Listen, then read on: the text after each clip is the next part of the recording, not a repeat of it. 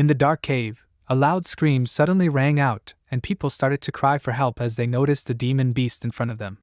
They were scared and decided to run, while Yiqing frowned while breathing heavily, thinking his name in his mind, and thought that he was a level 0. He stood there holding a wooden shield and a piece of stick, and despite the blood flowing down his face and hands, he stubbornly frowned as he looked at his opponent. He was unable to deal with the demon, and looking at the monster in front of him, he realized that the damage he had caused was 0. He survived by collecting trash, and people like him, namely, people with a level 0, were considered a burden in society. Despite this, he continued to stand confidently in front of the enemy, and continuing to think, he carefully looked at the demon wolf that was about to attack him, with its mouth open, remembering that people like him were considered absolutely useless, even worthless. With a warlike cry he ran, putting his shield forward, and swung the piece of stick that he was holding in his hand, not intending to give up. Very soon, splinters flew into the air, and Qing, clenching his jaws, held back a cry of pain from the fact that the demon wolf, having anticipated his attack, grabbed his shoulder with its jaws. Frozen for a while, without resisting, the protagonist admitted that some people might say that he lived like a worthless person. However, frowning cruelly, he decided that he would never die like an insignificant person. Screaming again, he swung the piece of stick that was still in his hands to resist the monster that was clinging to his arm. In the end, he managed to deal fatal damage to the spirit wolf, and the damage dealt by it was equal to 1. Some time before, in the city near the gate to the C-class abyss, an armed man stood, carefully looking at the portal. Soon, in the bright light of the portal, the silhouette of a man appeared, running quickly, holding a box in his hands. It was Qing, who, clenching his jaw and frowning, ran away from the portal, trying to avoid being injured by the monster that was chasing him. He was the senior garbage man of the abyss, and at the moment he ran out of the portal, his superior, calling him names, shouted at him that he was too slow, and ran forward, swung his weapon, cutting off several tentacles of the monster, which also began to come out of the portal, and screaming in pain, it disappeared again. The protagonist knelt down, put a box filled with crystals in front of him, and thought that his job was to collect and sort the trash left over from fighting monsters every day. The management didn't want this resource to leak to ordinary people. After all, these were C-grade crystals, and one such crystal was worth 50,000 yuan. He took out one of the crystals from the box, taking a rag to wipe it. Suddenly, the guy who was fighting off the monster came closer, put his foot on the edge of the box, and calling out to Qing, he called him a rat. Hearing someone else's voice, the protagonist froze in surprise, and the guy, frowning, reminded them that they would split this reward individually, and warned that if Qing stole even one crystal, then not only would he not get the money, but he would also go to jail. Frowning menacingly, he asked if the protagonist understood him. Smiling, he returned the magic crystal to its place, saying that there was no need to worry, since he had been working for many years and knew all the rules. Continuing to clean the crystals of excess garbage, he looked to the side a little, distracted, because he noticed that several more men ran out through the portal, holding the same boxes with crystals in their hands. They screamed desperately, stumbling, and watching them intently, Qing thought that the work of the Abyss Scavenger was done by everyone who was at level 0, and if the battle team did not deal with all the monsters, then the lives of the scavengers were in danger. That was why it was not an exaggeration to say that this was a dangerous job, and changing the topic of his thoughts, Qing noted that you can earn 300 yuan for returning from the dungeon. Each garbage man received 1,000th of the garbage he collected, which was about 600 yuan, but 30% had to be given to the management, leaving the man with 540 yuan in his hands. After looking at another crystal he had purified, he sighed, quietly declaring that he was 670,000 yuan in debt, so he needed to work harder. The men passing by him turned their attention to him upon hearing this, and calling out to him, one of them called him a rat, noting that there was a job for 3,000 yuan. He asked, "In business or Qing?" Shocked by the information he heard, the protagonist began to stand up and asked if this job really paid 3,000 yuan. He was astonished that there was so much money, and without directly answering his questions, the man asked if it was true that Qing needed money. He invited him to come with them if he wanted, and the protagonist, without asking any more unnecessary questions, simply shouted that he would go with the men. Very soon, the bus in which the workers were sitting drove to the desired location, and one of the men, sitting on a seat, asked if they were really going to the Shifeng City shopping mall. He remembered that the news just today said that there was a Class A abyss in this place. Another worker realized that this was why the reward was big, and noted that he had heard that people had already been sent to the Chiffon City shopping mall, but none of them had ever returned. A guy standing nearby asked if they were really going to send another squad. His comrade assumed that they were indeed, and closing his eyes added that they would also need to take the equipment of those poor people who had not returned. His partner noted with displeasure that the capitalists treated people like pigs, and asked who gave them permission to monetize the abyss in the first place. Qing, who was sitting at a distance and not taking part in the conversation, rested his chin on his palm, thoughtfully looking through the window at the places they passed by, and concentrated on developing his business. 10 years ago, the gate of the abyss rose from the underworld, and a brightly shining portal appeared on the streets of one of the cities, destroying the nearby buildings with its energy. After that, people came face to face with terrible creatures, which were huge monsters whose jaws were filled with giant sharp fangs. And only a special class of people could defeat the creatures in the gate of the abyss. These people, armed with shields, bows, swords, and axes, used their skills to make their way through the portal of the abyss, destroying the monsters. When the first monster was defeated, people discovered not only magic crystals but also mysterious weapons, and that is why, after exploring all the continents, people began to study the abyss. Because of this, the economy took its course, traditional enterprises closed down, and all the funds went to support the new market, which was the abyss industry. Thinking about this, Qing remembered how the employer, pushing aside his application form, apologized because they did not accept people with a 0 level.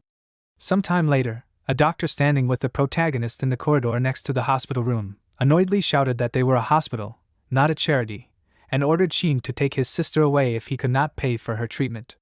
Putting his palms together in a pleading gesture, the protagonist, asking for forgiveness, began to beg the doctor to keep his sister in the hospital for at least a few more days.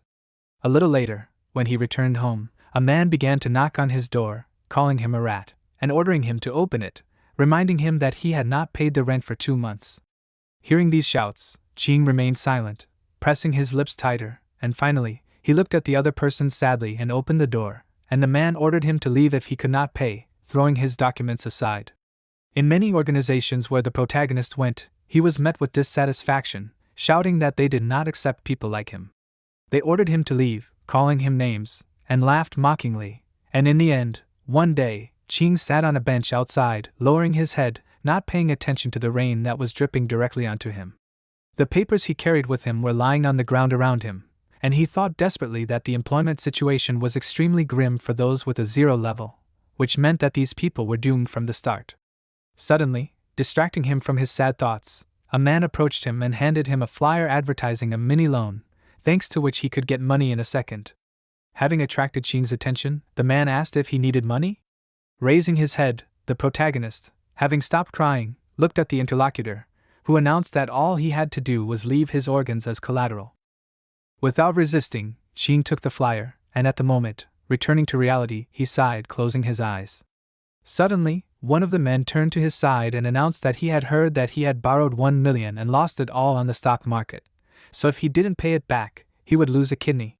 Hearing the men discussing him, Qing even shuddered, his eyes widening, and one of the workers added that he was also paying for his sister's treatment, and the worker assumed that all of his comrades knew what the medical bills were currently.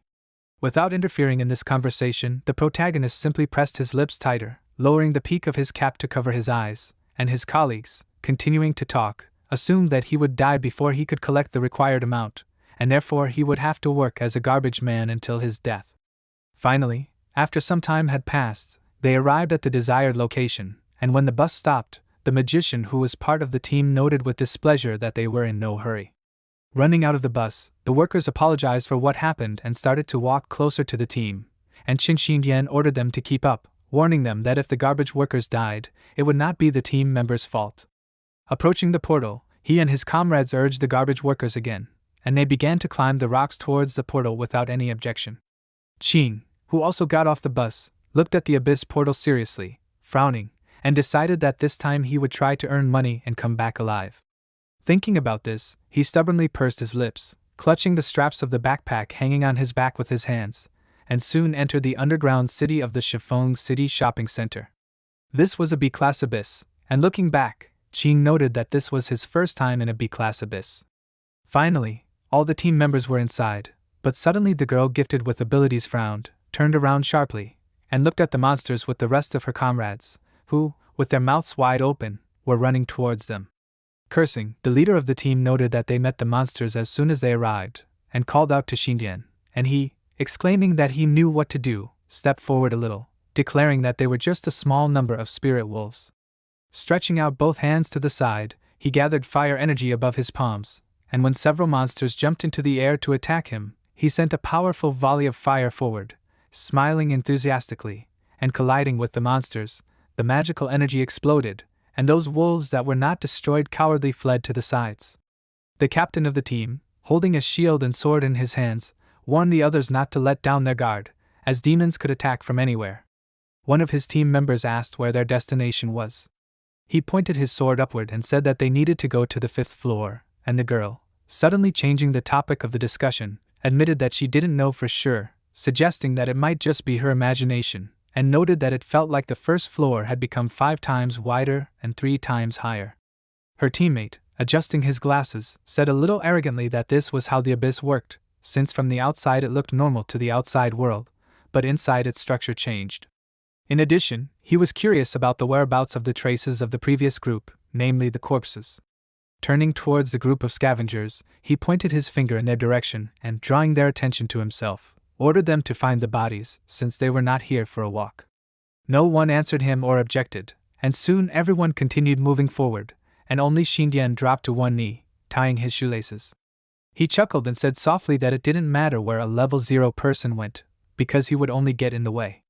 At this time, Qing, looking around in amazement, came closer and, not noticing Xindian who was bending over, tripped over him, and realizing what was happening, clenched his jaw, his eyes widening in horror. Xindian frowned furiously and, when the protagonist fell in front of him, he began to get up, ordering him to watch where he was going. Qing, looking at him desperately, apologized to him for what had happened, but, ignoring the apology, Xindian grabbed him by the collar of his clothes and, lifting him above himself, pressed Qing against the wall, shouting that it really irritated him when he stepped on a nonentity. He admitted that he thought the protagonist was a monster, and at that moment, the team boss, drawing Xindian's attention, ordered him not to get distracted, reminding him that they had things to do. He stood there for a while, still holding Qing above the ground, and because of this, he was unable to breathe. Finally, looking at him furiously, Xindian clenched his jaw, frowning, and sharply releasing Qing, he declared that if he knew that he was worthless, then he should not approach him. Unable to react to land on his feet, the protagonist fell, hitting his head painfully, and squinting his eyes he got up from the ground, his cap flying off his head, mentally calling Xindian an arrogant idiot. A little later, he managed to sit up, and Xindian, looking at him, exclaimed that they were simply a dream team. After standing up, Qing followed the other members of the expedition, lagging behind them a little, and thought that everyone who was at level 0 was called an outcast of society, a burden, and a worthless person. However, while adjusting the cap on his head, he stubbornly frowned, pressing his lips tighter, and thought dissatisfiedly that all these people did not know that he would soon move on to the next level, since he had gained 99 out of 100 experience points. After thinking about this, he, without further delay, confidently followed the rest of the team. Some time later, when he entered a branch corridor with the rest of the scavengers, they noticed that this demon beast appeared in the depths. The other scavengers began to run away, and only Qing stood before the monster, his eyes wide open, and asked, were these people from the battle groups scared? He noticed that the spirit wolf's health was at a critical level, and focusing on it, the monster bared its fangs, and the protagonist began to look around, assessing the situation, and slightly squinting his eyes, he noticed a level 1 wooden shield and a level 1 wooden stick to the side. He knew that the monster's health was at a critical level, but at that moment, when the monster, opening its mouth wide, ran to attack, Qing ordered himself to put all doubts aside, and frowning and clenching his jaw, he jumped to the side, assuming that this was his chance. Dodging the monster's attack, he grabbed the stick and shield, and getting into a comfortable position, ran towards the monster, jumping into the air to attack from above, and swinging the stick, he forcefully hit the demon wolf's head, ordering it to die. However, the damage dealt was 0, and seeing this, Qing froze in fear, and the monster frowned and turned its head towards him, becoming even more angry. Some of the scavengers who remained without running away but hiding asked, was the protagonist really that stupid? They were astonished that he was here, and realizing that he had just arrived, someone asked, Didn't Qing understand that only a combat team could deal with monsters? Without saying anything out loud, the protagonist thought that of course he understood that this was indeed the case, but he still did not run away and clenching his jaw, ran to attack again, approaching the monster from the side, and struck it. His agility, intelligence, will, constitution, and luck were all equal to 1, and throwing off the backpack from his back to improve his mobility, Qing ran to the side, and the wolf, clenching his teeth, ran after him. The protagonist knew that with such weak equipment as his, he would not be able to break through the defense of even the weakest monsters, but he concentrated and realized that he had an advantage, and running up to the wall, he jumped up, pushing off with his foot from the roots entangled with it, and mentally exclaimed that he understood perfectly well what situation he was in. As soon as he pushed off from the branch, the monster grabbed it with its jaws, and the thick trunk cracked, and Qing decided that he needed to use more force, and landing, swung his stick, shouting. Around this time, Xindian, who was on the other side of the building, stopped, surrounded by wolf corpses, and laughed, exclaiming that as soon as people with level 0 see a monster they run, flashing their heels. His boss smirked and announced that killing a monster would earn him some luck points, but only if the monster wasn't a demon beast, since it was safe to assume that everything was lost. Picking up one of the magic crystals he had received, he looked at it, noting that they would take the most valuable items for themselves and leave the rest for the scavengers. Calling out to his comrades, he ordered them to tell the scavengers to clean up the mess, and looked at the item cards and crystals they had received. Suddenly, a girl from the team frowned and pointed slightly to the side, noting that it seemed like one monster had survived. They all heard the scream of the scavengers who decided to run, and one of the team members added that everything was happening as the boss said. Stepping aside, Xindian, pointing his finger at the purple equipment, warned that it belonged to him, and asked if everyone understood that it was not allowed to take it. At this time, Qing continued to fight the wolf, and when he tried to strike, the stick in his hands shattered into pieces, and the monster, taking advantage of the situation, sank its fangs into his shoulder. Clenching his jaws so as not to scream, the protagonist opened his eyes wider, noticing the splashes of his own blood in the air, and decided that he would never die like a nonentity, swung the remaining piece of the stick. He stabbed the sharp end of it into the monster's eye, blood splashed into the air, and Qing managed to deal fatal damage to the spirit wolf, inflicting 1 point of damage. The monster let out a scream and the protagonist fell to the ground, but then stood up and noticed that the monster had fallen dead next to him, raising small clouds of dust into the air. He fell to his knees in relief, sighing, and ignoring the sweat running down his face, he narrowed his eyes, chuckled, and smiled happily, and then screamed, clenching his hands into fists. A little while later, having calmed down, he lowered his head, but turned to the side when he heard the sound of someone else's footsteps. He noticed that Xindian had come closer, who, with his hands in his pockets in boredom, noted that a single horse was able to defeat a low-level wolf. He looked at the protagonist with disdain, and then, approaching him, grabbed him by the collar of his clothes and asked if he really thought he was a hero now. Cursing, he assumed that Qing was suicidal, and reminded him that they were not here to drag his corpse. Despite the blood flowing down his face, and ignoring Xindian who was yelling at him, the protagonist smiled faintly, thinking that the battle group had many career paths, and once a person reached level 1, they could join the battle group and even obtain a special job. Imagining the symbols of such jobs, he mentally noted that in order to achieve this, he needed to think about how to gain experience points, because people with level 0 could not defeat the demon beast, and it was like going to certain death. He recalled how he had participated in a large number of expeditions, and gradually his experience increased, although it was only 1% at a time. Risking his life for so many years to find someone injured who could be easily finished off, and waiting day after day, Qing gradually reached 99% of all the required experience points. After killing the demon beast, he gained additional experience points, and now he remembered the moment when he dealt the fatal blow. His experience points were now at 100%, and he frowned slightly as he said out loud that what he had done was the only way to gain experience points. In his opinion, this was the ideal condition, and he smiled wider, while the system notified him that he had gained 100 experience points out of 100, and therefore was moving up to the next level. Noticing the light that enveloped Qing's body, Xindian frowned, calling him names, and asked if he had really leveled up. The system congratulated the protagonist on reaching level 1, and Qing relaxed and stood still for a while his body was enveloped in magical energy, increasing his stats. Soon, the system notified him that his profession was a scavenger, and level 1 was the maximum. Noticing this, Qing froze, his eyes widened, and even his mouth dropped open in shock. Xindian was also surprised when he noticed his characteristics, and then pressed his lips tighter to keep from laughing. Tears appeared at the corners of his eyes, but in the end he couldn't help but laugh loudly and asked, "What kind of nonsense is this?" He asked, "Qing is still a garbage man even after reaching level 1? He mocked the fact that the maximum level for someone like the protagonist is level 1, and while still laughing, he patted him on the shoulder, apologizing because he couldn't help but laugh. He closed his eyes and declared that this kind of chance only comes once in a lifetime, but Qing was still a garbage man. He laughed and said that this job was just right for Qing, and he pressed his lips tighter and stood there, saying nothing.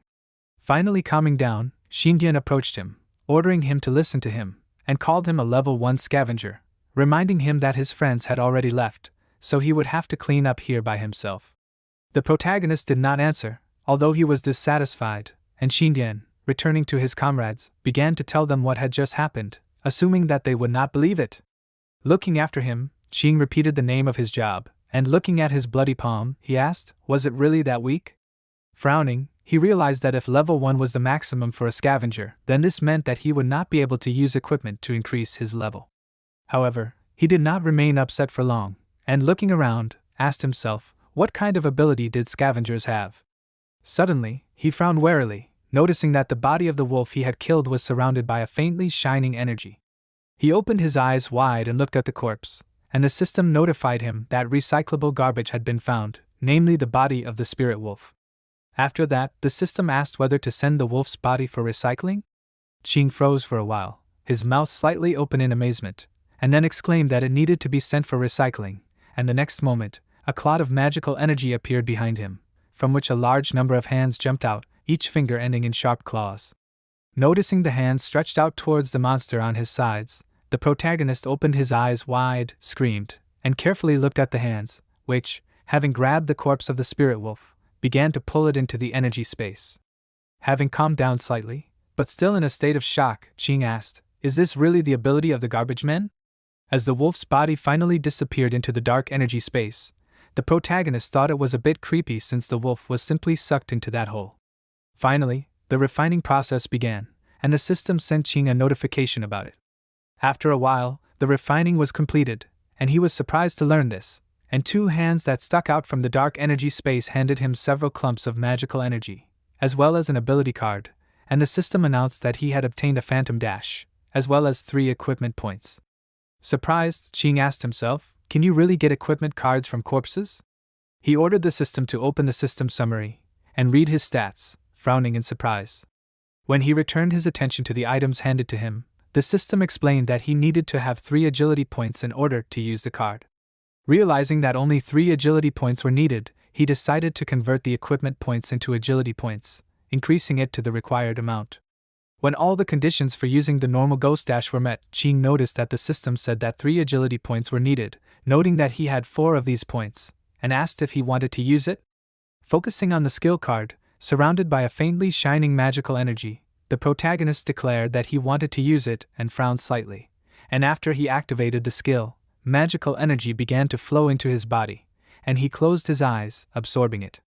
A little while later, he opened his eyes, and then began to look at his body in surprise and asked, "Is this all?"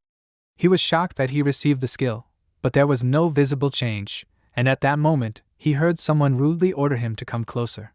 Frowning, Qing shouted that he was already coming and kicked off the ground to run forward, but his kick was so strong that the place he stepped on was covered with cracks. Screaming in surprise, he ran forward very quickly, frowning, and miscalculating his ability, tripped on a root on the floor and flew forward for a distance before falling with a crash. He asked in shock, "Was there really such a skill before?" The system announced that the Ghost Dash was recharging, and Qing derivative, that of course it should be like this. Standing up, he closed his eyes, sighed, and opened them again, and noticed that in front of him lay a large number of wolf corpses, which were also recyclable garbage. Looking at the dead wolves, he asked, "Is it true that he can obtain not only equipment, but also abilities?" He finally realized that this was the max-level Abyssal Scavenger skill, and after activating his ability, he prepared to recycle the corpses he found, and grinned and exclaimed that Abyssal Scavengers were really cool. When he started to absorb monster corpses with his ability, he gained 4 points, then 3 points, 3 points again, 2 points, and continued to stand there, waiting for all the corpses to be processed. Finally, once again, the system announced that he had only gained 1 point, and Qing, looking at this in surprise, noted that when he processed the spirit wolf corpse the first time, he had gained the ability of the ghost dash, but since then, no matter how many corpses he processed, he had not gotten any new ability, and in addition, the points were given less and less each time.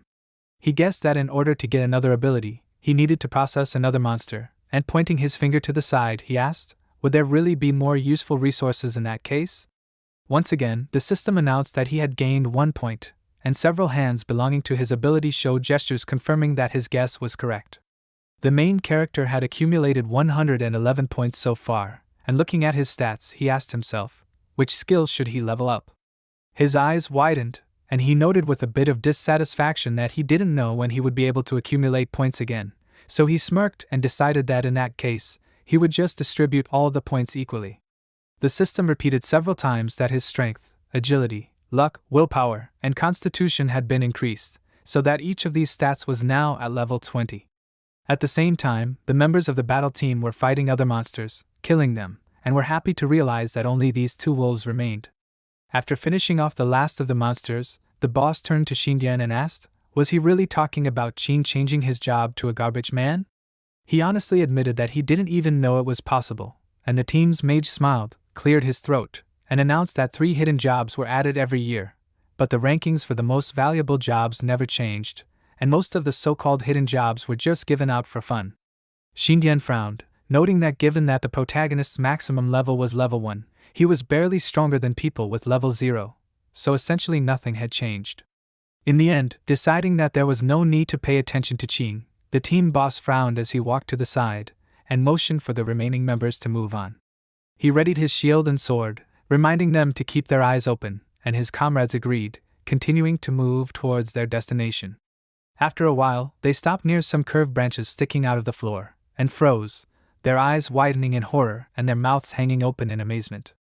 They noticed that one of these branches had stretched out, forming a kind of cross, on which a man was hanging, with roots sticking out of his mouth. Looking at this eerie sight, the commander announced that the mission target had been discovered, and the remains of the captain of the falcon hunting team had been found. The girl, clutching daggers in her hands, asked how something so big could fit inside the shopping mall, and on the 5th floor at that. The magician, coming closer to the remains of the body, announced that not even 48 hours had passed since the transformation of the abyss, but the corpses here seemed to be 10 years old. He assumed that this was some kind of magic, and the girl cautiously noted that they had only encountered weak demon beasts, and the falcon team was B+ class. She didn't understand how they could fail, and at that moment, the leader frowned and turned to the side, then opened his eyes wide, screaming as he noticed a large number of zombies appeared from the ground to the side and headed towards them.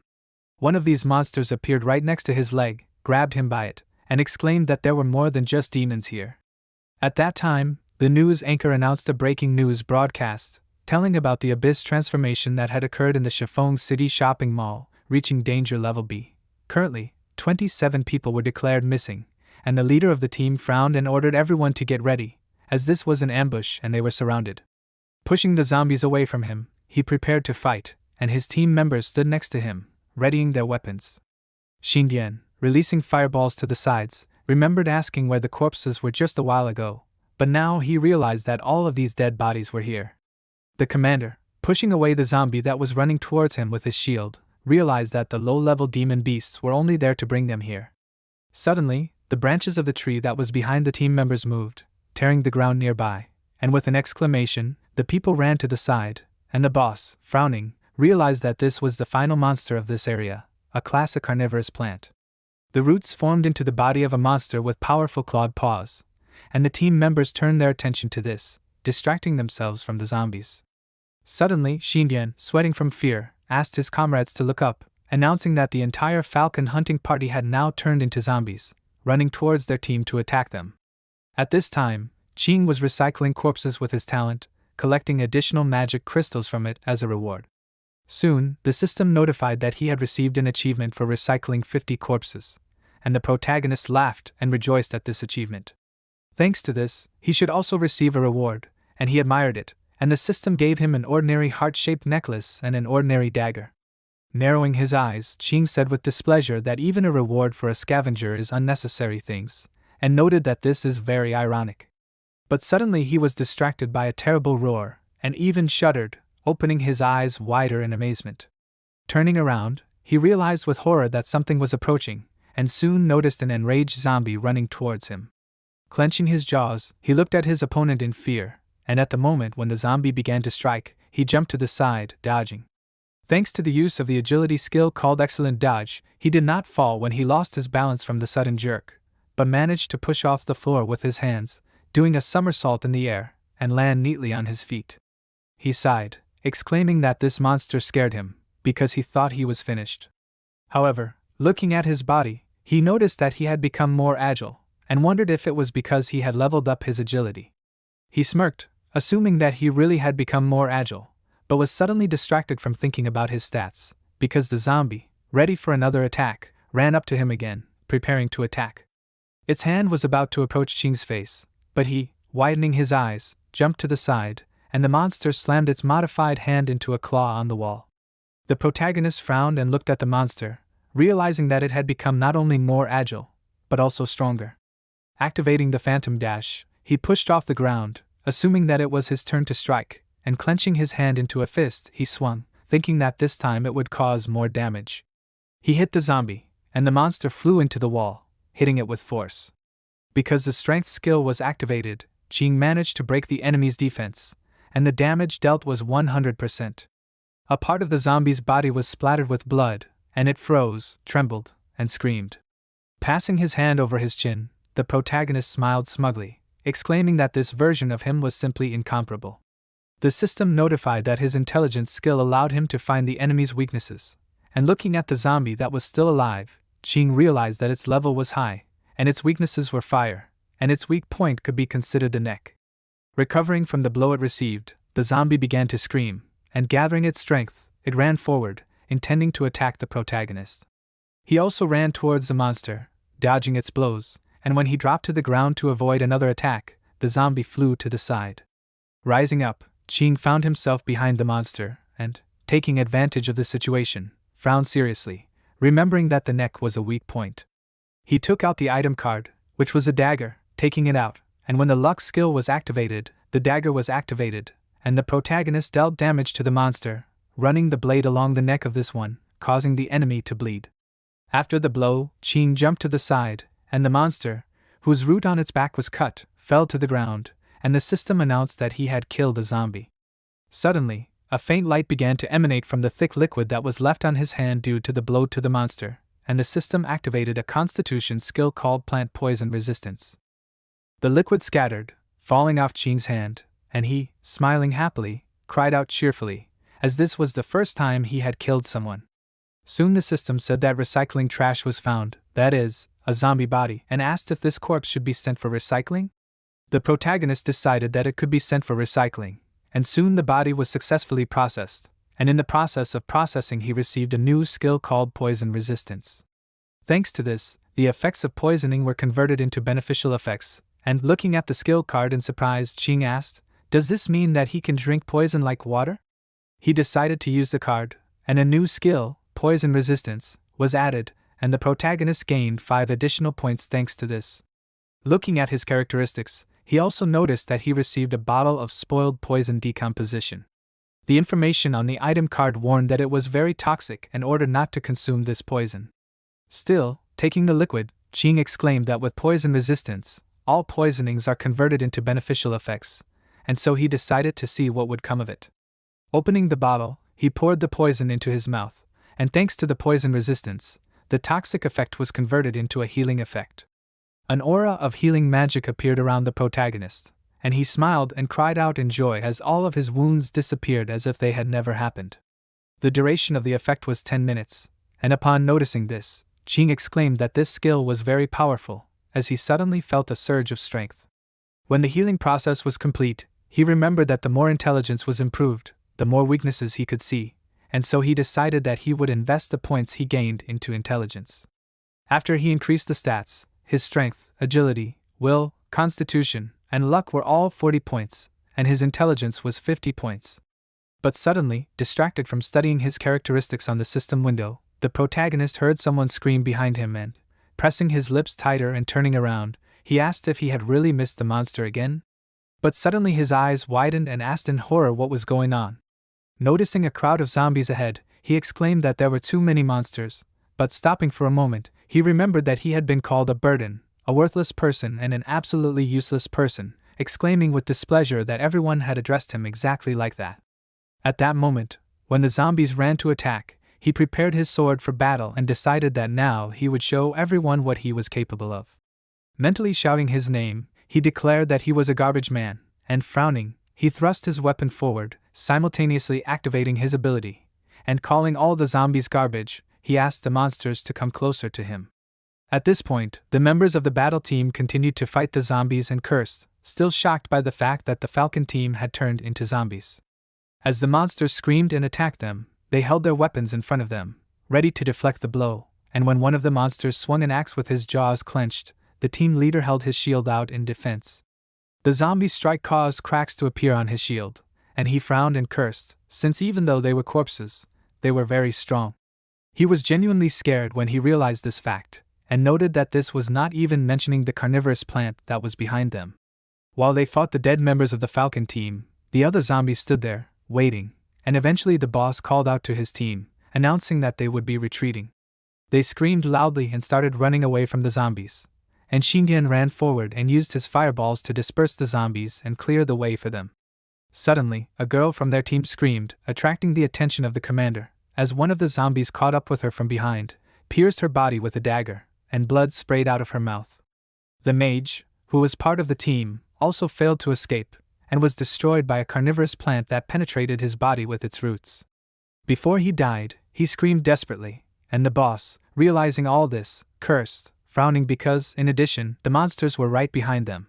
Xindian thought in fear that the monsters were very strong, and continued to run forward, and the commander stopped at one point, sharply turned around, and covering himself with a shield, struck to stop the monsters a little. Xindian clenched his jaw and looked back slightly, thinking that he only came here for money and equipment.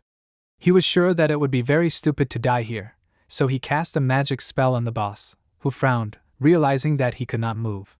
Looking away, he cursed and asked why Xindian was doing this.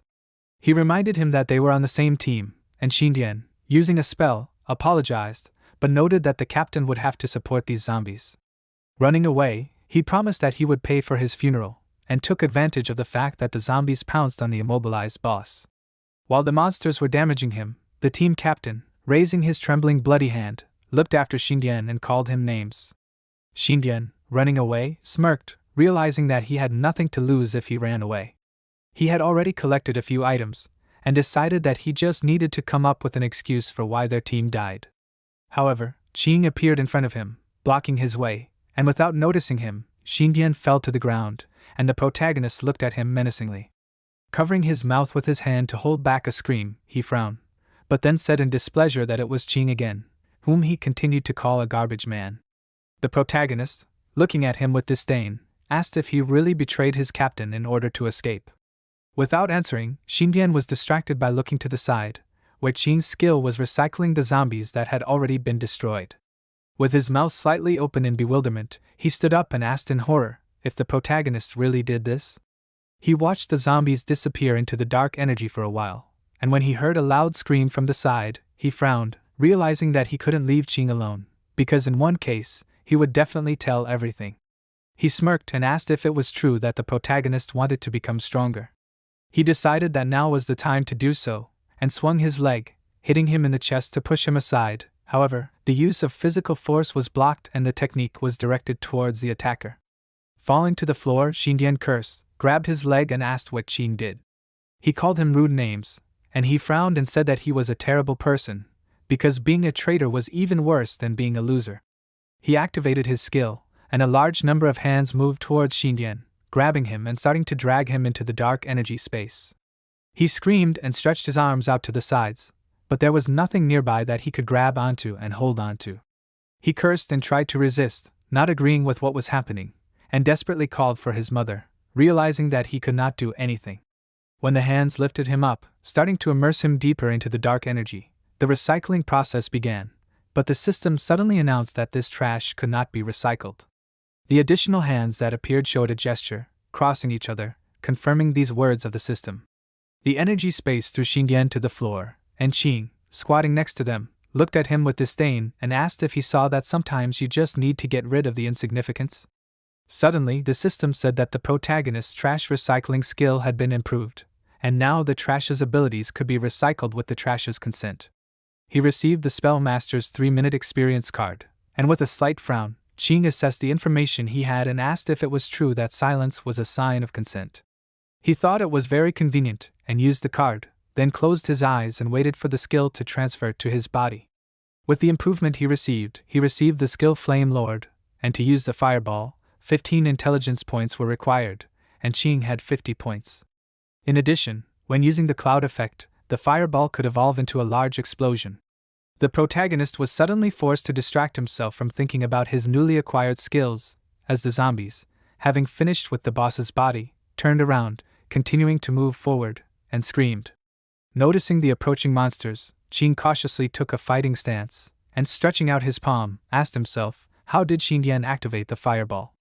He guessed what actions he was doing, and gradually a fiery energy began to form near his hand, and then a powerful flame flew towards the zombies, spreading far ahead. When the fire dissipated, the protagonist froze, noticing that only a pile of ash remained from the monsters, and so he screamed in horror, sweating from the tension, because he wanted to process these monsters, but now it all turned into ash. While he was distracted, desperately looking at the destroyed area in front of him, one of the zombies, approaching him from behind, swung their daggers, but Qing, sensing someone else's presence in time, jumped to the side, avoiding the blade strike.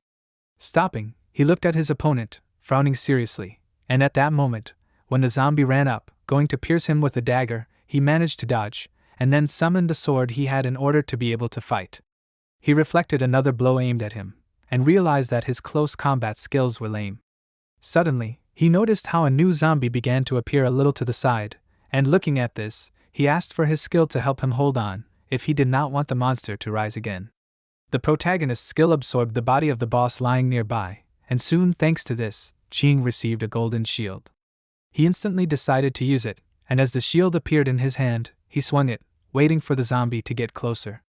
He ran forward, towards the monster, striking not only with the shield, but also with his dagger. Thanks to the new equipment he had, he managed to cut off the zombie's head, and after running a little further, he stopped, returning to the corpse, and looked at it carefully.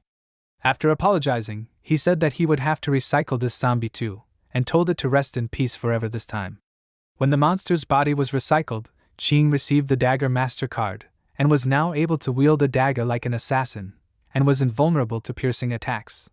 He immediately used the card, frowning confidently when he had a new skill, and remarked that being a scavenger wasn't so bad. After that, he ran forward, starting to fight with other zombies, and after a while, someone talking to another person asked if it was true that the group's mission was to find the falcon hunting party and bring them back. The other person confirmed it, and Qing currently frowned and looked at the opponents seriously, not intending to retreat.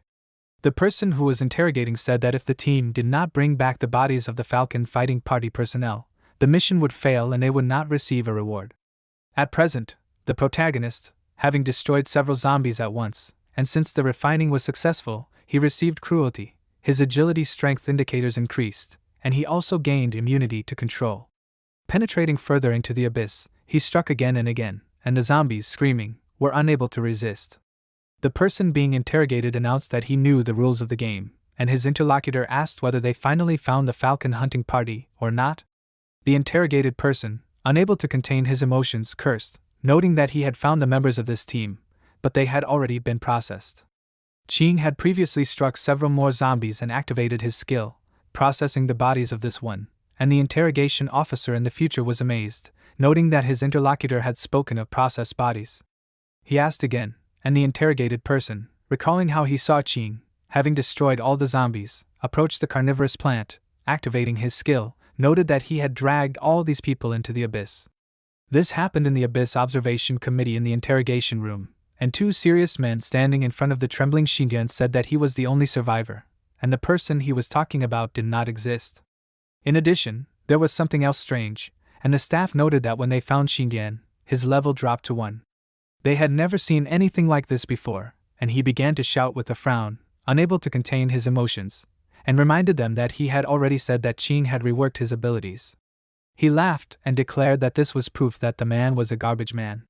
He lowered his head, less confidently noting that he thought so, and his face then opened up with excitement. The two men watched him in silence for a while, and then finally announced that Xindian had a high level of energy pollution, and suggested that it was because he had been sucked in and spat out. In addition, it could have caused hallucinations. The staff also voiced their guess that it seemed suspicious that the player holding the position of the main assassin in the team had survived. Xindian desperately shouted that he was not lying and was telling the truth, and added that it was a garbage man. Some time later, near the entrance of the B-class abyss, the protagonist, with a hood over his head to partially hide his face, stood among other armed warriors who were about to enter the abyss. After what happened in the other abyss, Qing sold the magic crystals on the black market, but received about 30% of the total price. The thing was that the business built on such crystals had always been a monopoly, and that was why private transactions were considered illegal, which is why the black market set a tax of 70%. The magic crystals were barely enough to pay off the people from the protagonist's past, and now, slightly distracted from these thoughts, he looked at his palm, remembering that he used his refining ability in front of other people, and wondered if they might report something to the supervisory committee. Pulling up the sleeve of his hoodie, he looked at the symbol that appeared on his palm, and thought that all this was not to mention that he had awakened to a hidden profession. He knew that the committee members would immediately lock him up and start studying him, and he clenched his fist and pressed his lips tighter, deciding that he needed to earn money while he was still free. Suddenly, the knight stood in front of the rest of the group and announced that this abyss had just appeared, so everything was still not completely known, but he assumed that everyone in the group was aware of all the risks. Because of the danger, the reward they would receive would be doubled, and the man asked for those who could change jobs to come to him and sign up, especially those with a high level. Qing pointed at himself and asked if the knight thought this was someone like him. The man looked at him with displeasure and asked what level he was. Taking off the hood of his head, Qing replied that he was a first-level scavenger, and all the other warriors standing next to him froze, their eyes widening and their mouths hanging open in astonishment when they heard this.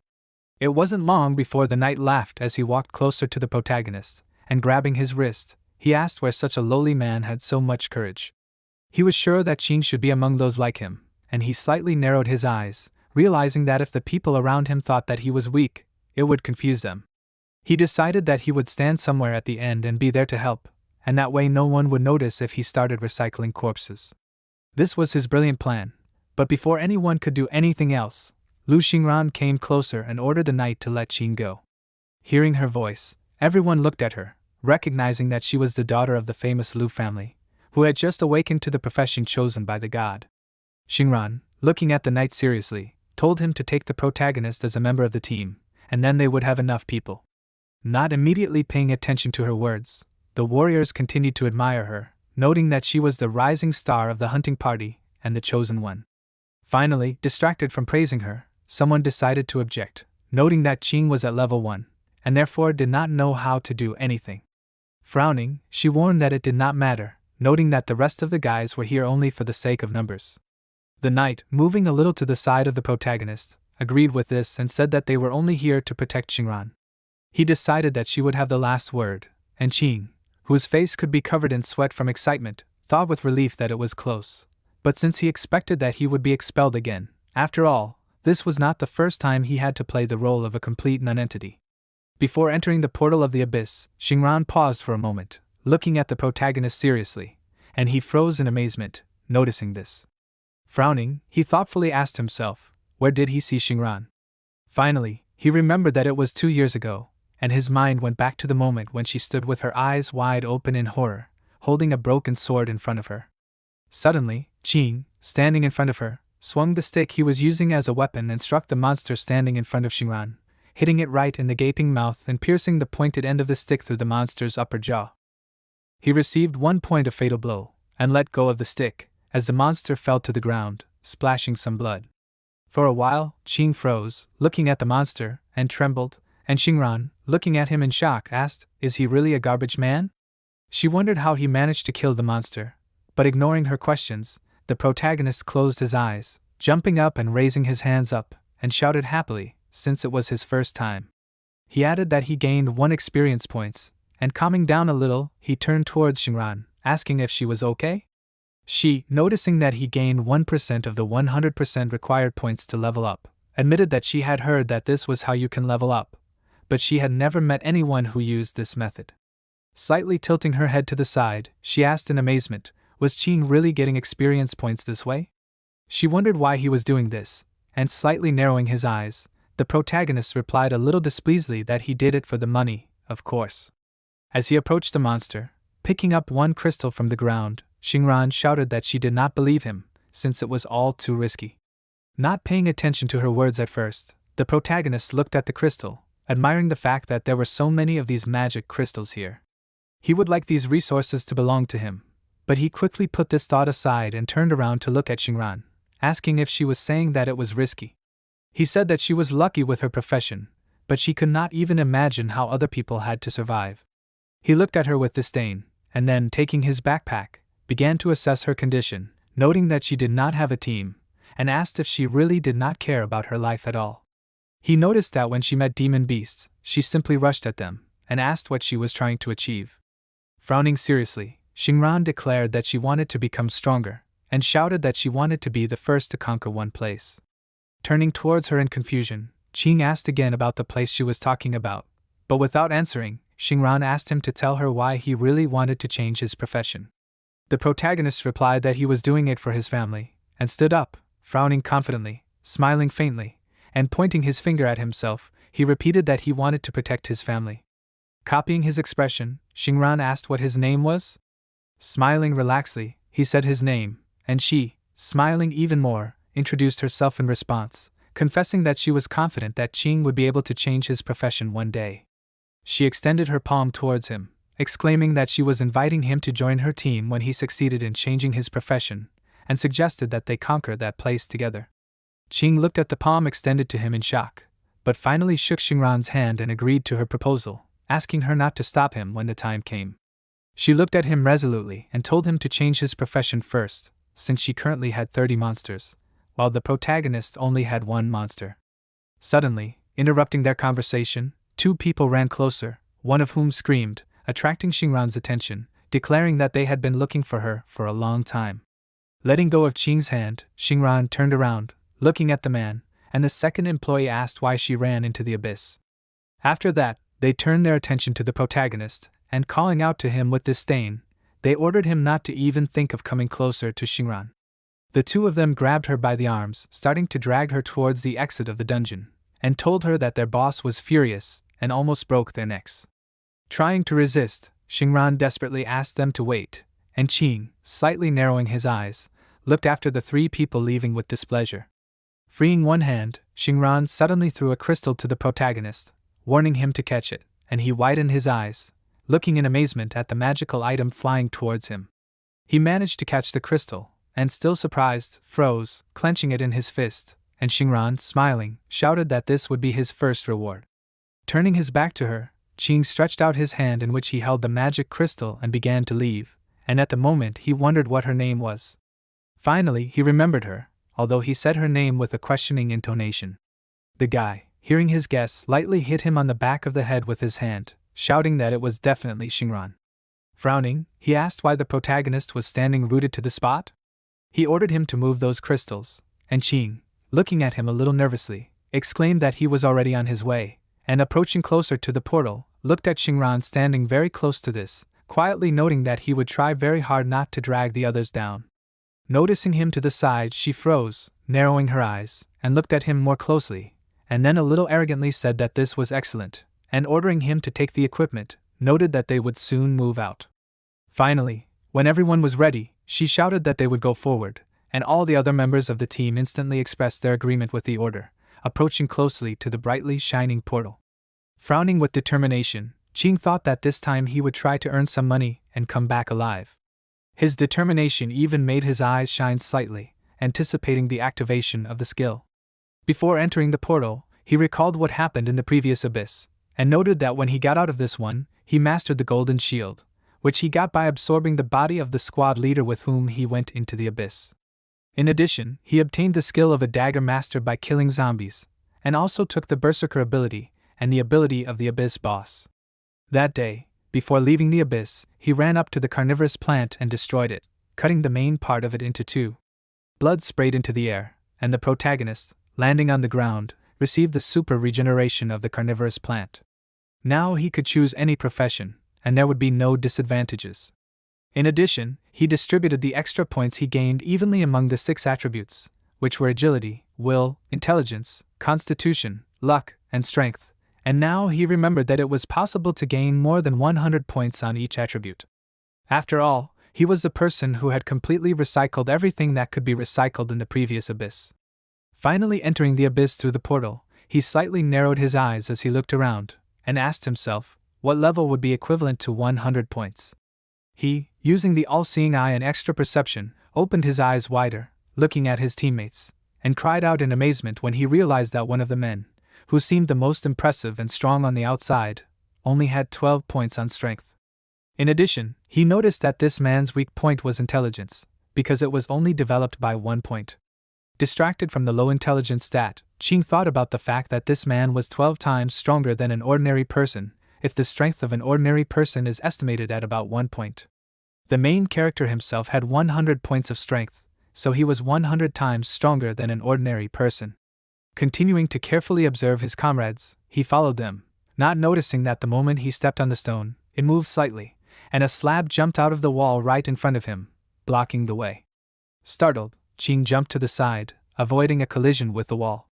Hearing the rumble, all the team members stopped, turned around, and asked what was going on. They assumed it was an earthquake, but the main character, laughing nervously, quickly made the brick go back into place, and no one noticed anything, and said that this underground structure was somehow unstable. However, everyone soon became distracted by one of the men who had gone ahead before, suddenly returning, announcing that he had found the chest. Everyone's attention turned to him, and Ching frowned, then sighed in relief.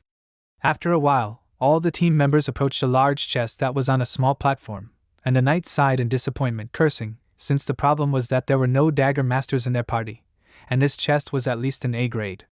For a while, everyone froze, looking around the niche in the wall with the chest, and eventually the protagonist, raising his palm, announced that he could try to open this chest.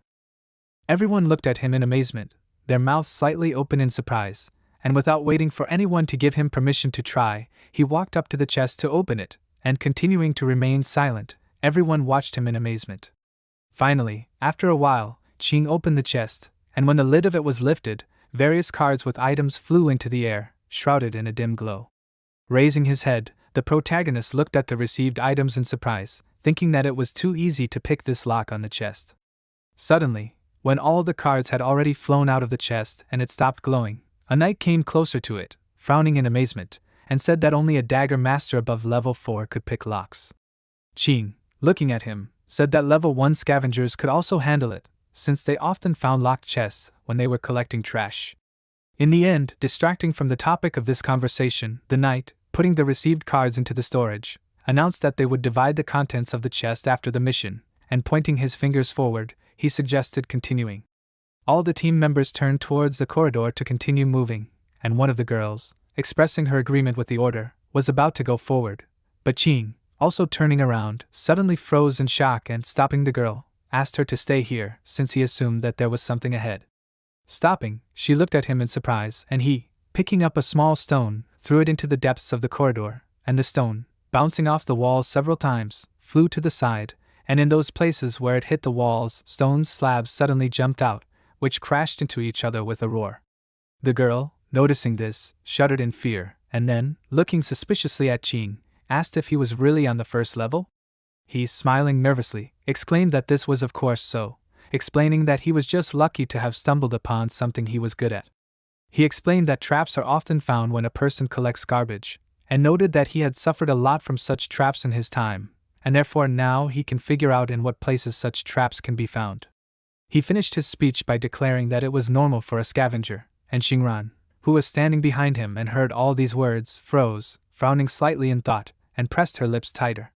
Suddenly, the system announced that the trap check had been successfully passed, and therefore the target had become more imposing. Realizing this, all the party members cried out in amazement, their eyes widening in surprise, and Ching, cursing in his mind, realized that this was all due to his 100 points of intelligence. Taking out one card, the knight handed it to the protagonist, exclaiming that this was his personal reward, and asked him to accept it with gratitude. Thoughtfully looking at the item handed to him, Qing realized that it was a normal class broken mace that could be used at level 1.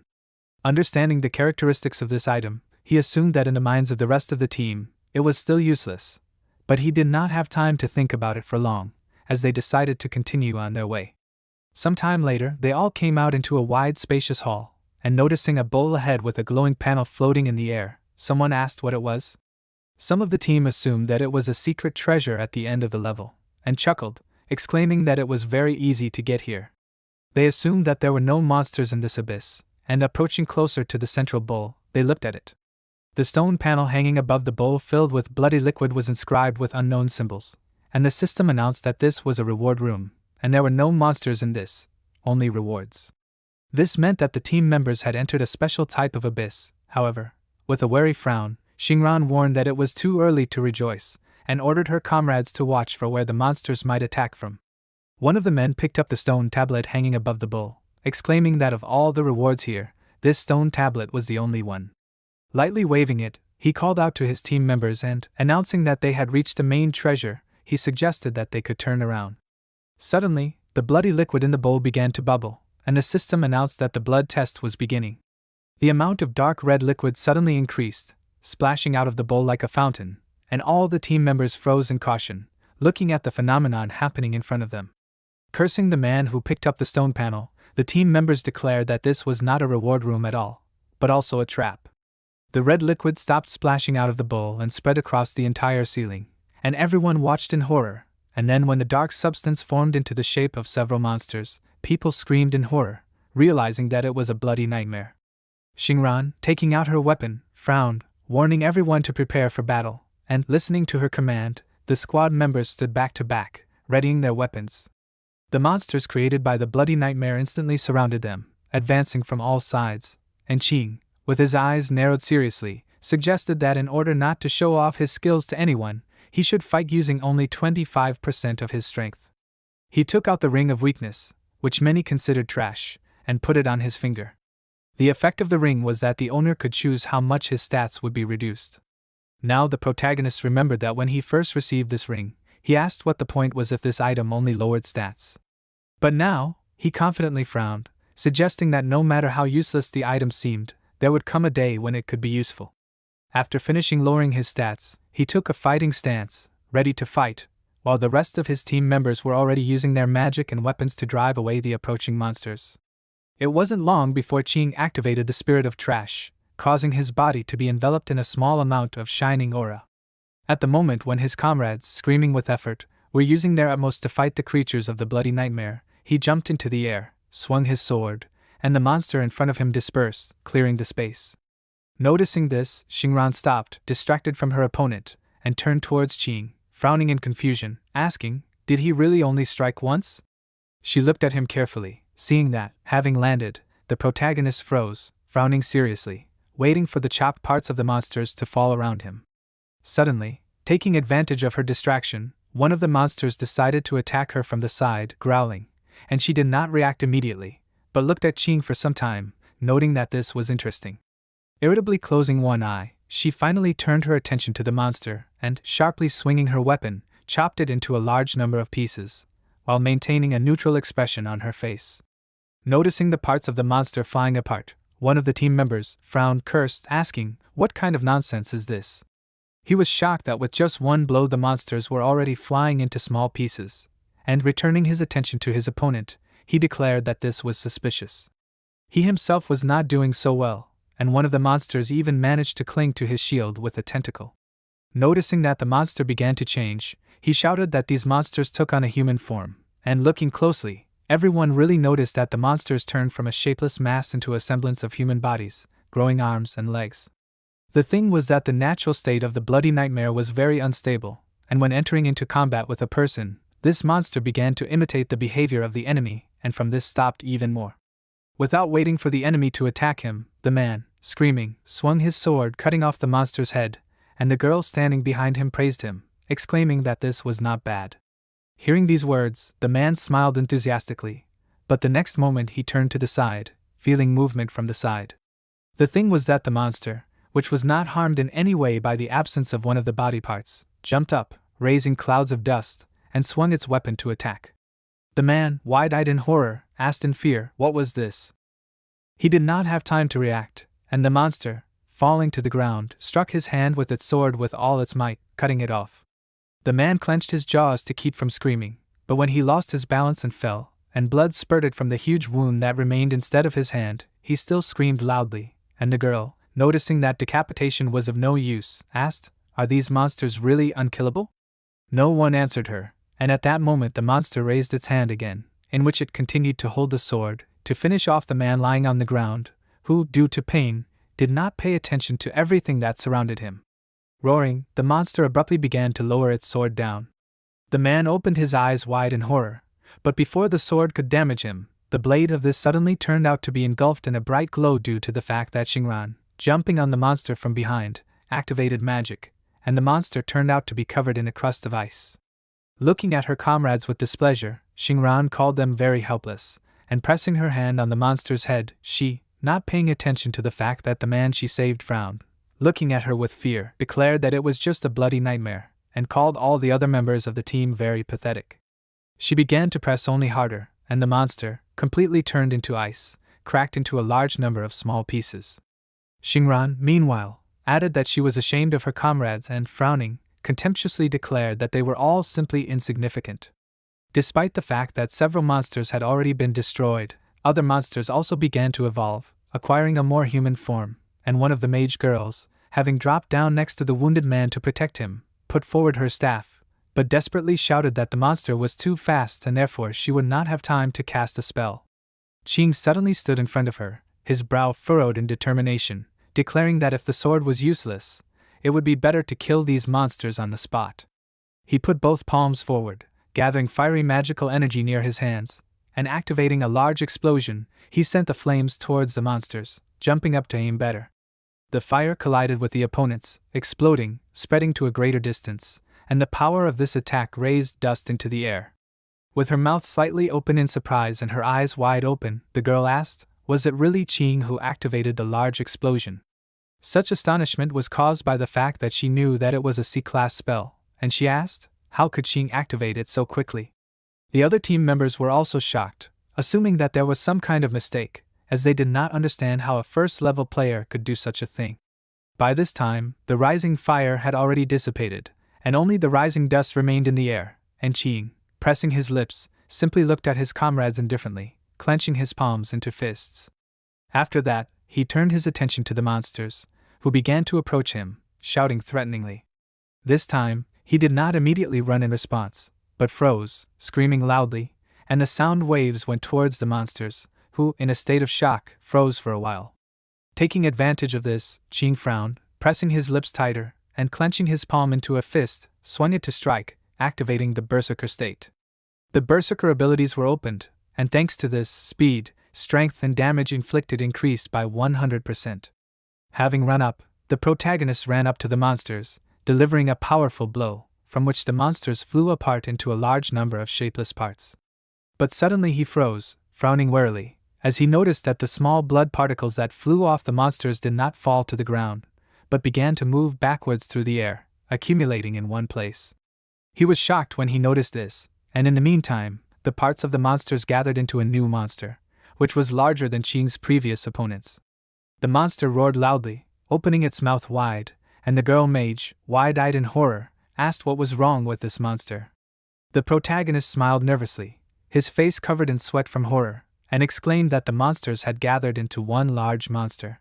It was too strong a monster for a B-class abyss, as this bloody nightmare's level was king.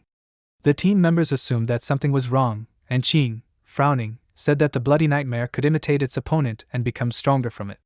He was curious about what the king-level monster was imitating, and when the monster suddenly lunged forward, about to strike him with its hand, the protagonist himself had to dodge, and he looked at the hot floor where the monster's attack had landed, asking himself, was this really equal to him? He knew that he couldn't handle such a monster, and he crouched down on the ground, frowning and assessing the enemy's ability. Suddenly, Shinran came closer to him, ordering him to step aside. Throwing her sword over her shoulder, she looked at the monster resolutely, promising that she would deal with it, and Qing, frowning, looked at her in confusion, his eyes widening. Having a better grip on her sword to fight better, she ran to the side, and the monster, noticing that she had started to move, raised his hand to strike her and stop her. However, Xingran managed to dodge the monster's attack, and as the monster's fist struck the ground, she jumped onto its arm and began to climb up it, jumping up and thrusting her sword forward while casting a spell on its blade. Coordinating in midair, she swung the weapon, striking at the monster. However, it thrust its tentacles in front of its head in time, blocking itself with it. As Xingran stabbed her sword into the monster's body, part of it was frozen, and the protagonist let out a shocked cry when he noticed that she had frozen the monster. However, the monster's other arm was still able to function, and with an enraged roar, it swung forward, extending its arm forward to attack Xingran. She frowned as she noticed this, and although she managed to dodge, she lost her balance and was forced to jump to the side. After regaining her stance, she looked at her opponent seriously and, wiping her chin with her hand, frowned, thinking that this would not do. She mentally exclaimed that she was too weak, and remembered how some time ago she was sitting on a rock next to the portal to the abyss, and one of the guards standing next to her announced that they had detected that the energy of this abyss was very unstable. The men asked if she was sure she wanted to go there alone. Helping herself to bandage her hand with her teeth, Xingran announced that her goal was to conquer the place that was the highest level of the ring tower. She sat for a while, frowning resolutely and holding her sword in front of her, and thought that her progress was still too far from that of her elder brothers and sisters. Standing up, she prepared her weapon for battle, noting that she could not even get close to her relatives.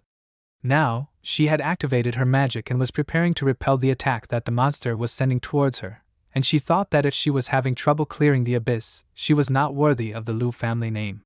She widened her eyes, concentrated more power, and swung her sword, causing a magic dome to form around her, stopping the monster's attack.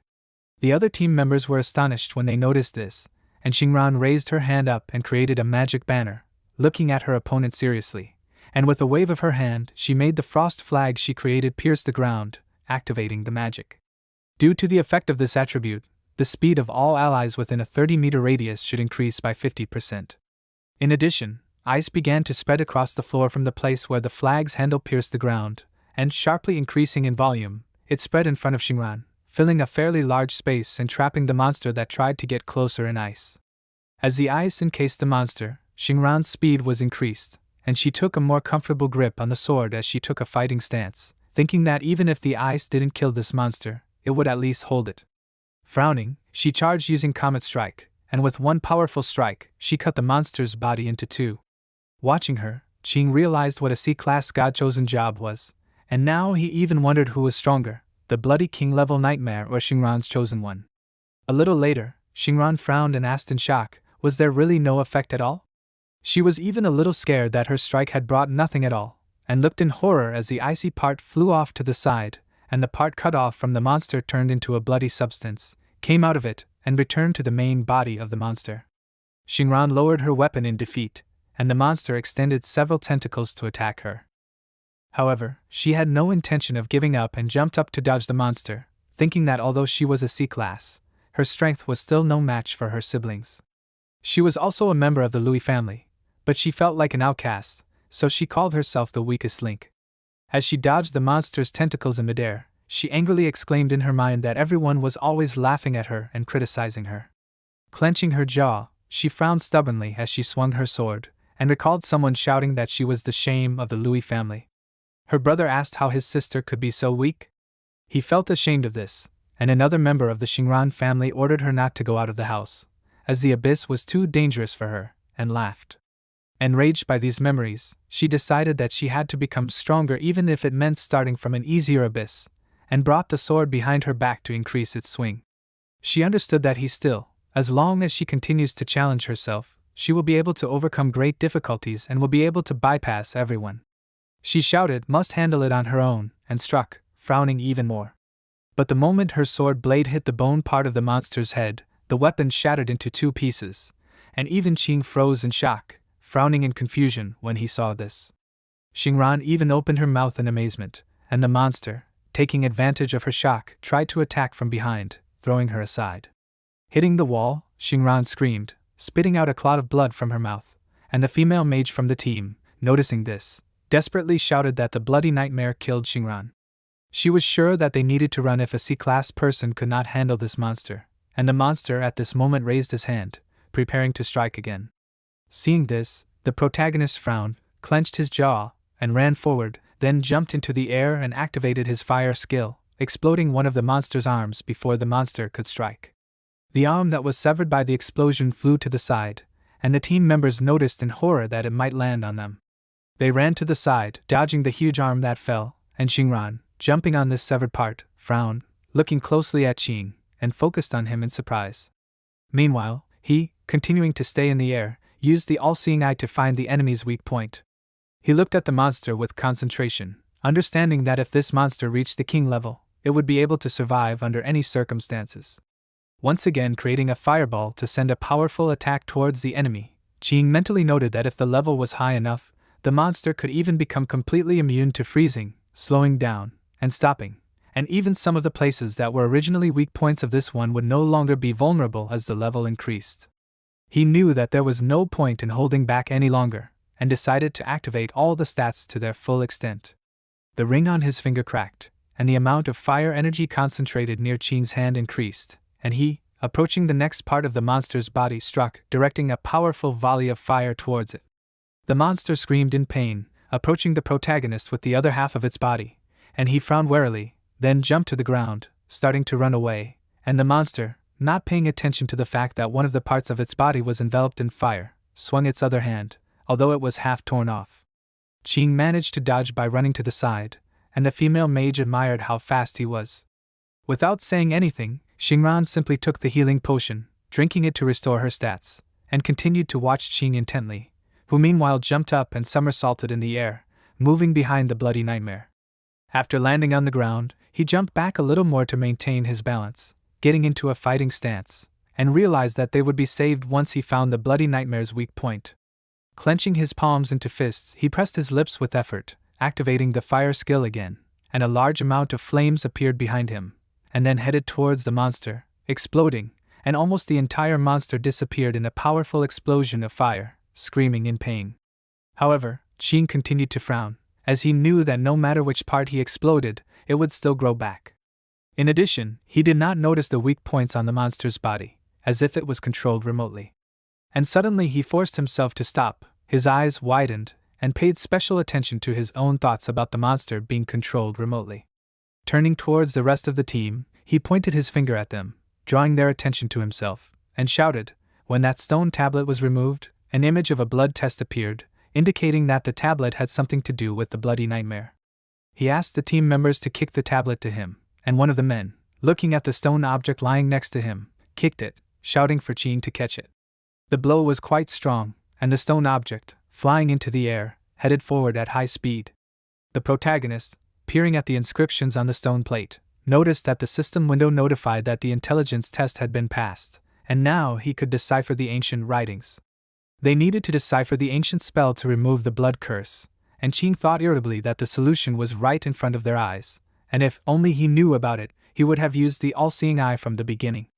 But suddenly, the monster suddenly reached out to the still flying stone slab, grabbed it, put it on his tongue, and swallowed it, starting to activate the invincible mode. A faintly shining aura appeared around the monster's body, and one of the team members, noticing that the monster had stopped for a while, without taking any action, asked why the monster was frozen. Someone admitted that it looked very scary, and Qing, squinting his eyes, cursed, and hearing this, Xingran looked at him in confusion. The protagonist frowned seriously, announced that the monster had entered invincible mode, and Xingran, coming closer to him, cautiously asked if they had met somewhere before. The thing was that he looked familiar to her, and Qing suddenly became surprised. His eyes widened and asked if she didn't recognize him. He reminded her that they had met 2 years ago, and said that he was a garbage man who earned experience points, and Xingran herself witnessed him earning his first experience points in life. Xingran froze, recalling the moment when Qing had struck the monster, and said that this monster could have yielded 29.5 points, and then turned her attention to the protagonist, exclaiming that she remembered him. She asked if his name was Yeqing. Qing smiled a little nervously, sweating from excitement, and corrected her words, saying the correct version of his name. Xingran smiled and admitted that she didn't know that the protagonist had already changed his profession, and looked at him with a little enthusiasm, and he smiled, crossed his arms over his chest, and frowned decisively, declaring that he was now a level 1 garbage man. Xingran suddenly became more serious, thinking that Qing had risked his life and accumulated points time after time, and had become very strong. She looked at him thoughtfully without saying anything out loud, and he, nervous when he noticed her gaze, scratched his cheek with his finger, wondering why she was looking at him like that. Xingran, continuing to evaluate him, noted that if you think about it, you can say that he is even stronger than her. However, out loud she said that it still doesn't sound cool. She smirked, and used ice magic to extend her sword so that a sharpened end appeared on the broken part, and Qing slightly narrowed his eyes as he looked at her, but said nothing. Xingran, extending the ice part of the sword, stuck it into the ground, raising small clouds of dust, and seriously announced that the tablet would circulate inside the body of the bloody nightmare, but she could freeze it. This should stop the monster for a while, and she asked Qing to use this time to find this tablet. He smirked and agreed to this plan, noting that 1 head was good, but 2 heads were better. Xingran looked at him in surprise, and he, clenching his palm into a fist, smiled confidently and said that she could consider those 0.5 points as her reward, and suggested that they defeat this monster together. He extended his clenched fist towards Xingran, and she froze for a moment, looking at it in surprise, and then, with a confident smile, decided that she would agree, but only if Qing would not get in the way. She also made a fist, in order to hit the protagonist's fist with it, thus sealing the agreement. But before they could do anything, the rest of the team suddenly asked, "What about them?" Although they assumed that they would not be of much use, they were nevertheless prepared to fight to the end, and with a determined frown, Qing agreed, declaring that they would all go together, and thus would definitely get out alive. The rest of the team came forward, standing in a line with Xingran and Qing, and they all frowned determinedly, ready to continue the fight. Before attacking the monster, the protagonist assessed this, noticing the silhouette of a stone plate near the monster's belly. Looking at it more closely, he seriously announced that they had 5 seconds before the monster entered invincible mode, otherwise it would go berserk and begin a massacre for the next 30 seconds. Turning to the team, he shouted for them to listen to him and announced that these 30 seconds were their last hope, because they had to come back alive. He spoke confidently, clenching his fists, and all the squad members froze, looking at him in surprise, and then trembled, and one of the men repeated Qing's phrase that they must return alive. Sharply raising his weapon up, he agreed with this, declaring that they would return alive, and sighed decisively, and the other team members repeated his cry. Because of this, the team's morale increased, and thanks to this, weakness was reduced by 100%, and speed and regeneration were increased by 15%, and the duration of this effect was supposed to be 30 seconds. Feeling the improvement, Xingran looked at her body in surprise, frowning, and then turned around abruptly, distracting the team members who, along with the protagonist, were shouting that they would return alive. Smiling, she suggested that even a scavenger should not be underestimated, and holding out her sword, she attracted the soldier's attention, shouting at him to watch the monster's fury. The man, immediately agreeing with the order, ran forward, frowning furiously. Running closer to the bloody horror, he stopped, calling out to it, and calling the monster names, asked if it saw something. Making an obscene gesture with his finger, he announced that he was addressing this particular monster, and the monster, turning its attention to him, roared, beginning to sharply wave the long tentacles crawling out of its body. However, the soldier did not retreat, continuing to attract the monster's attention to himself, and pointing his hand to the side, Xingran attracted the attention of the mage, shouting for her to aim at the monster's newly grown claws and cover the scavenger. The mage girl also agreed to the order, forming a ball of magical energy next to her magic staff, and when the amount of concentrated energy was enough, smaller energy charges began to fly out from the shining ball towards the monster, damaging it. The monster roared as the projectiles exploded when they hit its body, and Qing warned seriously that the stone tablet would help end this trial, but if it was destroyed by the fireball, the trial would never end. The mage girl stopped, and Xingran asked with a wary frown, what should they do in this case? The protagonist said that he thought he could defeat this monster with one hand, and raised his palm, and Xingran frowned and asked what he was saying. She assumed that he was deceiving her, and asked if he really wanted to dive into the monster's stomach and personally take out this stone plate. She presented the item they needed, surrounded by a viscous red liquid, and Qing, stretching out his hand forward, began to activate magical energy and admitted that, to be honest, this is what he wanted to do. Xingran was still shocked by what decision he made, but she did not argue further, and drawing the archer's attention to herself, shouted for him to aim for the roof and create a ladder by which they could figure it out. Saying this, she ran a little to the side so that she had room to run, and the archer guy, pulling the bowstring, shouted that he would do it, and aiming at the ceiling, released an arrow, which, having collided with an obstacle, exploded, and large stone slabs began to fly off from the ceiling, falling down. The monster, surprised by the unexpected attack from above, screamed, and Xingran, calling on the frost flag, announced that she would freeze the lower part of the monster's body, and Qing would have to do the rest. The protagonist, looking at the monster carefully, asked her to leave it to him, and prepared to fight. Together with him, Xingran ran forward, just like him, stubbornly looking ahead, and the monster, noticing the attack approaching this, extended its claws forward, ready to block Qing's blow. However, the protagonist, instantly changing the direction of his movement, dodged each of the tentacles, and parts of the monster's body, hitting the floor, destroyed it, raising fragments of stones and clouds of dust into the air. Continuing to carefully observe the enemy's actions so as not to miss the blow aimed at him, Qing thought that his regenerative ability could patch up minor wounds, which meant that minor injuries were not scary to him. The whole point was that he felt how the monster managed to touch him a little, inflicting a wound, but in the next moment the scratch he received had already begun to heal.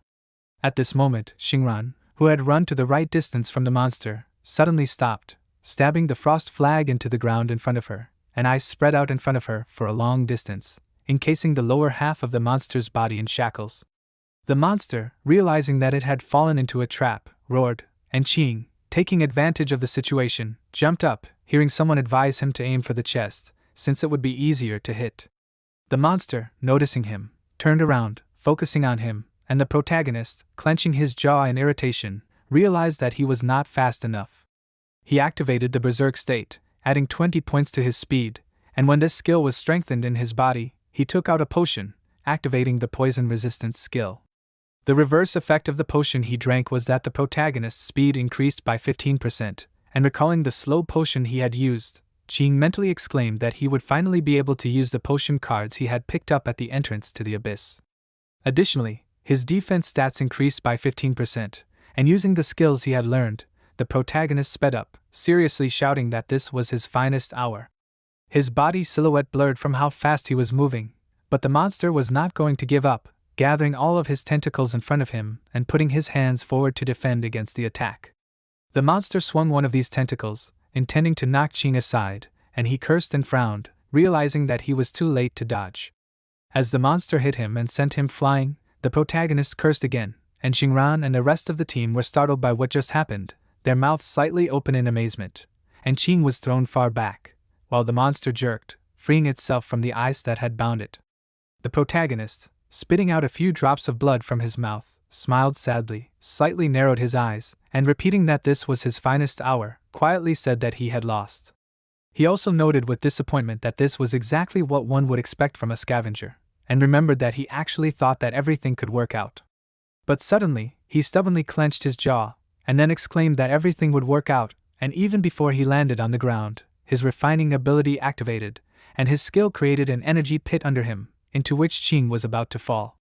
Before landing inside it, the protagonist declared that the object of refining was himself and smiled faintly, while a large number of hands emerged from the shadow space and reached out to grab him. The monster froze, looking at him in confusion, and the rest of the team were also shocked. Xingran, frowning, cursed and asked, "What is this?" Her face was covered in sweat from fear, and the rest of the team, equally frightened, asked, "Where did these hands come from?" Suddenly, the system said that it was impossible to refining a living organism, and so the operation was cancelled, and Qing, frowning decisively, turned to his skill and said that if it cannot be refining, then it should be thrown into the trash. One of the larger hands, grasping his body, swung, and the protagonist frowned, grinning, and asked the skill to do it with all its strength. The hand holding him threw him to the side with such force that he flew right up to the bloody nightmare, which froze in amazement for a moment. Putting his hand forward, Qing, without slowing down, flew through the body of the monster, managing to grab the stone panel he needed. Confidently frowning, he shouted that he had the tablet, and landed neatly on the ground, while the monster, in whose body a through hole had formed, fell to the ground with a crash. Clouds of dust rose into the air, but the protagonist did not pay attention to this and, stopping, frowned in concentration, reading the writing on the stone slab. The system announced that he had passed the test of blood, and the next moment the monster's body began to disappear, turning into a bright light and dissolving into the surrounding space. All the team members froze in shock, cursing, and asked, "What just happened?" Their eyes widened in astonishment, and even Xingran, looking at the disappearing remains of the monsters, could not contain her emotions and asked in amazement, "Did they really win?" Gradually, the realization reached all the team members, and smiling happily, they began to jump into the air, repeating that they won. Due to the fact that they completed the task, their level was increased, and some of the participants increased strength by 1 point, agility by 6 points, intelligence by 16 points, constitution by 19 points, luck by 0 points. Someone had received more bonuses, increasing strength by 10 points, agility by 11 points, intelligence by 7 points, will by 8 points, constitution by 8 points, and luck by 3 points. Xingran, looking at her body in shock as it was surrounded by bright light, asked in amazement, "Did she really level up?" Her strength had increased by 33 points, agility by 28 points, intelligence by 38 points, will by 26 points, constitution by 21 points, and luck by 34 points. Of all the team members, only Qing had not leveled up, as an error had occurred when leveling up because he had already reached the maximum level. He closed his eyes, scratched his head, chuckled, and said that it was indeed so. Suddenly, a brightly shining chest appeared in the place where the monster finally dissolved, and one of the team members, noticing this, cried out happily, assuming that this would definitely be a reward now. The lid of the chest opened, and a large number of equipment cards flew into the air.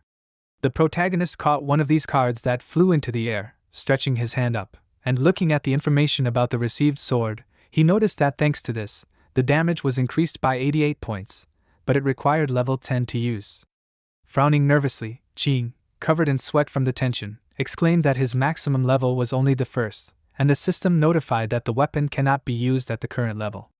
The protagonist, throwing the card aside, looked at the other shining item cards lying on the ground, and almost cried, since all this equipment was his reward, but turned out to be useless. He knew he was about to cry, as he really wanted to buy all those weapons, but he couldn't even use them. Suddenly, Xingran came closer to him, frowning confidently, and said that since he was the one who defeated the bloody nightmare, he would be the one to decide how they would distribute the reward. Qing awkwardly grabbed his hair with his hand and closed his eyes, admitting that Xingran embarrassed him, but very soon he became more serious and, coming closer to her, he leaned towards her ear, quietly admitting that he had something to tell her. She slightly tilted her head to the side, surprised by such a request, but did not argue. Some time later, a large number of men gathered near the entrance to the portal, and their leader, holding a walkie-talkie in his hands, ordered his subordinates to contact headquarters and prepare to send a rescue team.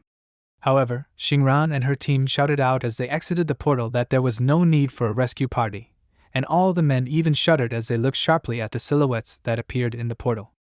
Xingran, with her lips pressed tightly together, walked forward resolutely, and the other guys followed her. The lead man, crying in relief, turned to her, and the reporter, who was among the observers, noted that they expected nothing less from Xingran's family, since she had already cleaned everything up. He smiled enthusiastically as he looked at the team, and the man, still crying, ran up to Xingran, happy that she was okay. Pushing him aside, she closed her eyes, exclaiming that everything was right, and there was nothing she couldn't handle. Holding the man a little away from her with one hand, she waved her other hand, bidding farewell to her team members, who, deciding that this would be their secret, bid farewell to her. Meanwhile, she added with a slight smile that she could do anything since, after all, her class was C. She remembered how some time ago, Qing had walked away with her a little, told her what he wanted from her, and she, crossing her arms over her chest, looked at him excitedly and asked what exactly she should say. She was astonished when she heard the protagonist's request, and he asked if it was true that her family was not in poverty. He suggested that he sell Xingran these cards, and promised that he would give a discount out of friendship, so that the amount would be about 500 magic crystals. She was shocked and asked again, but without waiting for further explanations, she still agreed to Qing's conditions, and he, suddenly frowning seriously, pointed out a finger forward, noting that there was one more thing. He said that when she left this room, she should pretend that he had never been here, and that she had cleared this abyss herself. This made her even more surprised and, after asking again, she, realizing that there would be no further explanation, also agreed to these conditions.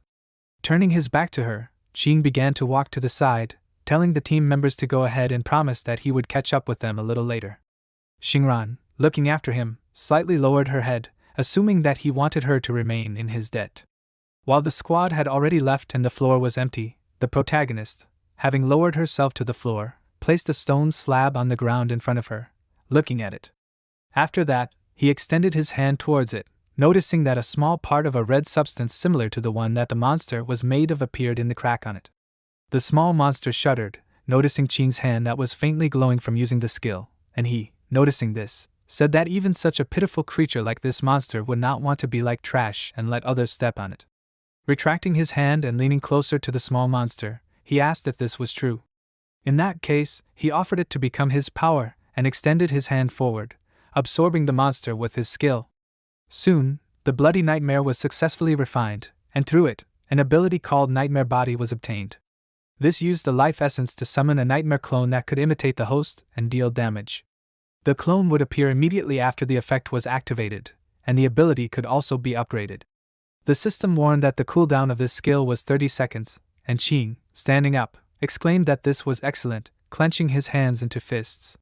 He activated the skill card, waiting for the power of the bloody nightmare to solidify in his body, and when the magical energy around him dissipated, he frowned decisively, admitting that he was eager to use this ability.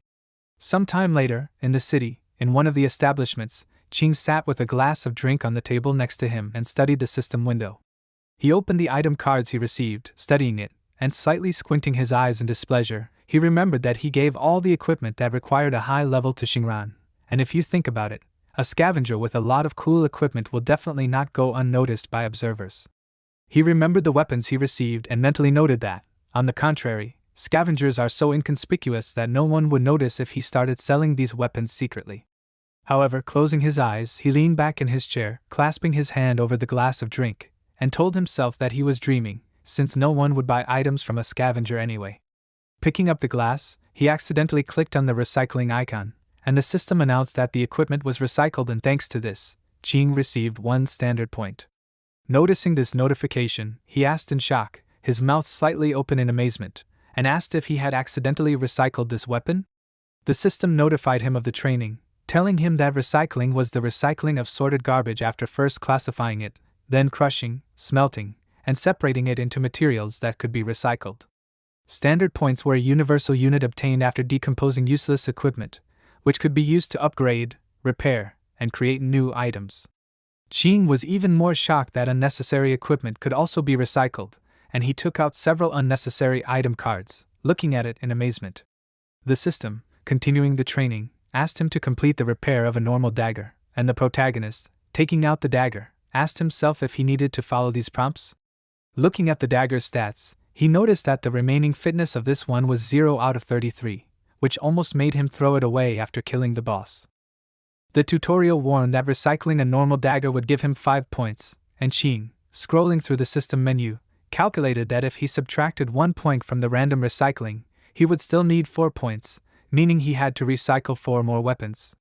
He successfully recycled a broken weapon, a great sword, a loose wooden shield, and a curved broad-bladed knife, receiving 1 point for each item. Afterwards, when he had reached the required number of points, the blade of the dagger glowed as it was being repaired, and the protagonist froze in shock, noticing that the weapon was not only repaired, but also slightly improved in terms of durability and damage. Now the remaining usefulness of the dagger was 34 out of 34, as the indicator increased by 1 level.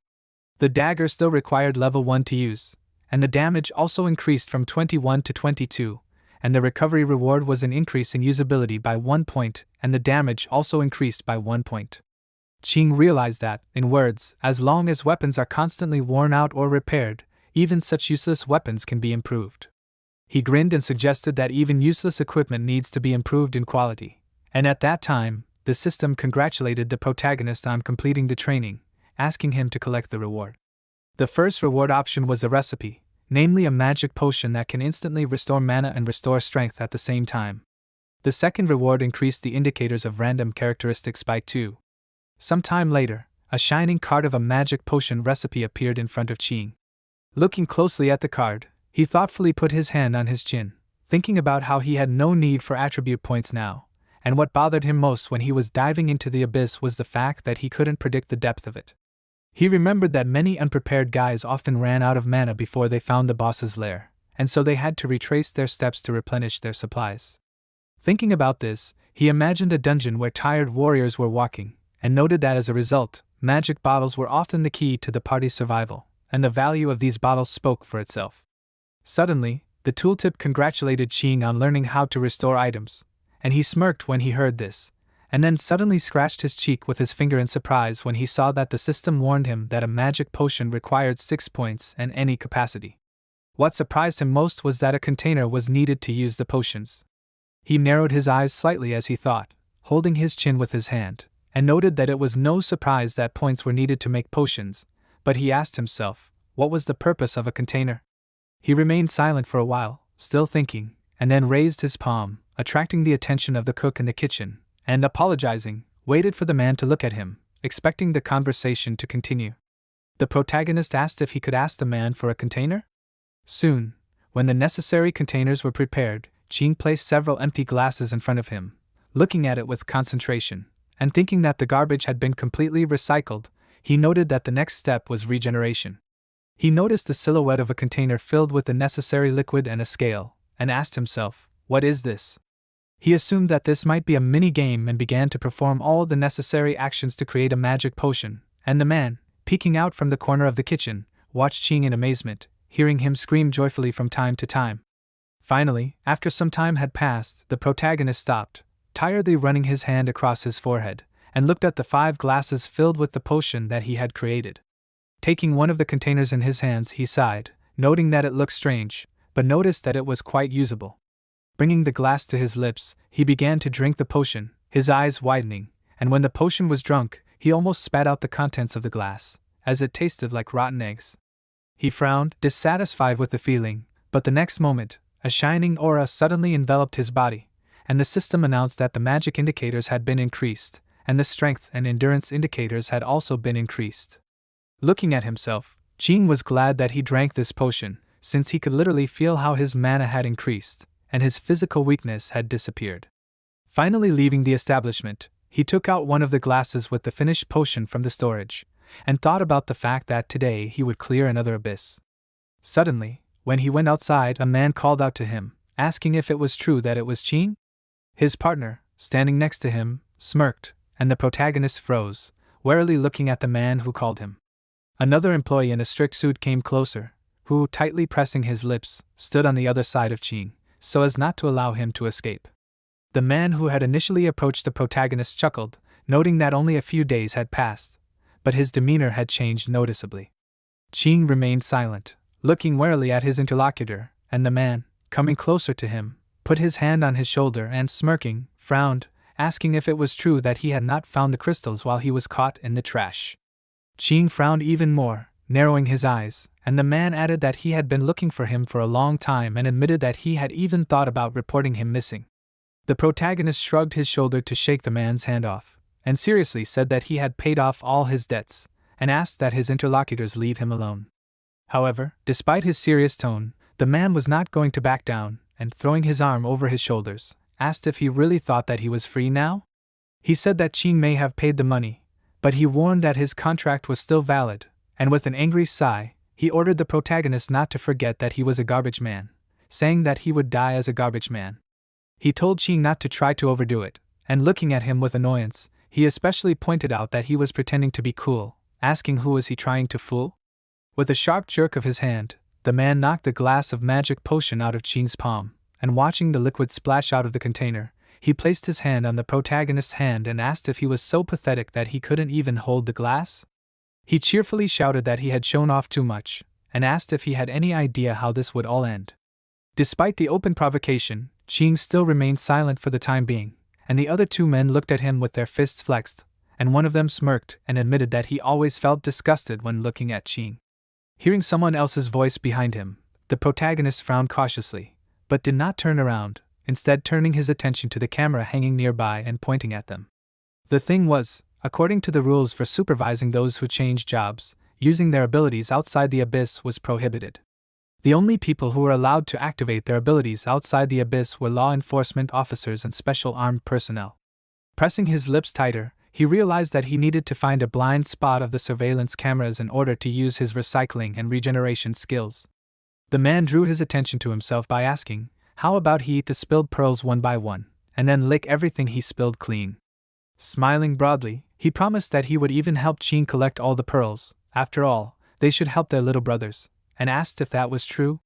After that, he laughed, and the protagonist, clenching his hands into fists, froze for a while, thoughtfully looking at the overturned glass and drops of spilled potion on the ground.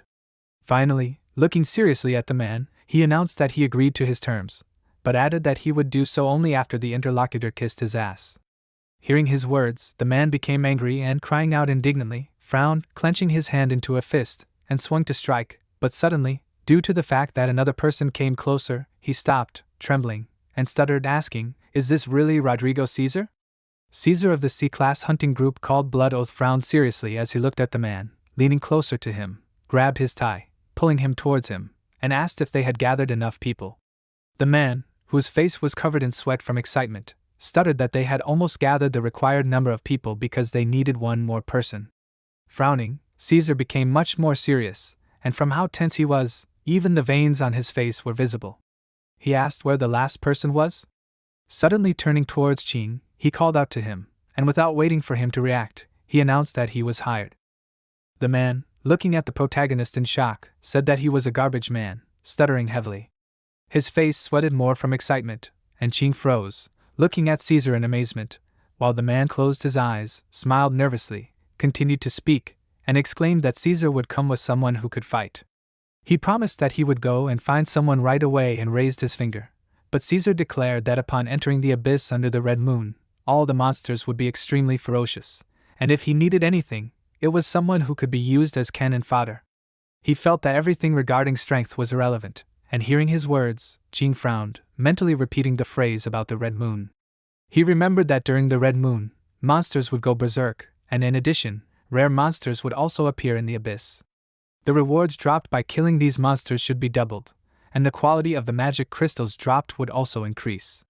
Imagining the moon to be unusually red, as well as the abyss portal colored in the same color and a large number of crystals, Qing thought for a while, and then, with a determined frown, he agreed and asked Caesar to put him on the list of people he needed. Also frowning, Caesar exclaimed that this was great, and called Qing smart, and his assistant, who continued to stand behind him, froze, still shocked by what had happened. Caesar waved his hand to beckon the other man over, telling him to come closer, and almost immediately Xingyan came up to him, who Qing noticed screamed. Hearing another voice behind him, the protagonist turned around, not understanding what was happening, and Xingyan at that moment, frowning, cursed, and pointed a finger at Qing, recognizing him. His face was covered in sweat from fear and excitement, and he repeated several times that it was the protagonist. Frowning warily, Qing abruptly turned towards him and, ordering him to shut up, clenched his jaw fiercely, frowning even more, and ran up to Xingyan, placing his hand on his face, jumping away with him. Hiding around the corner of a nearby building, he ordered Xingyan to shut his mouth. One of them added that it smelled bad here, and Caesar froze in shock, watching the cloud of dust rise from how quickly Xingyan and Qing ran towards him. Stopping, the protagonist stood in such a way that Xingyan was pressed with his back to the wall, and, watching him. He, running his hand over his chin, frowned, looking seriously at Qing, and realizing that he was not sleeping, repeated that it was really him. The protagonist, looking at him seriously, said that if he had not used the power of each of them then, they would have all died, so it was only thanks to him that Xingyan was still alive. Caesar, peeking out from around the corner, looked at them in surprise, asking if they really knew each other. Qing, chuckling nervously, exclaimed that they did not know each other, but beads of sweat appeared on his face from excitement. But Caesar, accepting his answer, turned his back on him and Xingyan and said that it was understandable, asking how a man who killed his team members could have friends. He began to walk away, and Qing, realizing that everything worked out, closed his eyes, sighing, and Xingyan, trembling, squeezed his eyes shut, barely holding back the tears that nevertheless came to his eyes. Finally, when Caesar had walked a sufficient distance, Qing, opening his eyes, looked seriously at Xingyan and asked how he got out. He said that at first the committee wanted to talk him into 15 years in prison, but explained that he dropped all his charges and paid a fine of $1.5 million in order to be released. He shouted that because of the main character he was now bankrupt, and added that he had lost all his levels, so now he had to start all over again. He promised that he would report Qing to the committee if he did not compensate him, but the protagonist, releasing a bit of his magic to envelop his body in an aura, glared at him menacingly and seriously warned that if Xingdian said one more word, he would truly recycle him like real trash. Sometime later, in the subway of City C, which had a portal to the abyss inside Caesar, the protagonist and Xingdian walked closer to the portal, where a group of other people were standing. Zhou Tong, a level 3 bard, greeted Qing, inviting him to join the ranks of cannon fodder, and asked what his profession was. He smiled happily, but the protagonist, remaining serious, simply stated his name, profession, and that he was a level 1. Xingdian also stated his name, declaring that he was a level 1 mage. Tong, coming closer to Qing, put his hand on his shoulder and closing his eyes, declared that everything was fine, noting that there was only a rabble gathered here, so no one would laugh at him. He added that in the end, they all decided to exchange their lives for money themselves, and there was nothing more humiliating than that. Saying this, he pressed his hand to his chest, and the protagonist, looking at him with a little displeasure, thought that it would not be possible to fit in with this group.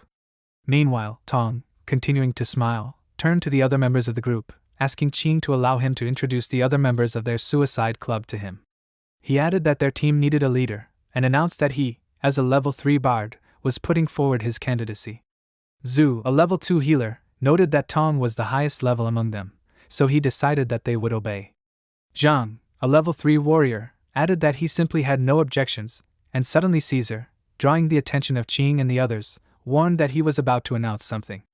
He said that in addition to the 6 main members of the Blood Oath group, this time they would be joined by 5 temporary members. One of the warriors behind him crossed his arms over his chest, cursed, and said that he should not speak so highly of cannon fodder.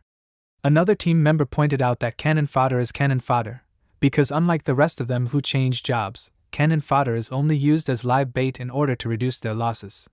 Ignoring the indignation of his team, Caesar, showing the rest of the guys a key surrounded by a magical aura, said that this abyss is shaped like a labyrinth, in each room of which there are many traps. He added that the cannon fodder had the task of finding a passage to the boss room as quickly as possible, and conveying this information to the main team.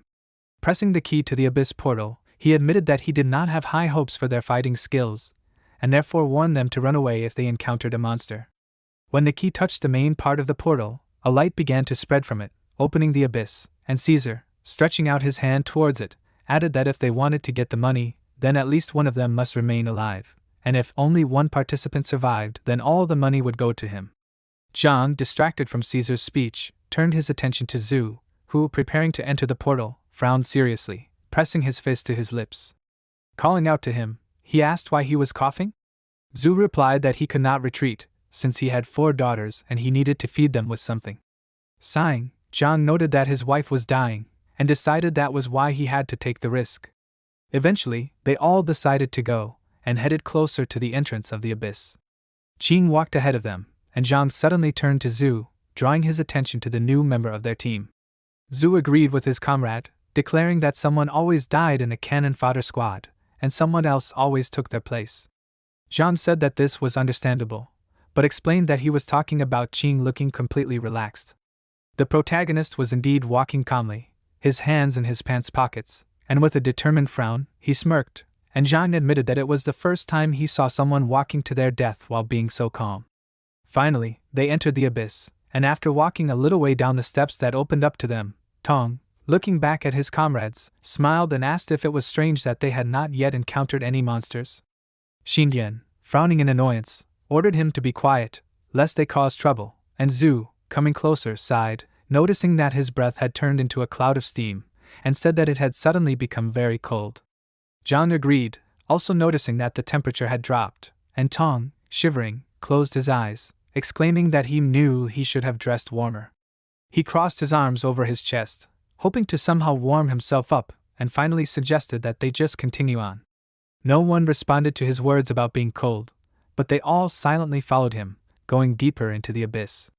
Suddenly, Tong stepped on a rock that gave way under his foot, causing a trap to be activated and a huge blade to fall from above. Tong, unaware of this, simply stood there, smiling nervously, while Qing shuddered in fear when he saw the axe. Reacting in time, he knocked the blade aside, and at that moment, Tong finally saw the threat to his life, frowned, and ran away, screaming. Once at a safe distance, he looked at the blade that had stuck in the ground, and awkwardly grabbed his hair with his hand, asking what happened. Xindian, calling him an idiot, irritably declared that he had fallen into a trap, and the protagonist, warily looking at Tong, asked himself how he had even lived to see this day. Tong, at that moment, closed his eyes, noted that he was very lucky, and sadly said that he almost died. But his luck was only one, and Qing glared at him with clenched jaws, exclaiming that he was being too careless with it. But ignoring his comrade's outrage, Tong simply ran forward, suggesting that they just move on. He raised his hand, and this time, he again didn't notice how he stepped on a trap, causing cocoons of web to fall down. His face was covered in sweat from the effort, and he frowned, screaming, jumping to the side. He began waving his arms, and the cocoons simply fell to the ground, and Zhu, looking at it warily, asked if these creatures were really alive. But before any of the team members could answer him, one of the cocoons was torn apart by sharp thorns, and level 5 demon spiders crawled out of all the fallen cocoons. The monsters ran forward, opening their mouths wide and showing their sharp fangs, preparing to attack the humans. These spiders were elite monsters, being demonic insects, and spitting poison. Tong, noticing the opponents, screamed in horror, admitting that he hated spiders, and raised his hands to the sides, but did not run away. Xindian, frowning decisively, put his palms forward, activating fire, and several small fire projectiles formed and flew towards the spiders, but did not cause much damage. One of the team members frowned and shouted that these were elite monsters, and Xindian cursed, frowning. Suddenly, Zhang, holding his sword at the ready, ran forward, asking his comrades to let him fight. Running up to the monsters, he began to swing his sword, striking it, but one of the spiders, running past him, jumped closer to Qing, choosing him as its target. Running up close to him, the spider grabbed his leg with its jaws, but the damage caused by this was 0. The main character continued to stand calmly, relaxed, putting his hands in his pockets, and practically not paying attention to the pauses, simply struck it with a kick, but this blow was so strong that the spider's body was torn into several pieces, and its insides spilled into the air. Xindian, briefly distracted from the battle, frowned, looking at Qing, and asked why he was so arrogant. Such a question was related to the fact that the main character stood with his eyes closed in irritation, and screaming, he declared that all this was disgusting. Xindian's surprise was only increased by the fact that he knew that Qing was just collecting garbage. At this moment, the protagonist noticed that the system said that a raw material for processing had been found, specifying that it was the body of a spider, and asked whether he should start processing. He noticed that the remains of the spider were shrouded in the aura of his skill, and allowed processing to begin. Thanks to this, he earned 1 attribute points, and received an arcane called Tempering Poison. When the weapon hit the target, it was accompanied by a poisoning effect, and for a few seconds, the received arcane would deal 60% of the weapon's damage. If the attack was a critical hit, the total damage was increased to 120% of the weapon's damage. The requirements were a dexterity of at least 25, and the item card also specified that this item was a blade type, mutually exclusive with the vampire type. When Qing examined the information about the item he had obtained, the system explained that Arcana was an additional type of ability that could be used on items and equipment. After using it once, the Arcana would disappear, and the target item or equipment would receive the Arcana's buff until it was destroyed. Arcana of the same type could not overlap, but multiple Arcana had the power of fusion. Qing frowned in concentration and guessed that he should receive not only skill cards but also Arcana from recycling the corpses. He imagined 2 cards, one of which was a blade and the other was the Arcana he had obtained, and through the fusion process, he would be able to obtain a new card. In addition, he realized that Arcana buffed equipment, but was suddenly distracted from his thoughts as Zhang frowned and called out to him, ordering him to stop daydreaming. The amount of effort he had put into the battle caused beads of sweat to appear on his face, but he ignored it and continued to fight off the spider, warning Qing to retreat if he couldn't help. The protagonist, closing his eyes in irritation, shouted that he was coming, and taking out his weapon, decided to try the quenching poison on an ordinary blade. When he connected the 2 cards, a magical aura appeared around his blade, and after that, the appearance of the weapon changed. At that moment, Qing noticed Tong running away from the spider chasing him, frowning and screaming.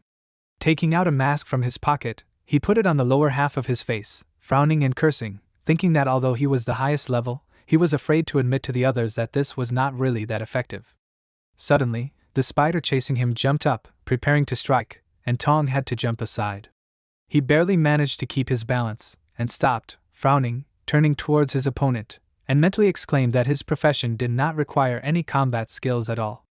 The thing was that he could only improve other players, and realizing that the situation was too dangerous now, he realized that he knew what he had to do.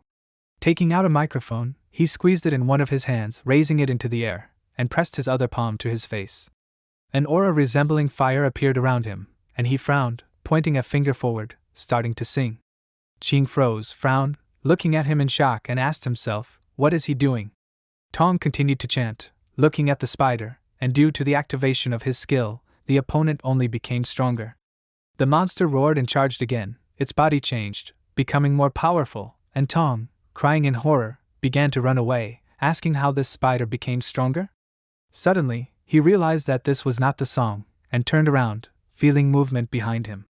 The spider was already stretching out its claw towards him, jumping into the air, and Tong, noticing this, froze, looking at the monster in fear. However, before the spider could damage him, Qing, swinging his new blade, attacked it, causing its body to split into many small pieces. But despite the fact that one of the spiders was destroyed, the other monsters also became stronger, and the team members, noticing this, warned the others about it. The monsters, opening their mouths wide, ran forward, and Zhu, covered in sweat from fear, cried out, denying what he saw. Zhang, frowning, ordered them all to retreat, and Xindian, cursing, screamed loudly in horror, trying to fight off the spider that attacked him with fire projectiles.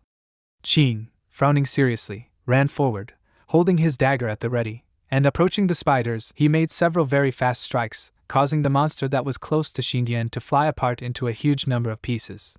The other spiders were also cut into pieces and gradually fell to the floor.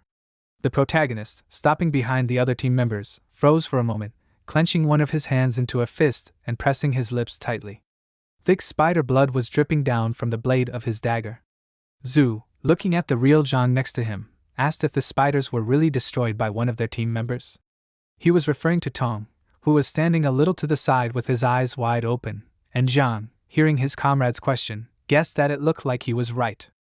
Qing, ignoring his other comrades, looked at his dagger with slightly narrowed eyes, and thought that the demon spiders were resistant to poison, and this weakened the effect of poisoning, so it was no surprise that the lasso he received from the monsters was a quenching poison. The effect itself was not noticeable, but it became so during the fight, and while Qing was thinking, Zhang, running closer to Tong, exclaimed that he was very strong. Zhu added that he was a real leader, and Tong, hearing the praise addressed to him, widened his eyes in amazement. Closing his eyes, he asked, covered in sweat from excitement, if it was really him who killed the spiders. He laughed nervously, thinking that he only wanted to strengthen the abilities of one of his team members. While the others were talking, Qing stood in front of the other spiders with his hands in his pockets in a relaxed manner, noting that the monsters in this abyss were intelligent, so they would not attack a target they could not see. Pressing his lips tighter, he assumed that the monsters would turn around and run away, and activated his skill slightly, causing his eyes to glow faintly. The spiders watching him suddenly trembled in fear, and then began to turn around and retreat deeper into the corridor. Qing declared that this was predictable, and at that moment, Xindian, who was still holding his fire at the ready, announced that the monsters were retreating. Zhu frowned and said that this was only the first location, but it was already very frightening, and his teammates warned that it could be even worse. Qing held his chin in his hand and looked at the information on the system window, saying that he still had 27 arcana left from the spiders. He had already processed enough arcana, and left only one card just in case, and exchanged all the other cards for attribute points. In total, after processing, he had 54 attribute points, and he was distracted from thinking, as Tong suggested that they move on, since the monsters had retreated. Finding a dry branch in the corridor, he asked Xindian to light a fire, and agreeing to do so, he activated his skill, lighting one end of the stick. Raising his hand with the torch up, Tong, frowning, announced that their mission was to advance as far as possible, and added that they should be more careful. Therefore, he asked that no one fall into any more traps. No one answered, but all the team members frowned in concentration, and the protagonist, looking at Tong with displeasure, mentally asked if he was talking about himself. Suddenly, he turned around with a slight shudder, and noticed a portal to his side. The system announced that he had discovered a berserker secret zone, and as he peered into the portal, Qing remembered that such zones appeared because of the red moon. He asked himself if he should investigate one of these zones. He paused for a moment, thinking, and then chose a bloody nightmare, and from the dark red energy that appeared, his own copy appeared in front of him. Looking at his double, he asked him to walk with the rest of the team for a while, promising that he would pick him up later. He frowned seriously, and his copy folded his fingers in a gesture to let Qing know that he understood everything. After that, smiling, the copy ran to catch up with the rest of the team, and Tong, hearing the sounds of his footsteps, turned around and asked where he was. Not intending to wait for an answer, he ordered him to keep up, otherwise he might die. The double did not answer, but simply continued to follow the team members, while Qing approached the portal, passing through it. He found himself in a spacious stone cave, and upon exiting it, he noticed a deserted rocky area in front of him. He looked around, and suddenly a huge spider appeared on the wall directly above him, which, noticing him, growled. The protagonist froze, frowning warily, and clenching his jaws tighter, he turned around sharply, looking at his opponent. The spider jumped down to attack him, but Qing managed to jump to the side in time, and from the force with which the spider landed on the ground, dust and stone fragments rose into the air. Landing carefully, Qing, straightening up, looked at the huge spider in front of him, and the monster, not intending to wait, instantly swung its paw, intending to hit the protagonist. Watching the enemy's actions closely, Qing managed to dodge, and immediately swung his dagger several times to strike back. However, when he did so, he froze in shock, asking himself, what kind of nonsense was this? The thing was that his strikes did not cause the desired damage, and Qing, wide-eyed, was amazed at the spider's defense against physical damage. After his attack, there was not a scratch on the science, and this even scared the protagonist a little. He was distracted from his thoughts, as the spider, growling, raised its paw, preparing to attack him again. This time, Qing did not have time to dodge the blow, but only put his hands in front of him to take the brunt of the blow on it. He flew far to the side, crashing into it, and from how strong the collision was, a dent formed in the rock covered with cracks. Even before he fell to the ground, Qing, frowning resolutely, activated the all-seeing eye, analyzing the opponent. His opponent was a tarantula spider, a level 20 true monster. After landing on the ground, the protagonist smirked, running his hand over his chin, and suggested that if he recycled an elite monster, then maybe elite abilities would drop from it. At that moment, the spider, opening its mouth wider, fired a volley of webs towards Qing, but it missed, crashing into the ground. The protagonist, jumping up, dodged the sticky substance, simultaneously activating a fire skill, and orienting himself in the air, he lowered his palm down, directing it at the spider, and activated a large explosion. The attack, colliding with the monster, exploded, enveloping its body in fire. However, when the flame dissipated, the spider, unharmed, sharply turned its head, realizing Qing's location, and released a new volley of webs at that place. The protagonist managed to dodge this attack, but the spider was not going to stop and released new sticky threads again and again. Qing managed to dodge, and he, looking seriously at the monster, noticed that the spider was fireproof, which meant it was not afraid of flames. He realized that if this was the case, then he needed to act differently, and tightly grasping the handle of the dagger with his palm, he dodged another thread of web, running closer to the spider itself, and stubbornly squeezing his lips, he swung the dagger, deciding that he would kill the spider in the classic way, and began to attack. The protagonist dealt a critical hit to the monster's weak point. The huge spider began to roar in pain, unable to fight any longer. Yi Qing landed on the ground next to this monster, watching as this creature breathed its last. The protagonist said that while the bites of the level 5 demon spiders were poisonous, it seemed that the level 20 tarantula spider had resistance to poison. Yi Qing smiled, looking at the defeated monster, saying that it was surprising, but this was precisely the monster's weak point. Yi Qing said that he believed that it was due to the changes in defense and the ability to reproduce, since they no longer relied on their own hunting abilities. The spiders could simply send the demon spiders to hunt for them. The spider was poisoned, so there were system windows everywhere about it. Yi Qing said that it was even more ironic that they were poisoned by their own poison. But the spider was not going to give up so easily. Gathering his last strength, the monster released a huge stream of web towards the protagonist. Yi Qing opened his eyes wide and said that he did not expect that such a thing would be possible. The spider used all the strength that was left in his body. The huge stream of web approached Yi Qing and inevitably touched him, shackling the protagonist's entire body. The spider began to slowly approach Yi Qing, But the protagonist was not so simple either. He activated the berserk state, with a smile on his face, understanding what was about to happen. The protagonist extricated himself from this sticky web with one sharp movement, swinging his fist for another blow. Pushing off the ground, Yi Qing began to rapidly approach the spider. Just a few seconds later, he had already delivered the final, crushing blow to the monster, hitting it right in the head so hard that the spider literally flew apart. As soon as the protagonist finished dealing with the spider, a system window immediately appeared in front of his face, where there was a hint that the Berserker card could be upgraded, so the system asked him to choose an upgrade. On the Berserker card, it was said that the first upgrade option was Blood Splash, which increases the effectiveness of the Berserker state, so the owner's physical strength and attack can partially neutralize the enemy's resistance. However, in exchange, the owner's health will slowly deplete until he dies or the skill duration runs out.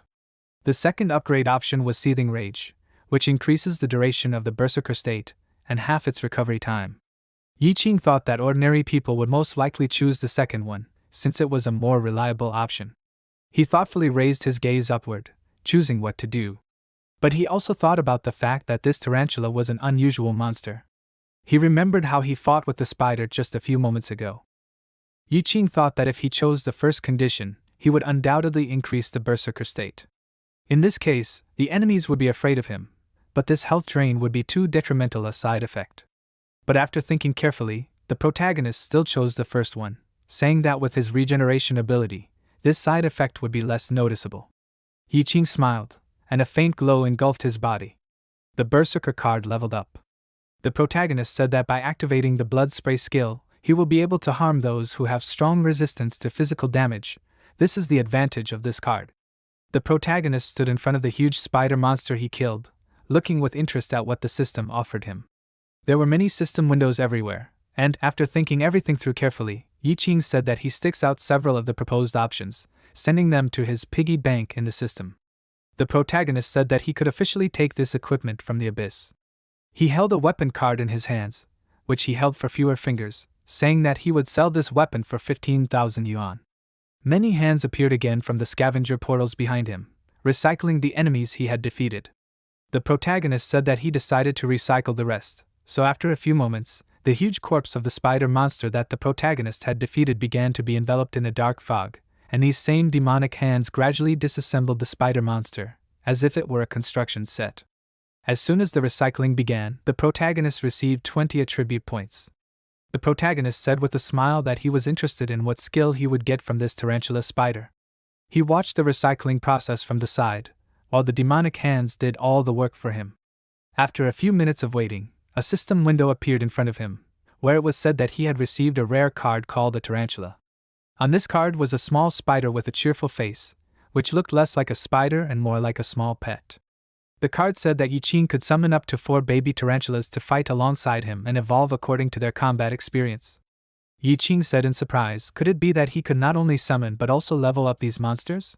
He looked at this card with interest, beginning to study it. At this time, the team of Lao Zhu, Zhou Tong, Zhang and Xingyan continued to move inside the abyss dungeon. They came across a fairly spacious cave, the walls of which were filled with crystals. Tong cursed cheerfully, exclaiming that he didn't think they would stumble upon a mine in the abyss. Zhang was also surprised by this, although he didn't express it verbally. Lao Zhu said that it was amazing, not to mention that there were a lot of magic crystals in this cave. He wondered with interest, was this all the influence of the red moon? He took one of the crystals that were everywhere in his hand, and Xingyan just looked at it silently, his mouth wide open in surprise. Lao Zhu said that finding even one such crystal would be a great success. Suddenly, Lao Zhu stuck a special device into one of the crystals, causing Xingyan to tense up. It was the Fury Eye, which marked everything within a radius of 60 meters, allowing others to see that place on the map. Xingyan was furious. He grabbed Lao Zhu by the collar and cursed loudly at him, asking if he was a fool. Xingyan shouted that with such a treasure they could bathe in gold for the rest of their lives. He asked Lao Zhu, why did he mark that place for those greedy fools? Lao Zhu started yelling back at him, telling Xingyan to forget about it. They wouldn't have survived if they found this place without their instructions. Zhang tried to separate them, saying that after all, the cannon fodder's job was to pave the way for the top, so if they died here, those people would just write it down as an accident and wouldn't feel it, because they were just trash to them. Xindian turned to face Zhang, then looked away and fell silent, gritting his teeth. He remembered how he had yelled at the other team members in the past, that since they were trash, it was okay to throw them away. He had personally pushed poor low-level teammates into the clutches of monsters without feeling any guilt. Back then, he thought that he himself wasn't trash, so he could do such things. But everything changed on that fateful day when he met the protagonist who destroyed his selfish world in an instant by driving him into the refining space and taking away his skills. Xindian thought furiously that it was all because of him. He looked down and angrily recalled the protagonist who would now come to this cave to get crystals. Xindian directed his gaze to the crystals, thinking that even though his level was low again, it didn't matter as long as he could earn money. He mentally agreed with himself, thinking that if he could get good equipment to cover his zero skills, he would be able to join the main force of the scavenging teams. Xindian extended his hand towards the crystals that were sticking out of the rock, smiling as he thought about it. Xindian decided that he would steal a couple of crystals. He squeezed one of those crystals in his hand, however, it was done in vain. Suddenly, a clue appeared above their heads, saying that they were trapped. Something flashed right above them, under the dome of the cave. They all raised their heads up, and then a strange light suddenly appeared, which flew past Xindian and Lao Zhang. This beam of light instantly reached Lao Zu's head, piercing his head through and through. Poor Lao Zu fell on his back unconscious, and Zhang turned around worriedly, looking at his dead comrade. Xindian cursed loudly, asking what was going on. Tong, who was standing next to them, was also shocked and could not move. Meanwhile, the mysterious portal continued to work. This portal was shining with something sinister and attractive at the same time. At this time, the protagonist summoned one of those tarantula spiders, which he could now summon thanks to his new card. The little tarantula looked at its owner with joyful eyes, as if it were a dog. Yiqing said kindly that at the initial level, tarantulas looked absolutely defenseless. He played with the little spider, smiling at it, while the spider happily stood on its hind legs. A system window appeared above the little tarantula, where it was said that this baby could grow into a level 5 demon spider. The protagonist scratched the little tarantula's belly, reading the information from another system window, which said that if he wanted the spider to survive on the battlefield, he needed to level it up to at least level 5. Yiqing thoughtfully said this, repeating the words said in the system window, and then said with a smile that in that case he would give him points for this. The spider smiled happily, and the little monster's eyes sparkled. After the spider received the necessary points to level up, it became larger in size. The system window said that the level was increased, and the spider received the web skill. At this time, things were not going as well for his team as he would have liked. Lao Zhang desperately tried to call Lao Zu by name, while Xindian looked on in fear. He knew perfectly well that this happened because of him, but he immediately rushed to declare that it was an accident, which Lao Zu, lying on the ground with a hole in his head, would probably argue with. Zhang clenched his teeth, and the veins on his face were so tense with anger that they stood out. Unable to bear this unpleasant feeling, Lao Zhang flew to Xindian, grabbed him by the collar, and the same one screamed that it was he who killed him. He loudly cursed at Xindian, telling him that Lao Zu did all this for his family, because he wanted to feed his children. Zhang screamed that Lao Zu died because of him. He furrowed his brows and his eyes were full of hatred. However, Xindian immediately protested, shouting that he also needed money, and if he hadn't dropped to level 1, he would have been living well. The two shouted at each other, not stopping. Xindian pushed Lao Zhang's hand away with his hand, shouting that if that were the case, he wouldn't have to deal with such idiots. Zhang had already prepared his sword to attack, shouting at Xindian that he was a traitor. Tong tried to stop him, fussily holding his hand that was holding his sword. However, Xindian was also not going to calm down, activating his fire skill. He shouted back that Zhang was no better. After all, in this world, it was either you kill or you are killed. Xindian shouted that in this world, everything is decided by money. He believed that Zhang would have done the same if he was paid. Suddenly, their quarrel was interrupted by footsteps coming from the cave entrance. A guy named Caesar, loudly clapping his hands, said that it was well said, and he liked his priorities. Xindian turned around in surprise as Caesar arrived. Then he said, "Does he want to join them in a blood oath?" Caesar said that they would find room for one more. He looked at Xindian with a smile, and behind him, his team gradually began to appear. Zhang and Xindian looked at Caesar in surprise and a little fear. One of his team members addressed him as the boss, saying that Lao Zu lying on the cave floor was still warm. Caesar put his hand to his head, closing his eyes, and then said that death was too common there, but beggars were willing to risk even their lives for such a chance to earn some money. Caesar said that wanting to earn more was not something shameful at all. Then he added with a laugh that death was the same thing, because there was no shame in dying either. Caesar pulled Xindian towards him with a smile, telling him that these crystals, which only appeared during the red moon, could be used to buy cities, so one such thing would be enough to not work for the rest of his days. Xindian looked at Caesar with awkwardness and worry, who then added that he forgot to say something. Xindian pressed his lips together in fear and broke out in a cold sweat when Caesar said with a dangerous smile that the price for appropriating one such crystal was one life. Caesar smiled as if he was baring his teeth. A threat was written on his face. One of the members of Caesar's team who approached was dressed in powerful heavy armor and held a huge sword in his hands. They all pointed their weapons at them, while the protagonist stood behind. The red-haired guy said that the boss said that everyone could take a crystal and put it in his bucket. He asked them if they understood that. The guy threw the bucket straight onto the ground with a disdainful smile on his face, wanting to see how they would do it. The guy said that if they tried to escape, they would immediately become corpses. Lao Zhang tried to object, indignantly shouting that any of these crystals could kill them. He asked ironically, "Are they really so intricately willing to get rid of them?" Lao Zhang looked at them with anger and despair in his eyes, but they were clearly going to be adamant. Caesar put his hand on his chin, feigning pity, asking Zhang if he needed to pay for his precious wife's treatment. Xindian stood behind him with a horrified expression. Caesar walked closer to Zhang, asking him what he thought about it. He mockingly asked him if he was the one who said he would do anything to save his wife. Caesar had a sinister smile on his face as he leaned closer to Zhang's face, to which Zhang could only remain silent in response. Caesar also told him to remember that wanting to earn more was nothing to be ashamed of. He smiled his wicked smile, looking at Zhang with a piercing gaze. Zhang was so scared that he was shaking in fear, sweating profusely.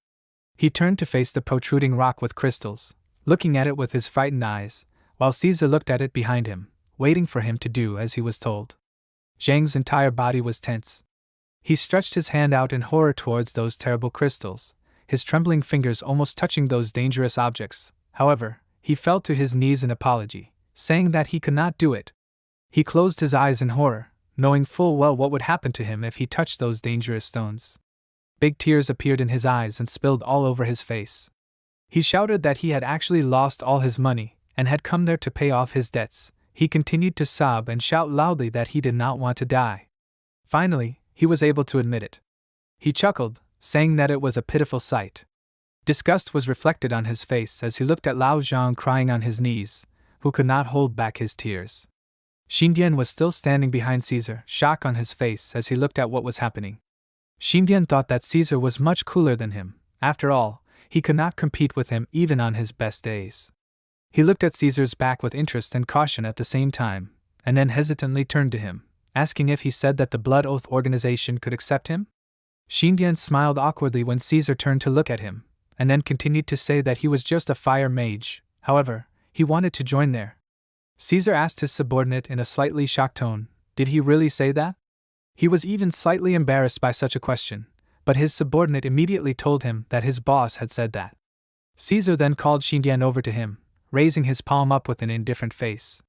Xindian immediately did as he said, kneeling in front of him and calling him Lord. Xindian was about to say that he was willing to give up his life for him, when suddenly his face met Caesar's powerful leg, causing Xindian to fly back and fall to the ground, bleeding. Caesar asked him with a smirk, did he really think there would be a place for him? Caesar said that he would not accept trash like him into the ranks of the elite. Caesar put his hands in his pockets, smiling as he continued to say that Xindian was a pathetic traitor, so he was going to die anyway, so Caesar added that he was just giving his death some value.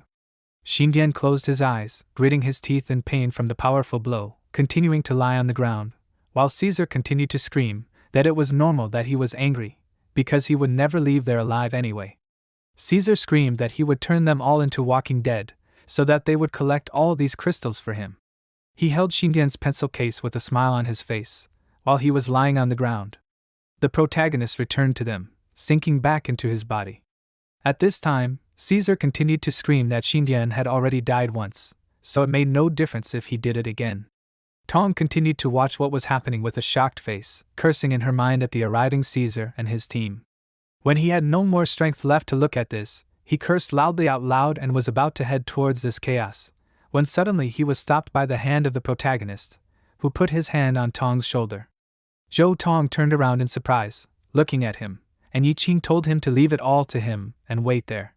He walked towards the troublemakers and peace with a serious face, putting his hands in his pocket and asking with a calm face, how dangerous could it be to collect these crystals? The Caesar team members immediately started to complain, and one of them wearing a big hat asked, "What kind of nonentity is this only now?"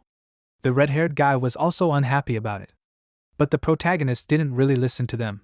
He slowly walked towards one of the crystals, and tore it off with his hand, and then took out one of them as if it was nothing. Because of this, the frightened Caesar subordinates hurriedly retreated from this place.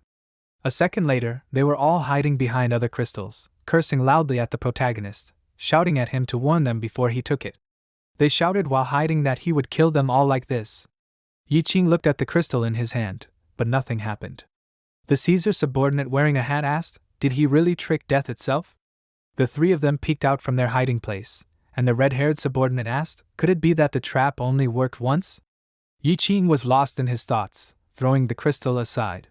He thought that even if it was a death trap, if he was lucky and fulfilled all the requirements, he would not die, but would only be injured.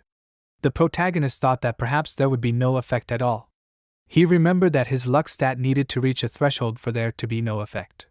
Yiqing grabbed the other crystal with his hand, yanking it out, causing Caesar and his subordinates' cowardly heads to hide behind the rocks again.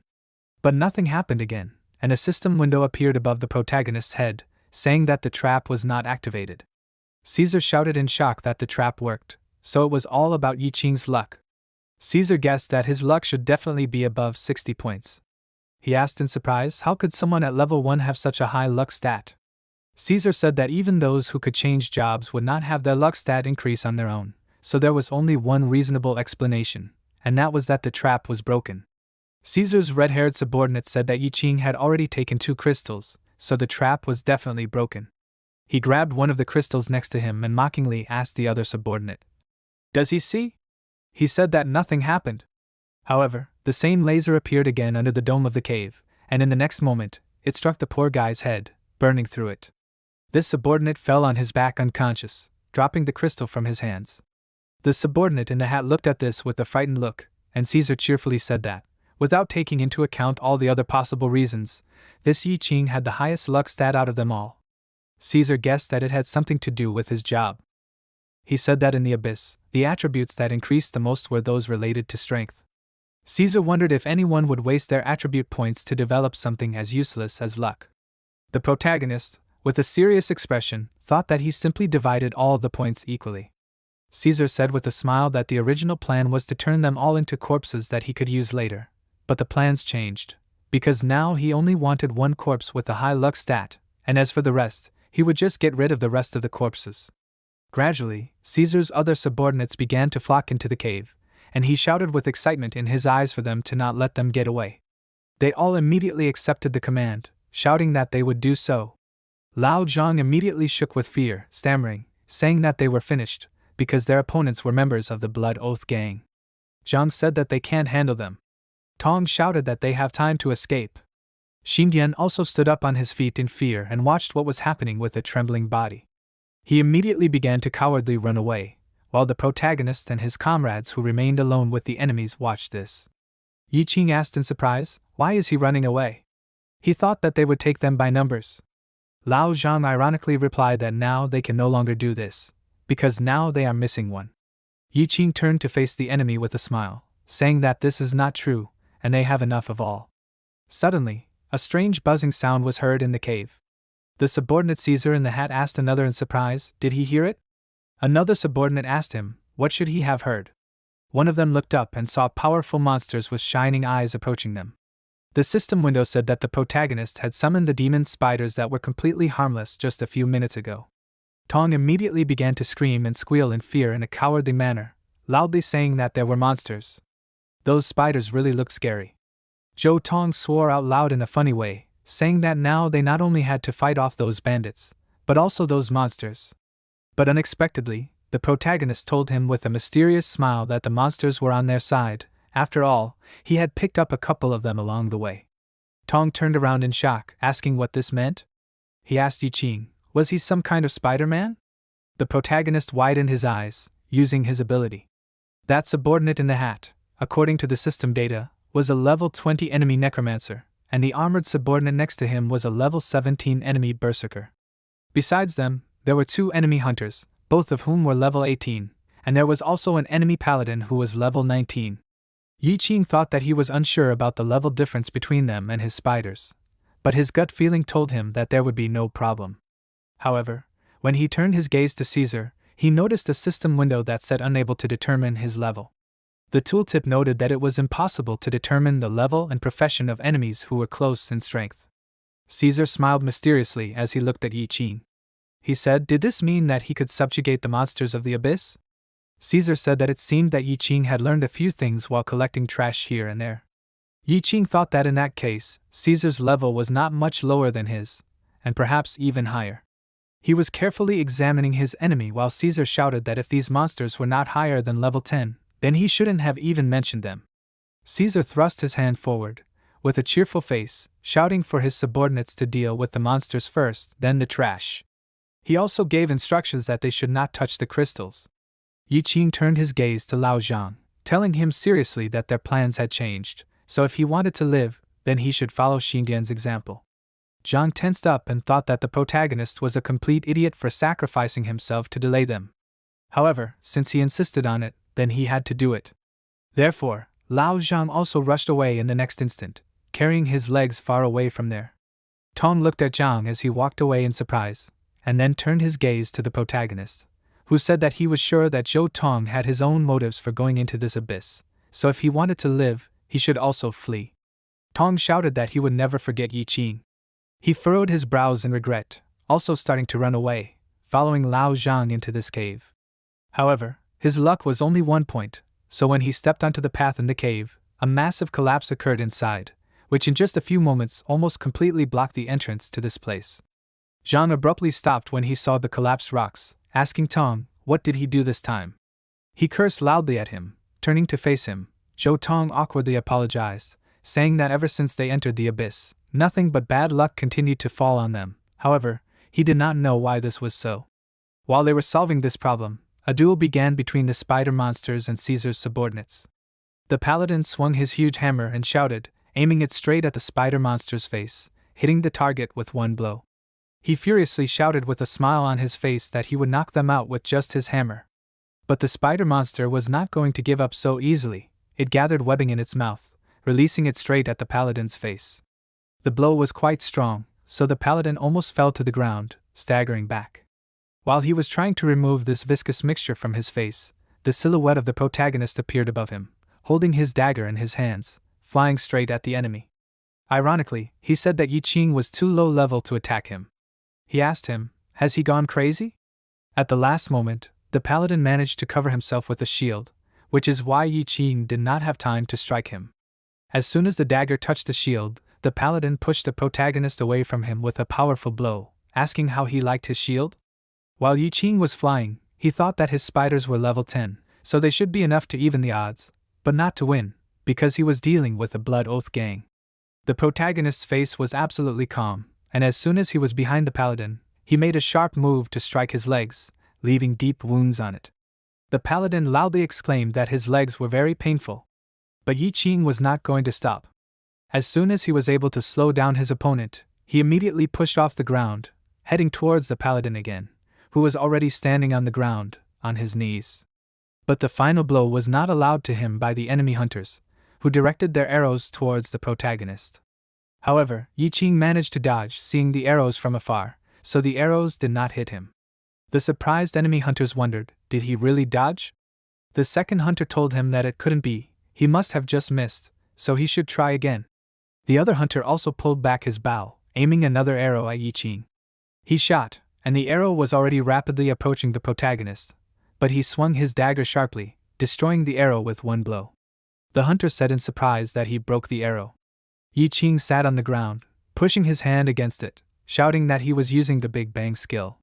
The ground next to him suddenly ignited and these flames underground reached the hunters, exploding under their feet with great force, causing the hunters to fly in different directions. They said in surprise that the protagonist was a tough nut to crack. Yi Qing stood there with a serious expression, his brows furrowed, and his fist was ablaze with fire. The enemy berserker swung his huge sword at the demonic spider with loud cries. In an instant, the berserker smashed the poor spider, tearing off the monster's head, causing the demonic spider to fall to the ground, screaming loudly, frightening the protagonist's comrades. Then the berserker's attention turned to the two guys who had been standing behind the spider all this time, Lao Zhang and Tong. He walked towards them, bringing his huge two-handed sword behind his back, and this enemy berserker was not going to joke around at all. Tong worriedly asked him to calm down, asking if they could talk it over.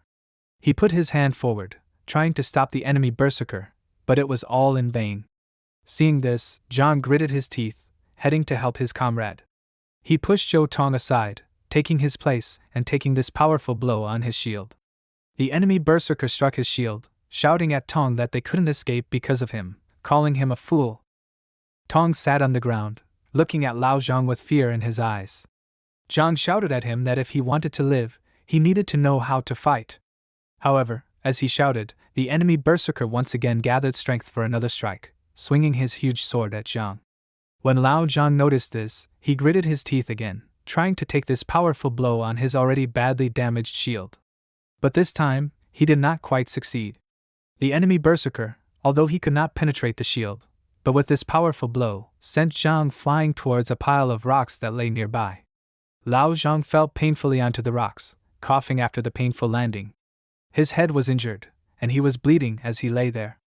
Zhang's sword flew out of his hands, landing right on the ground next to Tong. The enemy berserker was not going to stop there. He began to approach Zhang, throwing his huge sword over his shoulder. His huge, strong silhouette inspired fear just by his appearance. Zhang raised himself up on the rocks, looking at the approaching danger, and then rose to his feet, quietly laughing in despair and pain. He no longer had a weapon, except for his shield, which was almost broken in half.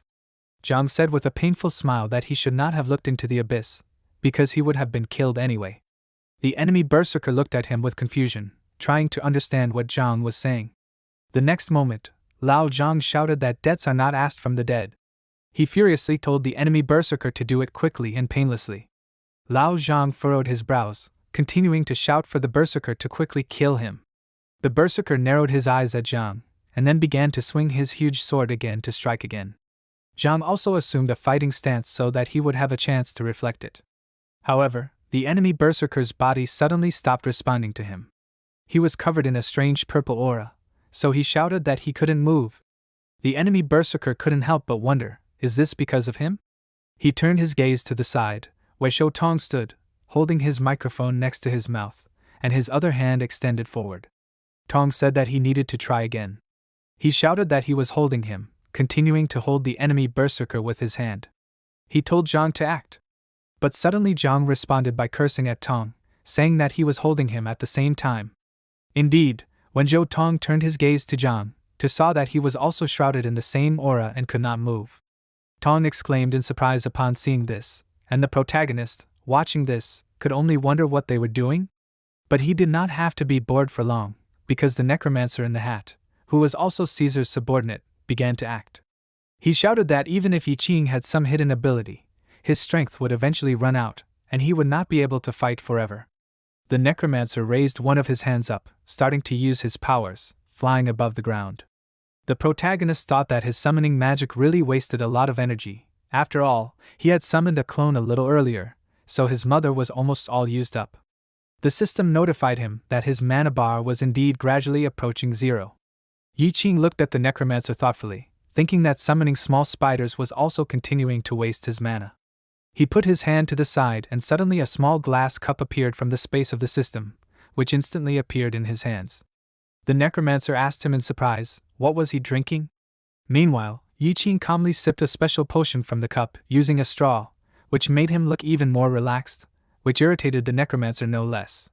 The enemy necromancer shouted that he didn't care. He said that his mother could not be restored anyway. Thick red energy enveloped the necromancer, and he continued shouting that necromancer is a very powerful S-class profession, because the corpse controlled by the necromancer will fight forever. Gradually, the corpses of those who had recently died in the cave of this abyss began to rise, standing up. It was Lao Tzu and that red-haired subordinate Caesar who had died recently. Their eyes lit up with red fire, and they headed towards the protagonist. Yi Qing finished the contents of the glass, wondering, could this be corpse control? He was slightly surprised and puzzled by such a skill. The protagonist shouted that his mana had been completely restored. His scavenger energy shone under his feet again, and he felt a powerful surge of strength as soon as the drink began to act inside him.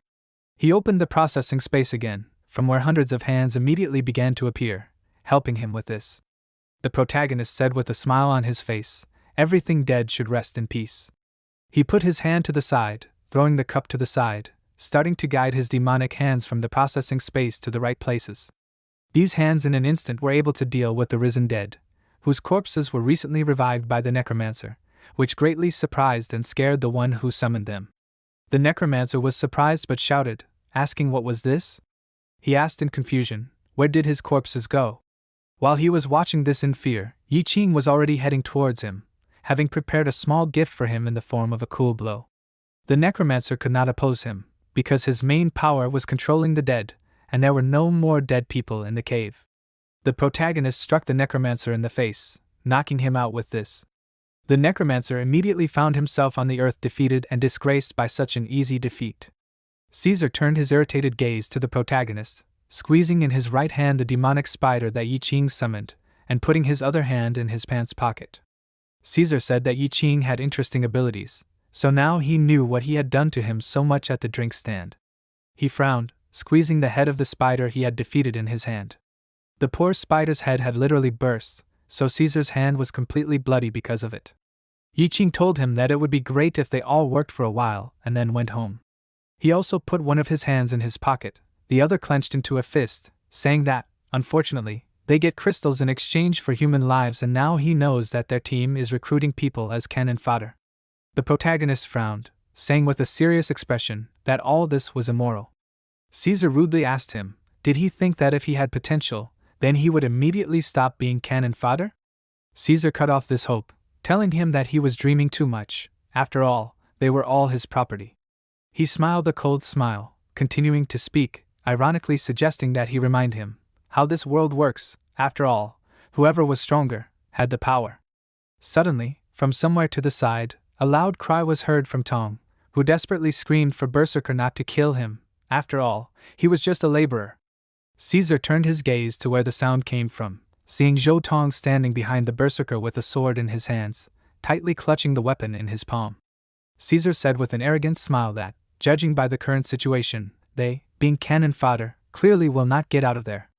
Tong looked at Caesar, asking him if he was serious. Zhang immediately intervened in this dialogue, shouting at Tong not to listen to him. He told him to pick up his sword and kill the enemy. Zhou Tong answered him with uncertainty that he can only boost others. However, he himself is not able to kill a monster, and even more so, a person. He was confused. Tong did not understand at all what he should do in this situation. The enemy berserker was also tense, listening to this strange dialogue between them. Caesar spread his hands to the sides, saying with excitement that one of their sides will be destroyed. The protagonist stared at him silently as Zhou Tong continued to hesitantly try to prepare to destroy the opponent in their background. Suddenly, the protagonist laughed with a smile on his face, saying that he didn't understand what Caesar was talking about at all. Yi Qing said that all he knew was that everyone had the right to enter the abyss and come out alive. After saying these words, the frightening aura surrounded him again, as did the dagger he held in his hand. Caesar mockingly shouted that he was very naive. He smiled, raising his hand to strike, clenching his palm into a fist. The next moment, he struck the block from Yi Qing's hands, dealing the first significant blow in the battle between them. The protagonist immediately flew back, crashing into the stone behind him. From the first seconds he felt the strength of his opponent on himself. He frowned and thought that it was a strong blow. Yi Qing knew that he had not met a person stronger than him. But his enemy's next move made him widen his eyes in surprise. Caesar was rushing towards him with fury, once again pulling his arm back for another powerful strike. His face was full of fury, and the protagonist barely managed to push off that large rock to avoid this destructive force directly hitting his body. As soon as Caesar's fist hit the rock, the poor rock was completely destroyed and fell apart into several pieces, as if it was cotton candy instead of solid rock of the earth. As soon as he finished the strike, Caesar turned to face him, shouting that his fist was invincible. At this time, Zhang screamed in despair, asking Tong, what is he waiting for? Tong's face was still confused. For the first time he had to make a choice to kill a person. However, the enemy Berserker soon managed to break free from Tong's power. And shouting that he was weak, Berserker hit Zhou Tong with his free hand right in the face. Unable to stand upright from the powerful blow, Tong fell to the ground, sinking to his knees in front of his enemy. His face was injured and bleeding, as the blow was really strong. Before he could look up, the Berserker was already at him, raising his huge weapon up for a crushing blow, to completely deal with the hero this time. But he was not allowed to do so by Lao Zhang, who pounced on the enemy Berserker from behind, squeezing him by the waist with his strong arms, holding the Berserker back from striking, while Tong continued to sit in front of him, confused. Zhang desperately screamed for Zhou Tong to do something already. His face continued to bleed, but he did not give up, holding back the enemy who intended to take out his comrade. But the Berserker was not so easy to be held back with just this.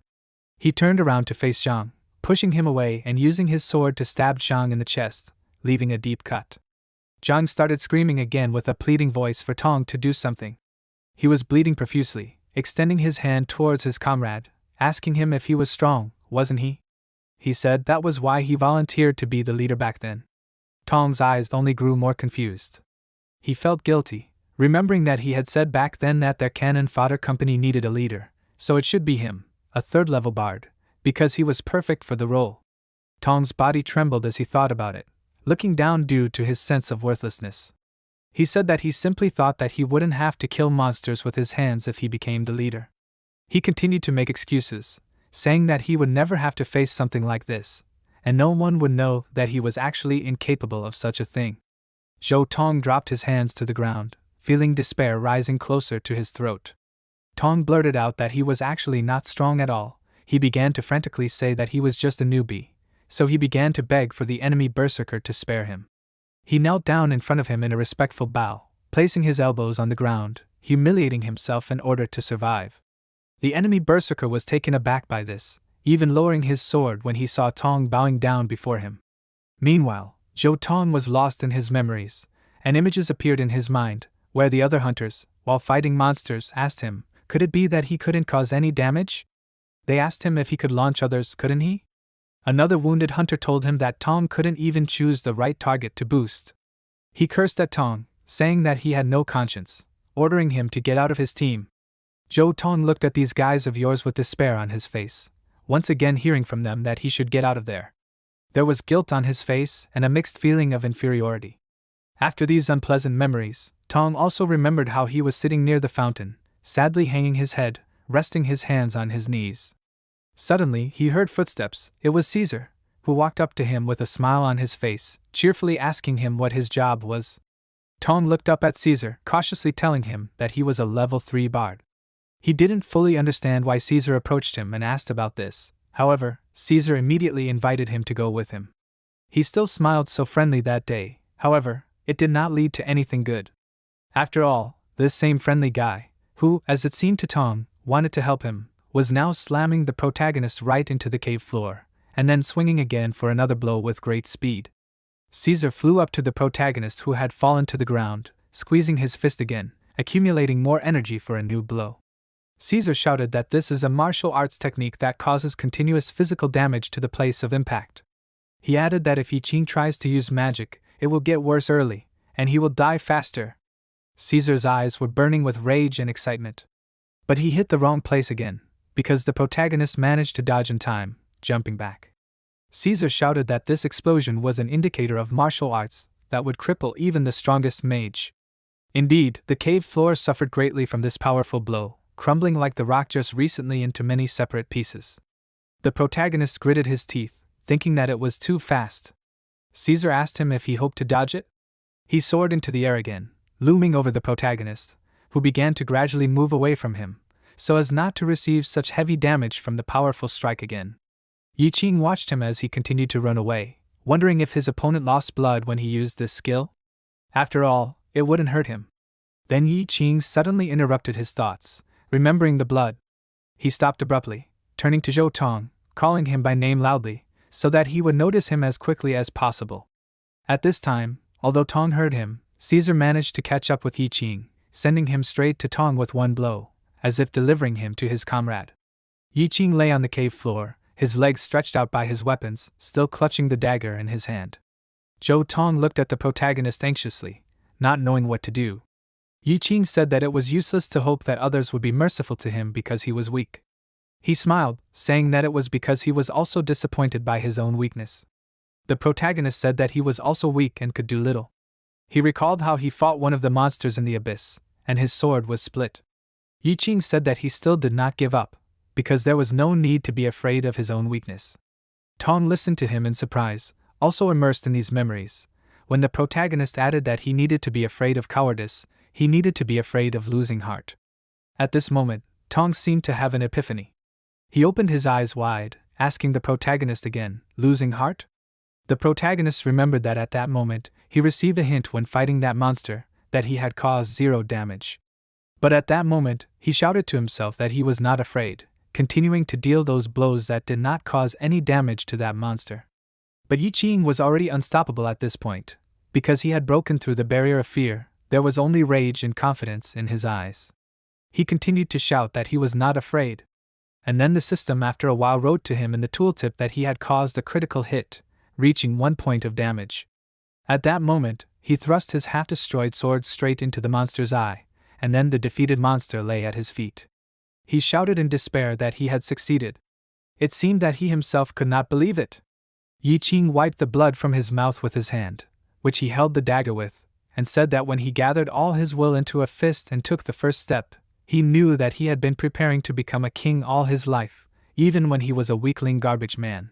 The protagonist smiled, looking at Tong, while the enemy berserker behind him watched this with confusion, again not understanding what he was talking about. Zhou Tong looked down, reciting the protagonist's words out loud once again, become a king?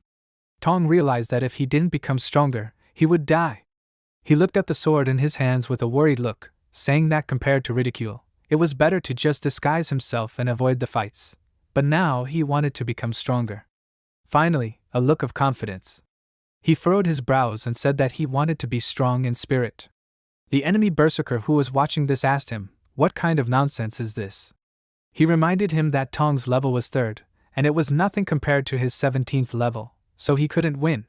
Tong turned around uncertainly, looking at the enemy, who mockingly spread his arms out to the sides and told him that he even became interested, so he would just stand there. However, Tong did something really impressive. He closed one of his eyes, throwing his sword back, standing in front of the enemy. Berserker narrowed his eyes in surprise, asking what was going on. Zhou Tong's microphone suddenly appeared in his hand again, and he brought it to his mouth, shouting, "Poetry and lyrics." He clenched his free hand into a fist, looking at his opponent with confidence. Berserker was so shocked that he simply watched this, unable to do anything. Caesar also looked at this in surprise, cursing out loud, asking if he was seriously saying this now. Yi Qing shouted that it was because he found the best booster in the world. The protagonist smiled, and his stats began to rise. A system window appeared above him, saying that he had received inspiration, so all damage he inflicted increased by 15%, defense and speed, and resistance also increased by 15%. Yi Qing smiled, feeling a surge of strength, and a new monster began to appear in his hand. He shouted, summoning Bloody Nightmare. This liquid monster immediately walked towards the berserker with a smile, sticking to his back in the form of the protagonist, which greatly frightened the enemy warrior. In just a few seconds, the entire berserker was enveloped by this monster, unable to do anything against such an unusual enemy. While Yi Qing was fighting the paladin and the hunters, one of his monster friends got rid of the enemy berserker, who was loudly screaming for this monster to leave him alone. Tong looked at this in horror, and then turned his gaze to the place where Yi Qing was currently fighting. At this moment, his enemy was Caesar, who was screaming for him to die, swinging his fists at him, but the protagonist quickly dodged, not allowing it to hit him. Another blow missed. Yi Qing dodged, tilting his body back. He thought that, thanks to the strong magic, he had fast regeneration. He still remained calm, and then used the skill, and the berserk state became blood spray. He swung at his enemy with a dagger, accumulating power in it. Yi Qing used one of his strikes, but Caesar managed to dodge it. As soon as the strike hit his clothes, it began to crumble, so he couldn't help but wonder what was wrong with his armor. He wondered why Yi Qing was able to injure him with an ordinary dagger. The protagonist stopped not far from Caesar after his powerful attack. Yi Qing thought that the blood spray skill was to pour on his armor. A scratch was bleeding on his cheek, while he reasoned that Caesar's martial arts still made him sweat. He thought that he needed to finish this fight as soon as possible. The protagonist pushed off the ground again with his feet, starting to quickly approach Caesar again.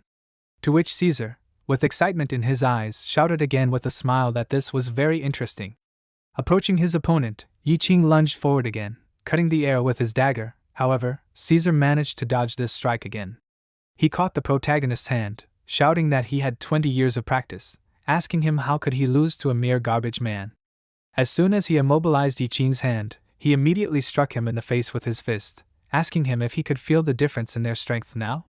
The blow was so strong that Yi Qing had to lean on his hand on the ground to stay on his feet. Caesar shouted that those who had pumped up their martial arts skill could change their profession to the king of destruction or street fighter. The dagger fell from the protagonist's hands, falling to the ground next to him. However, he was not going to give up like that. As soon as he turned towards Caesar, he immediately swung again, colliding with his powerful strike with his hand. Yi Qing immediately felt the power of this devastating strike. Caesar mockingly told him that he hated weakness, so he concentrated all his attention on strength. He used his skill, an instant strike that crushes the heavens. Caesar used this to throw Yi Qing far to the other side, causing the protagonist to fly right above Tong and the berserker imprisoned in a monster, crashing right into a pile of rocks that had just collapsed because of Tong, where he watched in horror. But just a few seconds later, Yi Qing emerged from there, as if he were a phoenix constantly rising from the ashes. Seeing this, Caesar said that this was very stupid. He also added that Yi Qing wanted to meet his instant death strike face to face. Caesar asked him if he thought he would lose to him in strength. He laughed and added that he would not lose to such a brat. Yi Qing turned to the system, saying that he wanted to add all the unallocated points to his strength. He grabbed his hand by his torn hoodie, pulling off the remaining fabric from it in one motion. The system immediately informed him that 176 points had been added to his strength. The muscular body of the protagonist appeared from under his clothes. He began to slowly approach Caesar, while he asked in surprise how much was added to the strength.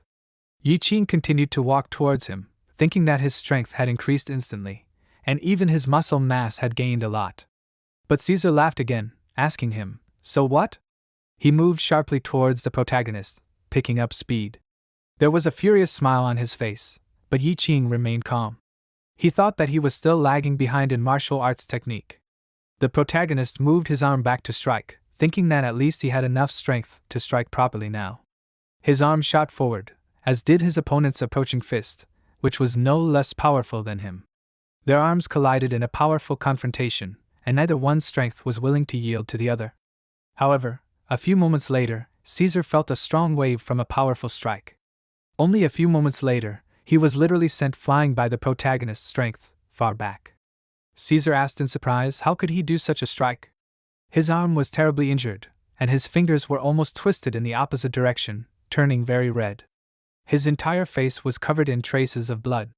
Zhou Tong thought in surprise, the protagonist was very strong. This strike was truly impressive, because even the earth could not withstand such a steep attack, causing the entire cave floor to be severely damaged. Yi Qing flew up above Caesar, who was lying in a pile of rocks, almost completely exhausted. Another strong blow landed on the face of the protagonist's opponent. Once on top of Caesar, the protagonist tightly squeezed his enemy's head with his hand, saying that he would not leave a wet spot on him. Yi Qing swung his hand, clenching his palm into a fist, while Caesar looked at it through his fingers in fear, not responding. He plunged into his memories, when one of his past superiors said that from this day on he would be cannon fodder. It was 8 years ago. Someone mercilessly shouted for Caesar to clean all the equipment. After all, they were going to go down into deeper abysses. All the weapons were terribly dirty with something slippery and purple, but he still had to clean them. Caesar took one of these swords in his hands, and his superior told him to try hard. After all, they, hunters with lion hearts, had such rules: whoever is stronger is right. So the boss said that if he wanted to join their ranks, he would have to show what he could do. Caesar said with a smile that he agreed and would do it. However, the boss immediately knocked him down by saying that, judging by how things were going for them at the moment, They would forever remain nothing but cannon fodder. After that, the boss laughed at him. After a while, Caesar found himself right in front of a huge monster along with other hunters. This huge monster was so big that it was dozens of times bigger than them. Then Caesar thought that if he could prove that he was worth something, he would definitely be able to take a higher place in the hierarchy. A serious look appeared on his face, and he thought that he would prove it to everyone. That day, he was able to deal a strong blow to the monster with its physical strength. As soon as he did this, Caesar looked at his hands, saying that it was not that difficult. But the monster was not going to give up so easily. As soon as he relaxed, this monster was ready to fight again. Swinging a huge weapon, this monster pressed Caesar to the ground. That day he almost lost his life, left lying among the stones. A professor named Song Chi-shan placed Caesar in a special capsule. He examined him and said that Caesar's lower jaw was crushed, and 8 ribs were broken, his heart was pierced through, his liver, spleen and kidneys were damaged. He stood in front of him, carefully examining him, saying that to replace all this, a lot of crystals would be needed. Caesar opened his eyes slightly, watching Professor Chi-shan. He said that technology now allows you to extract valuable cells from the monsters of the abyss and transplant it into the human body. All over Caesar's body there were tubes that kept him alive all this time. Song Chi-shan said that it was a coincidence that Caesar's DNA had many similar fragments with the monster's DNA, so the good news was that he would live, but the bad news was that he would now be a hybrid of a monster and a human. Chi-shan laughed evilly, baring his teeth. Turning to Caesar, he was told that however he was able to prove that he was worthy of joining the Lion's Heart as a full member. A huge red monster who was dressed in armor and sat on a throne raising his paw high ordered Caesar to put it on and become his extra hand, after which he clarified by saying that he should become his dog. The monster threw a token with an image of a golden lion on the ground in front of his feet. Caesar stretched out his hand towards this token with a smile on his face and asked, "Where are the rest?" The monster answered him that these useless rats are dead. Caesar, with a shocked expression on his face, his eyes wide open, looked ahead. Beads of sweat flowed down his face. In Caesar's mind there were thoughts that this world will swallow people whole, and if he cannot prove his worth, then he is nothing more than trash.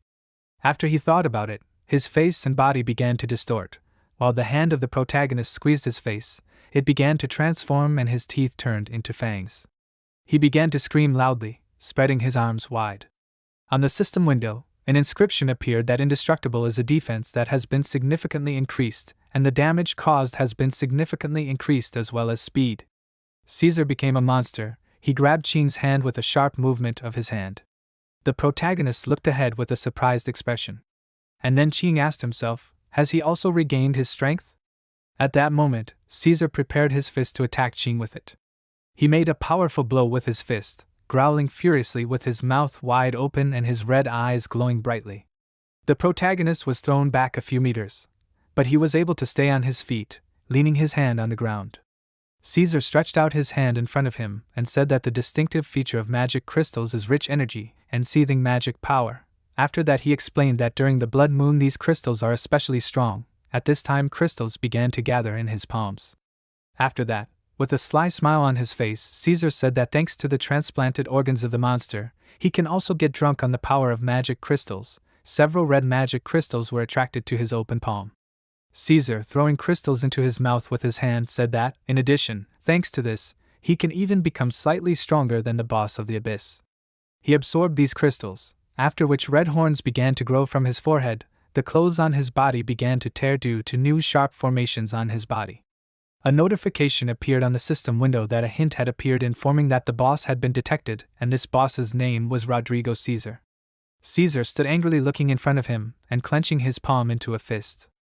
After that, a notification appeared on the system window that the berserk state had expired and the state of powerlessness would last 30 seconds.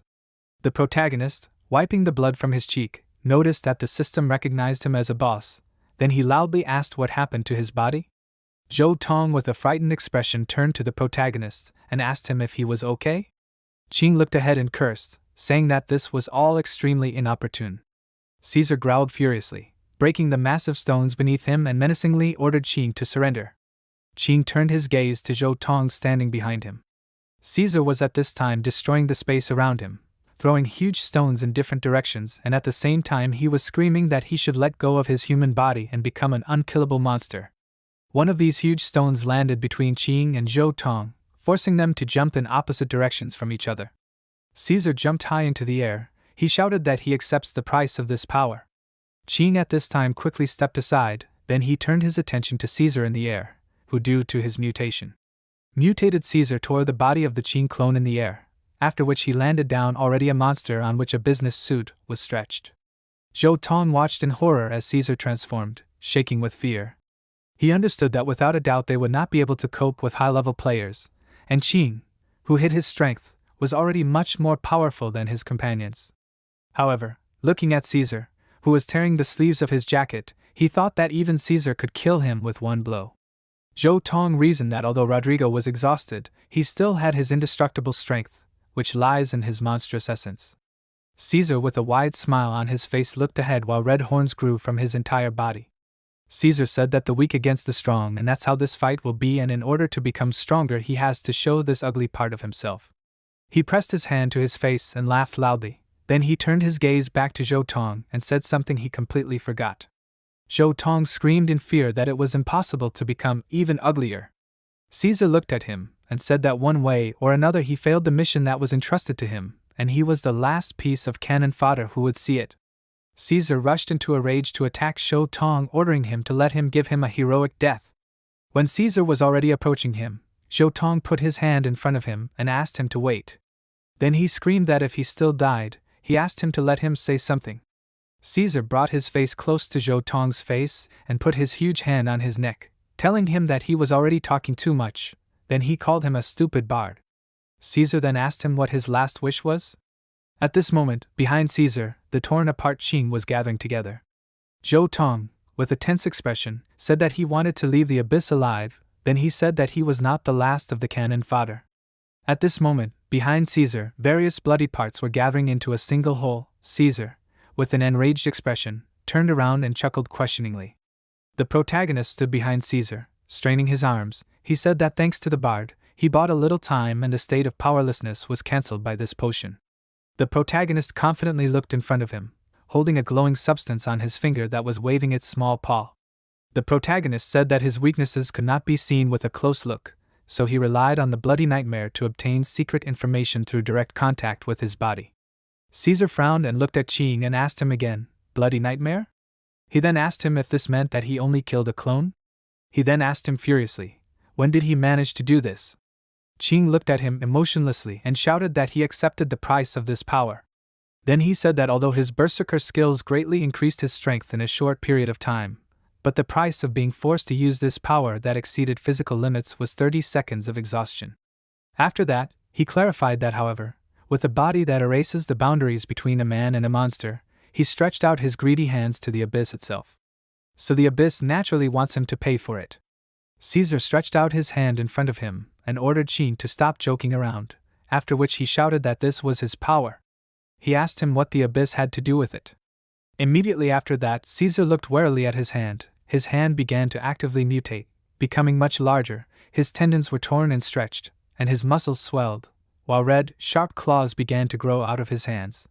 Caesar screamed loudly, opening his mouth wide. He dropped Zhou Tong from his hand, and Zhou Tong, sitting on the ground, looked at the even more mutated Caesar, confused. Then Zhou Tong ran away, and Caesar, actively recovering his breath, looked at his distorted hand. The protagonist stood motionless next to him. Caesar turned his gaze to him, simultaneously recovering his breath, and furiously shouted, "He!" After that, Caesar rushed to attack at high speed, approaching Qing. The protagonist jumped and pushed off his head and moved to the opposite space. Caesar again rushed to attack in a jump, intending to tear his body apart with his claws. The protagonist, looking at him, thought that the changes in his body increased his speed. After that, Caesar struck several blows, but Qing was able to dodge each of them. The protagonist, with a tense expression on his face, tried to dodge the blow, arguing that if only he had a weapon. Zhou Tong was approaching him from behind at this moment. Then Zhou Tong loudly shouted, "Qing!" Qing at this moment put up a block in front of himself, and defended himself from Caesar's attack. Caesar looked at Zhou Tong, who was addressing him. He threw a dagger towards him, asking him to catch it. Qing, with a tense expression, was able to catch the dagger flying towards him. After that, squeezing the dagger in his hand, Qing looked at Caesar, who jumped towards him. When Caesar approached him, Qing began to cut his body with his dagger. He deftly attacked Caesar from different sides, breaking off pieces of red crystals that grew out of his body and tearing his body. After that, Qing retreated back. Caesar turned to him in rage and asked him, "Is every hit critical?" Qing asked him not to forget that he was still beyond his power, since he only added a few points to his agility. Filled with rage, Caesar, with drops of blood flowing from his mouth, loudly screamed and rushed to attack, screaming that he had angered him and now he would not live. Then he loudly claimed that he was the supreme being. Qing was able to dodge his attack by pulling his body back. Then he clenched his fist and asked him again, "The supreme being?" Qing delivered a fiery punch with his fist right into Caesar's jaw, telling him that in his eyes he was nothing more than a monster. Caesar screamed furiously while his head was enveloped in tongues of flame. His face began to transform and fill with fat, erasing the last signs of a man that were characteristic of him. Caesar turned into a huge red muscular thing with huge fangs and a large number of red claws growing out of it. Caesar began to roar like a monster, straining his entire body. Qing looked at him and said that the monster had taken possession of him, and he could no longer be saved. He realized that he had completely mutated. Then he turned to Caesar and asked him if he could hear the call of the abyss. Caesar looked at him in bewilderment with his wide-open black eyes. Then he began to scream at Grozny that he should die and disappear. Caesar actively waved his paws and screamed that he had proven his worth. After that he asked to let him go, screaming that he was not cannon fodder, and he should not die. After that, Caesar ran away screaming loudly. Zhou Tong said that he had simply gone crazy. Then he noticed that this was their chance. Qing looked intently ahead, memories of Caesar, who had just turned into a monster, laughing loudly with his arms and legs spread wide, appeared in his mind. The protagonist then turned to Zhou Tong, calling him the leader, and told him that his body was absorbing a bloody nightmare. Qing's body at that moment was shrouded in dark magical energy that spread to his shoulders. Zhou Tong looked at him in fear and told him that he seemed to be. After that he said that there was something on him. Zhou Tong, with tears in his eyes, shouted at him that he thought he was dead. On the system window near Qing there was a message that a challenge had appeared, the essence of which was to defeat Caesar without killing him, and because of this he would be able to get a rare reward. The protagonist, looking at the system window, cursed irritably, asking if this was even possible. Qing realized that this man would not leave here alive, and even his own team members would not let him go just by seeing Caesar now. But he understood that if he accepted this challenge he would get a rare reward, and he decided to at least try to do it. After that, turning into a small liquid clot, Qing asked Zhou Tong to remember his words. Then he uttered a request for him to distract his attention, and noted that 5 seconds would be enough. Now Qing told Zhou Tong that he could not be killed. Then Qing turned away from the maddened monster Caesar, and said that monsters belong to the abyss and monsters cannot leave it. He said that the abyss will gladly accept those who have abandoned their humanity. Caesar at this time broke rocks and stones, making his way forward. He went deeper into the cave. The main character at this time continued to say that these are the rules of the abyss, and he heard that monsters enter a berserk state during the blood moon. But he noticed that this blood moon brought madness with it. Xindian, being in a dark cave near a glowing chest, shouted that he felt danger, and if he survived, it meant that he had great luck. He joyfully spoke loudly that this time it was his turn to grab luck by the tail. When he opened the chest, a golden glow began to emanate from there. He shouted that there was a huge amount of treasure here. He looked ahead with excitement, and shouted that he was rich and free.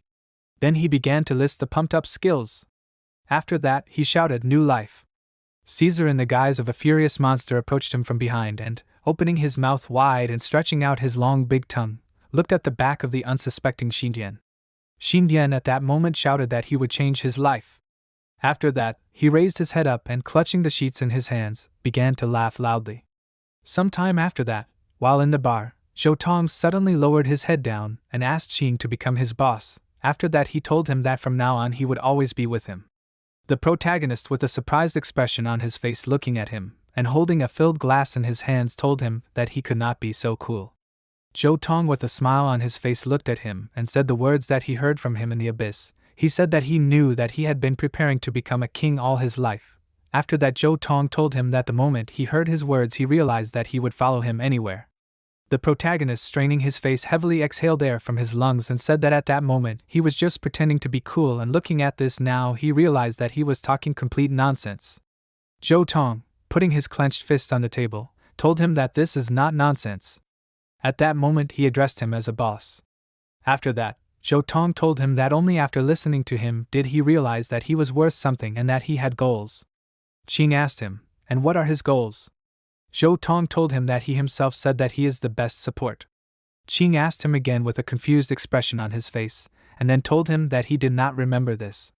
Zhou Tong with a confident expression raised his clenched fist up and shouted that he wanted to become the king of support. Qing, looking at him, thought about this guy with 2 agility and 1 luck who miraculously survives on the battlefield. He realized that if he continued to inspire him, it could only harm him. Zhou Tong excitedly continued to tell him that he should just imagine how he is the boss on the front lines and he strengthens him in an ambush. Then he began to talk about how they have a team. He didn't have time to finish speaking because Qing interrupted him, telling him that he didn't want him to continue walking in the abyss. Zhou Tong looked at him in confusion and asked him, "What?" After that, he, perplexed, addressed him as the boss and asked him, "Why?" Qing looked at him emotionlessly and reasoned that if he can strengthen others, but he himself always needs protection, then this is bad support. He mentally apologized to him thinking that he was sorry, but he just did not want him to risk his life. The protagonist stretched out his hand in front of him towards the sad Zhou Tong. A notification appeared on the system on the window near Zhou Tong that he had received 1,000 magic crystals. The protagonist explained to him that these were all his savings and these would last for a long time, so he asked Zhou Tong to promise him that he would not go into the abyss. Zhou Tong, with a confused expression on his face, looked in front of him, put his hands on his hips and answered him that he understood that this was the reality. But he began to confidently say that he still did not want to live on like trash. He began to shout that even when he died, he did not want to be looked down on.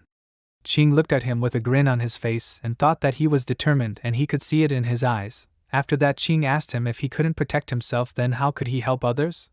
Then Qing pulled out a sword from the magical space and addressed him and suggested that if he remembered correctly then his microphone could be held in one hand. Zhou Tong looked at him with a surprised expression and said that this was the Lao Zhang sword. Qing climbed onto the table and stuck the blade of the huge sword into the table, looking at Zhou Tong. He told him that he could cause magical damage using weakening and strengthening spells, and he could also use physical abilities if he pumped up his combat skills. Then Qing told him that if he had previously handled the Lao Zhang sword poorly, then now was the time to learn and he would repay him with this. Zhou Tong looked at him with wide eyes in surprise and then squeezed the handle of Lao Shang's sword and addressed Qing as the boss and told him that he did not need these crystals. The protagonist with a smile on his face told him that in that case he should give these crystals to the families of Lao Zhang and Lao Zhu. After that he confidently looked at Zhou Tong and showed him his clenched fist and said that in the future they would earn more. Zhou Tong cheerfully looked at his boss and answered him affirmatively. 3 people in formal suits were near a large and glowing substance. A girl in office clothes holding a folder with paper in her hand said that after the incident with the blood-red moon, a small rank S detachment was sent out to clear the abyss of all demons. Then she reported that the corpses of the Blood Oath team were found in this abyss, and the leader named Caesar was heavily infected and completely demonized, and now they want to neutralize him. After that, the girl reported that in addition to this, the bodies of several strangers were found, including one of their acquaintances. A massive man who was dressed in the same suit as the girl asked her, the corpse of which of their acquaintances? The girl pulled out a paper on which information about Xindian was written and said that it was Xindian whom they had recently proclaimed the killer of teams in another incident, the invasion of the abyss. She said that when the body was found, it was wearing first-class equipment, and she assumed that he had a battle with the mutated Caesar, but he lost. After that, the girl assumed that this was probably an accidentally revealed factor. The man who was sitting opposite her on a wooden box asked her again, an accidentally revealed factor? The girl answered him affirmatively, and said that he was the only one. She did not have time to finish because the man interrupted her, telling her that he understood her. The gray-haired man who was behind the man talking to the girl asked if this meant that their plan had failed. The man who held the paper with information about Xindian in his hand replied that Caesar was a useless dog who could not prove his worth. Some time later, in the building of a public hospital called a Wonderful Picnic, people walked along the corridors of this hospital. Behind one of the doors, a man clutched his face with his hands and screamed, begging to be forgiven. He turned to his father and also asked him for forgiveness. He stretched out his wounded hand in front of him. In his hand was a dark key. This man shouted that he had no choice. Soon after, this key rose into the air and levitated and began to spread a thick magical dark substance around itself. This magical substance grew at great speed and spread to the surrounding area, and soon after it came out of the hospital building. The townspeople who were on the street ran away in horror from this spreading substance, and screamed, asking what was happening. This dark magical substance attacked the passing townspeople, breaking the asphalt and destroying buildings. One of the men with a frightened expression on his face shouted out that it was the same. Then he loudly declared that it was a portal to the abyss. By this time, the thickening substance of dark light had formed into one, and in the center of the street near the hospital, a huge dark glowing circle had appeared, which symbolized the portal to the abyss. Then this man, turning to the rest of the people who surrounded him, asked them to urgently call law enforcement officials.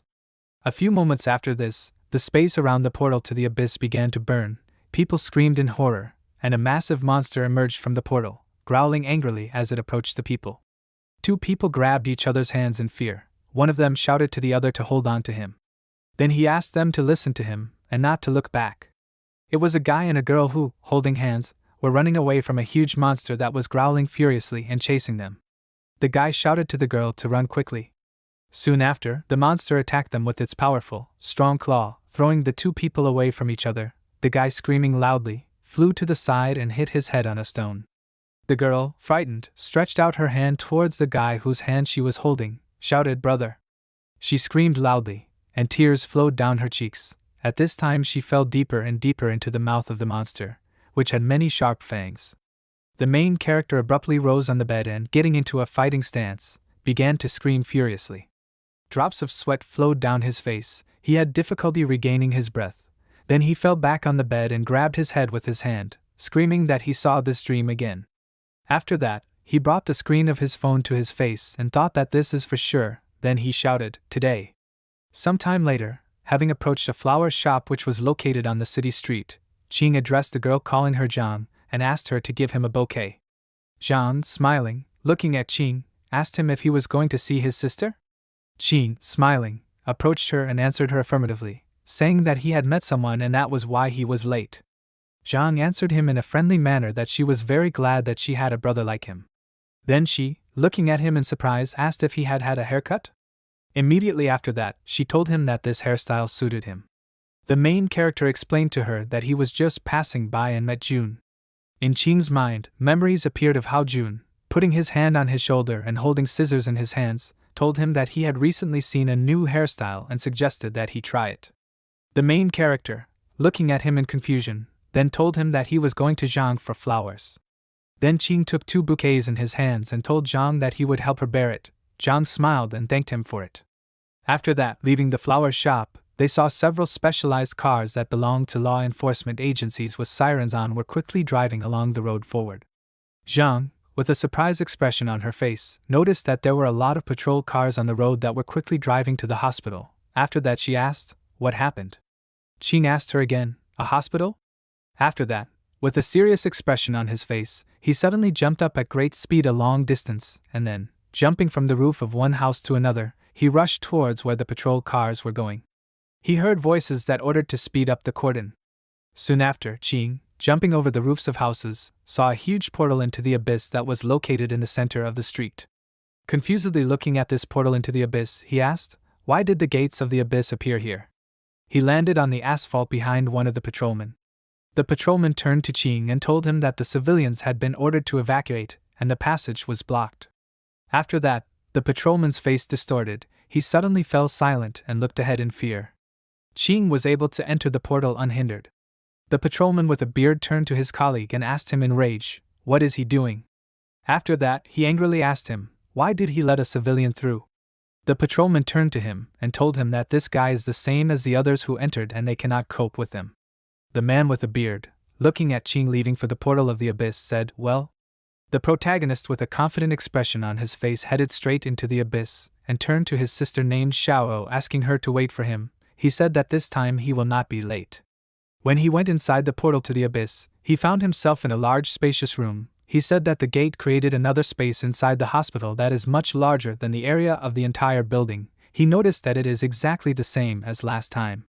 Standing in the center of the room, Ching put his hands in his pockets and said that the room is empty and the squad of profession changers, in his opinion, was here before he arrived. He picked up the vessel that was lying on the floor and looking at it said that this potion is not available to ordinary shift workers, which means that they are not so simple. Soon, a vessel filled with some liquid appeared in Qing's hands. Looking at it, he shouted, "Regeneration potion." Information about the regeneration potion appeared on the system window, which said that this is a magic regeneration potion in the size of a large bottle. This potion instantly restores 85% of magical energy and eliminates the feeling of fatigue, and also reduces the entire consumption of mana by 50%, acting for 30 seconds. The main character, removing the potion into the magical space, looked in front of him and decided that he would go alone to look for Xiao, so the consumption of magical energy would be huge and he needed to be ready for anything. Then he looked in front of him and shouted, "Fork!" He used the observation window, after which his eyes began to glow purple.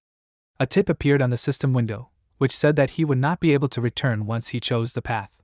The protagonist walked to the end of the room and kneeled down and decided that he needed to choose one direction, and that was a one-way route. He was standing near several torches and was saying that based on the fresh tracks left behind, it was possible to assume that this was the route that had been laid by the previous rescue team and that it was better to choose another path to increase his chances of survival. The protagonist took a torch in his hand and said that the abyss was vast, and he did not know how long it would take him to reach the end of this abyss, so he decided that the worst thing to do was to try to go through all the branches. The protagonist, with a confident expression on his face, frowned and looked ahead, shouting that he had no time to think about it and that ordinary people would not last long here, so he needed to act quickly. Entering another portal, Qing ran at high speed along a long, narrow corridor, saying that this clean red carpet meant that he was the first here. He looked ahead warily, saying that the return path had been swallowed up by darkness and that he would not be able to return. He stretched out his palm in front of him and a magic item appeared above his palm, which contained an eye. Qing said that he had already seen the power of this item, and if he found himself in a labyrinth, he would be able to mark places he had already been to with this item. A notification appeared on the system window, informing him that he had used the Eye of Agros. The protagonist, squeezing the magic item with the eye in his hand, said that it should show the map. A notification appeared on the system window, which said that it was impossible to display a map outside the area. Looking at this, Qing said that now he understood why they marked the road with a sword and this device does not work in the abyss. He decided that this must be the legendary abyss of rules. At that moment, behind Qing, a viscous substance was spreading from the doorway. Looking at how this substance was abundantly spreading into the space surrounding it, Qing pulled out a dagger from his sheath and looking at this asked, "Is the room a trap?"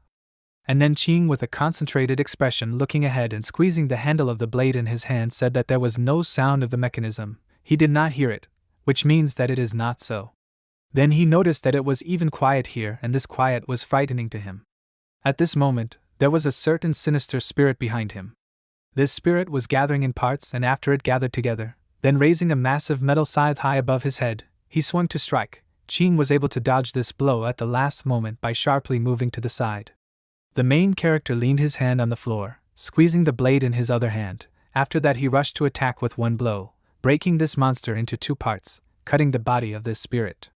A notification appeared on the system window that this approach was ineffective. The body of the spirit was divided into two parts. This one had no torso, but this torso almost instantly began to recover again. Looking at this, Qing asked, "Physical immunity?" After that, this spirit rose into the air and began to spread waves of magical energy, making loud sounds. The protagonist grabbed his ears. These waves were sound waves, and a notification appeared on the system window that Qing had acquired a new status, and this status was the status of deafness. The protagonist, with a tense expression on his face, squeezed his ears with great effort so as not to be exposed to this deafening sound. At that moment he thought about the fact that he could not hear anything and his perception was significantly reduced. He reasoned that he had underestimated the danger of this place. The spirit at that moment continued to emit sound waves from itself, directing these at Qing.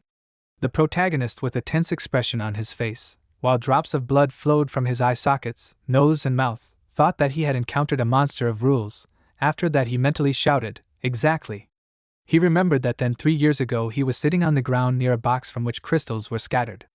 The protagonist looked at the stone statues in front of him with a surprised expression on his face and was frightened. Looking at these, he asked himself, "What the?" After that, he shouted out expressively that he almost died of fear.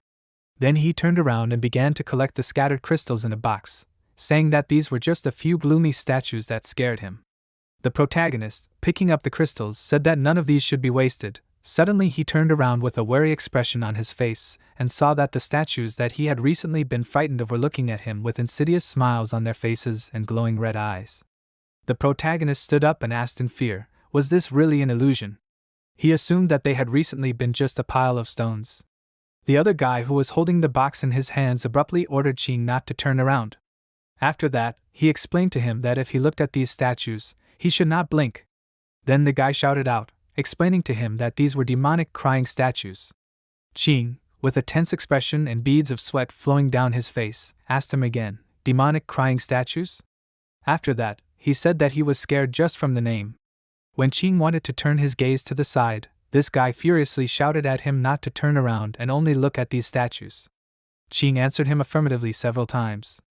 Then the guy explained to him that the demons in the abyss follow a certain logic in their actions, and the higher the level of the demon, the more logical they are. However, he clarified that the demonic crying statues in front of him are S-class creatures.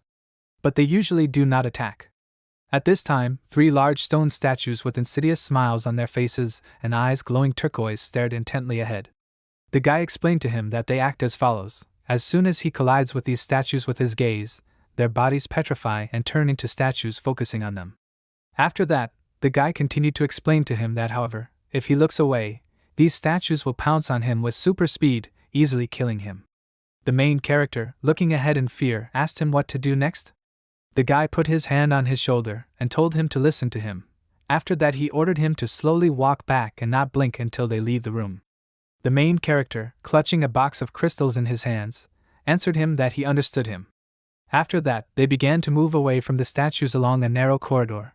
When they almost reached the stairs, Ching tripped over a stone and fell to the ground, dropping the box of crystals from his hands. The guy turned around with a frightened expression on his face. A moment after that, the statues began to come to life and approach them at high speed. The guy who explained the structure of the statues to Ching instantly ran up to the wall of the room they were in and grabbed the lever with his hand. He pulled the lever down with a sharp movement of his hand, after which a large stone door fell down, breaking the arm of one of the monsters who rushed to attack them.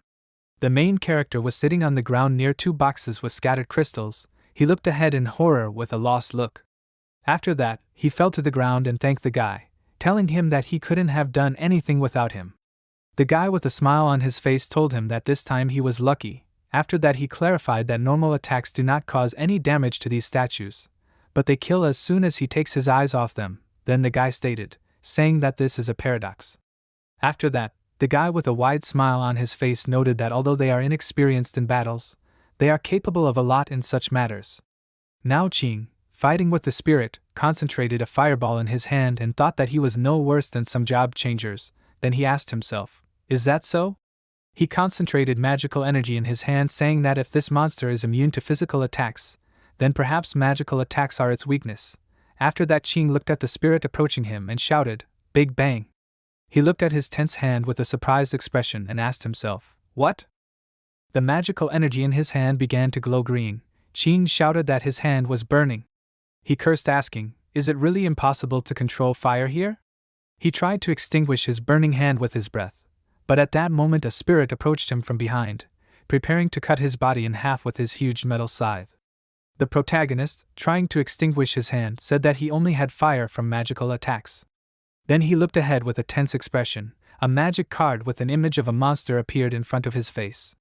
The protagonist was able to dodge the spirit's blow at the last moment by jumping back. Then, wiping his face from the blood, he said that he had little time, and he still did not know where the target was. But he understood that he could not stay in the first room for long. Ching looked askance at his opponent and reasoned that this monster was not physically invulnerable, and that this spirit's attacks were mainly aimed at one type of damage. Ching decided that this was strange logic. After that, when the spirit was approaching him again, preparing its attack, Ching jumped back, dodging the spirit's sweeping blow. Ching was able to defend himself from the next attack of this spirit by holding a dagger in front of his face, thereby taking the sickle's blow with this dagger. The protagonist, with a tense expression on his face, looking ahead, opened his eyes wide and realized that this spirit could be dodged. Ching decided that he finally understood what he needed to do. Dodging the spirit's newly committed attack, he understood that this monster materializes only after the attack, and before the sickle swings, it loses its defense against physical attacks. Dodging the sickle rushing towards his body, Qing was able to bend down and approach the spirit at high speed, after which he actively tore the spirit's body into many pieces with blows from his dagger. Qing understood that, moreover, this is the weakness of this spirit. The spirit's head began to glow with bright magical energy, soon after which the spirit disappeared into the air, dividing into many magical vapors. Soon after, these magical vapors began to concentrate together, and from these vapors a new advanced spirit was formed with 2 sharp blades in its hands. The protagonist, looking at this spirit, thought that it had acquired its second form, and he noticed that it was interesting. The spirit, spreading its arms wide in different directions, formed a halo of magical energy, which formed bright rays of wings for this spirit, spreading magical red energy in all directions. The protagonist stared ahead tensely and thought that he had just lost his hearing and now he couldn't see properly. He asked himself if he should activate the clone in advance to save his life. Then Qing decided that he shouldn't do it because if he used it now, it would take 30 seconds to recharge and he wouldn't be able to handle the monsters with the remaining magic power. The spirit stared ahead shrouded in magic energy, after which he abruptly rushed into the attack, striking Qing's body twice from different sides at once. The protagonist worriedly exhaled air from his lungs thinking that luck was on his side because a little more, and he would have been a corpse. At that moment Qing looked at his jacket torn on his shoulders. He understood that it was too difficult for him, and he wouldn't be able to cope even with a set of attributes. The protagonist took out a card on which it was written that super regeneration had been activated. A notification appeared on the system window that his torn wounds had healed and the state of deafness had been eliminated. The main character, clutching a dagger in his hands and restoring his body with the help of regeneration, understood that he needed to restore health points in order not to die. The spirit looked in front of him in confusion at Qing, who was restoring his health. The main character understood that his second phase was afraid of light, and even weak light did not allow this spirit to come closer. After that, Qing, with a sly smile on his face, formed a fireball in his hand, shouting that he understood.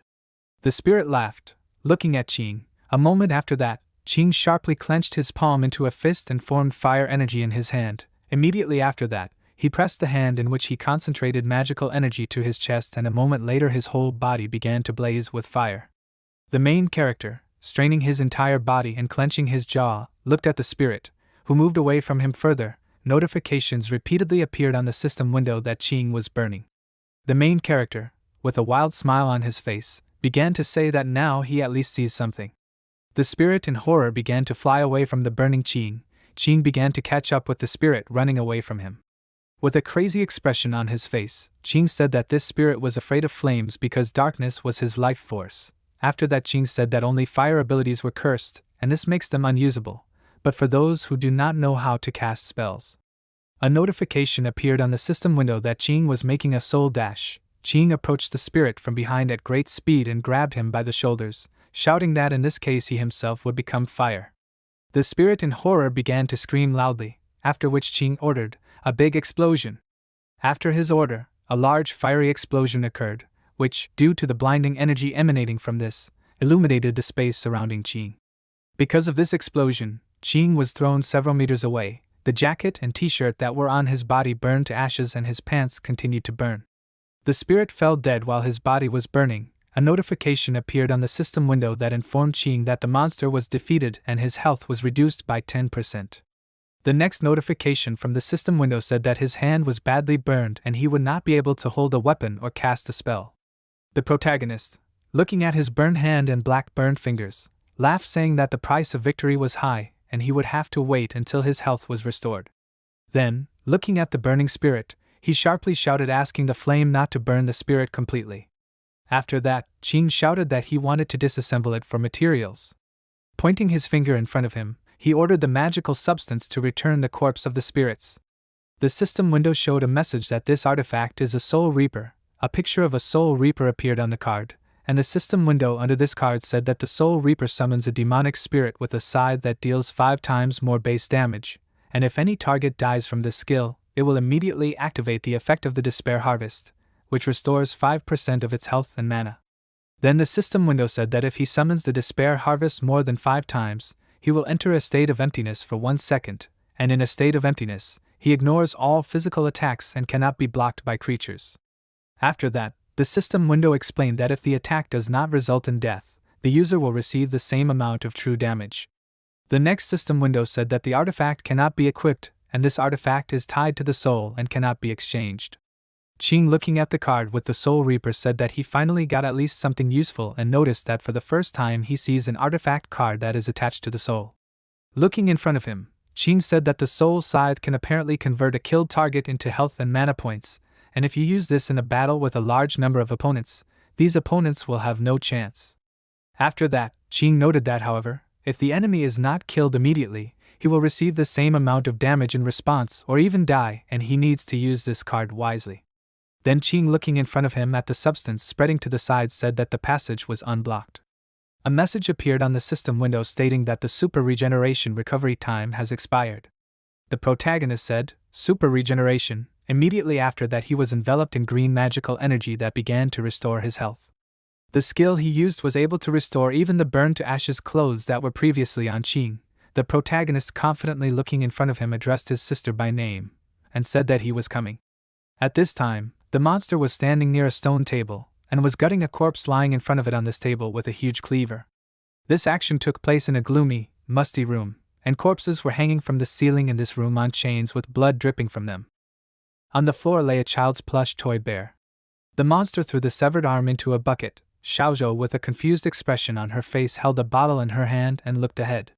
Then she threw this bottle to the side, which caused the furious monster to turn towards the noise from the broken glass bottle.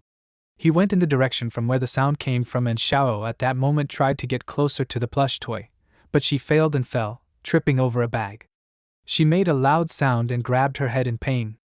She looked closely at the plush toy that was lying on the floor. She crawled along the floor to this toy. Her body was shaking. She stretched out her hand towards the plush toy and shouted, "Brother."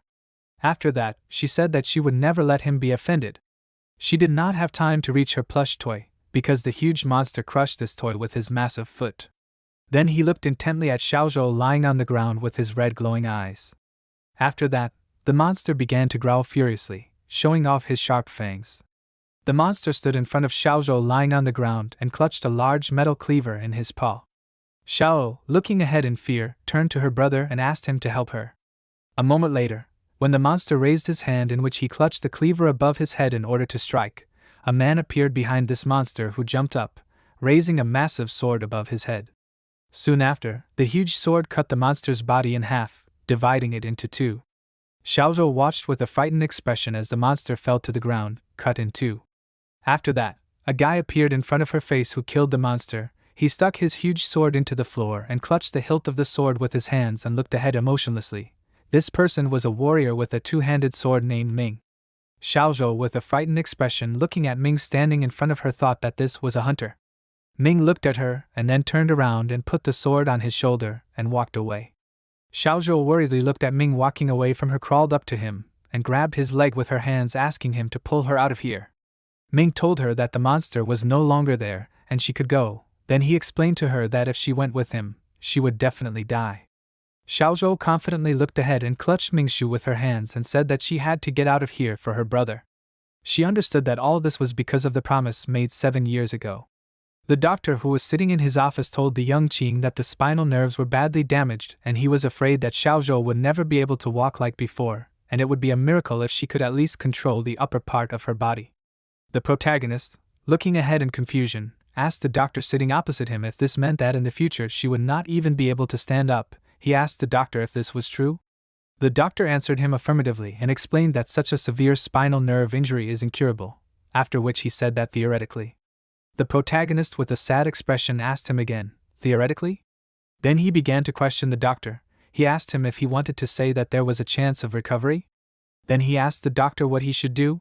The doctor, looking down, began to talk about the fact that theoretical means that science is no longer useful here. But he knows of a case where the blind regain their sight in the abyss, and the abyss can cure diseases that are incurable in reality.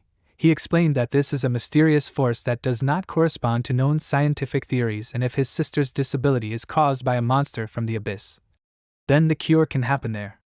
The main character, with a surprised expression on his face, looking at his hand, said abyss. After that he said that if there is a cure for this disease there, then this means that he can cure his sister there. After that he asked if this is true.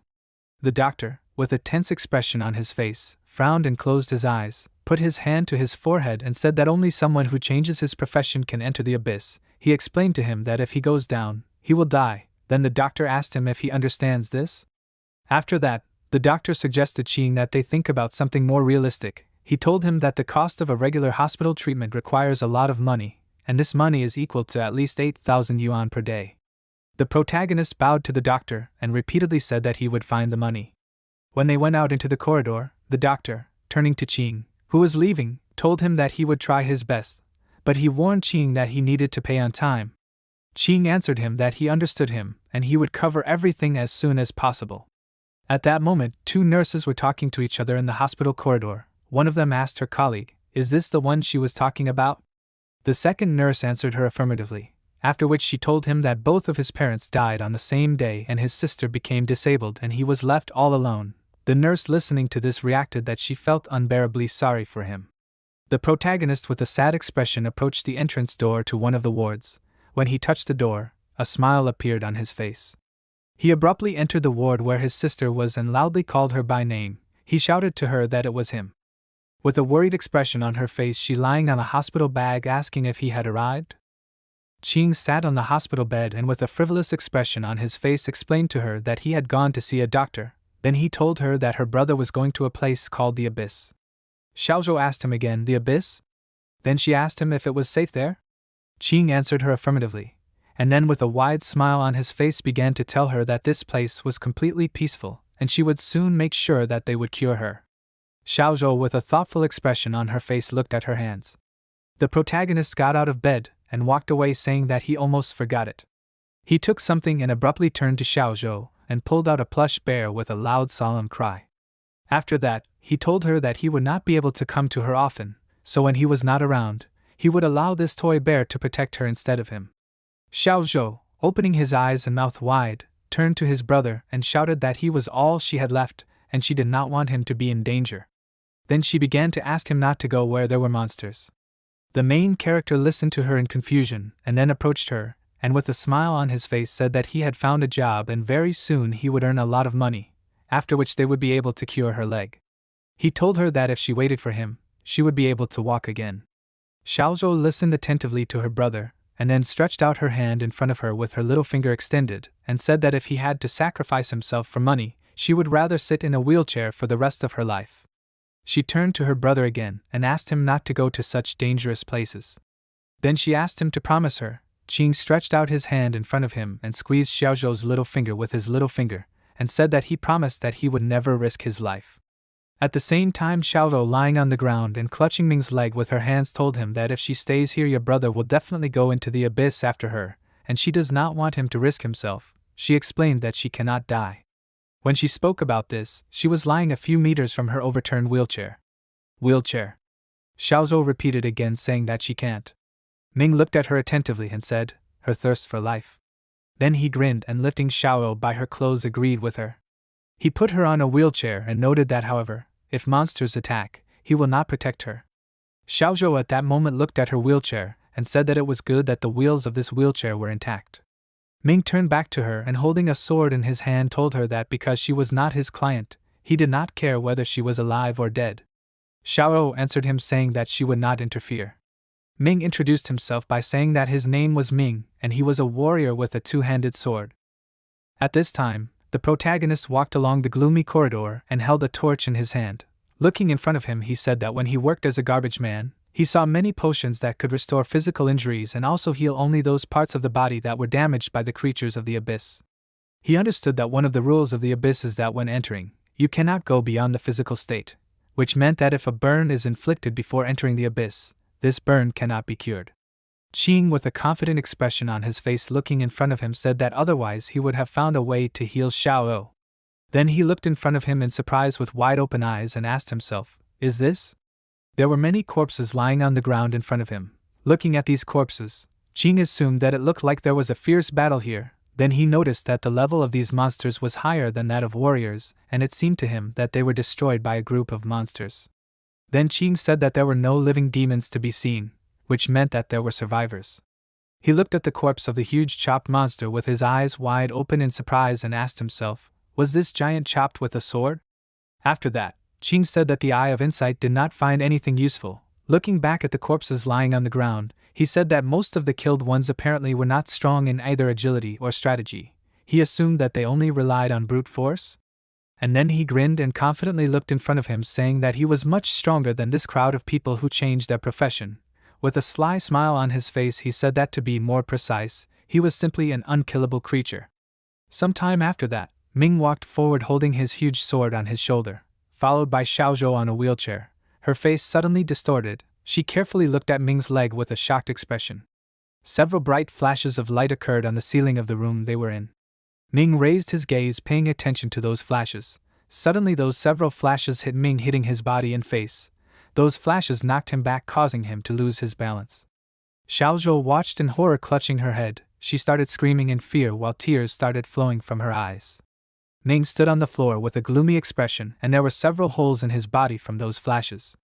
Then he raised his gaze upward and confidently looked in front of him. There was a hole in his forehead. Xiaozhou, with a worried expression, asked him if he was okay. Then she asked if he was in pain. Ming looked at her and asked again, "Pain?" After that, a memory of what happened 4 years ago appeared in his mind. This event took place in an abyss called the Tomb of the Ancients, and this abyss was rank A. Several menacing mummies led by the Corpse King, who was the boss, and at that moment were squeezing the head of a frightened man in his massive paws. The Corpse King began to squeeze the man's head even harder, causing his eyeballs to roll out of their sockets, and the man began to scream uncontrollably in pain while opening his mouth wide. The Corpse King tore the man's head from his body, causing copious amounts of red blood to fly in all directions. 3 armed men stood in front of this Corpse King.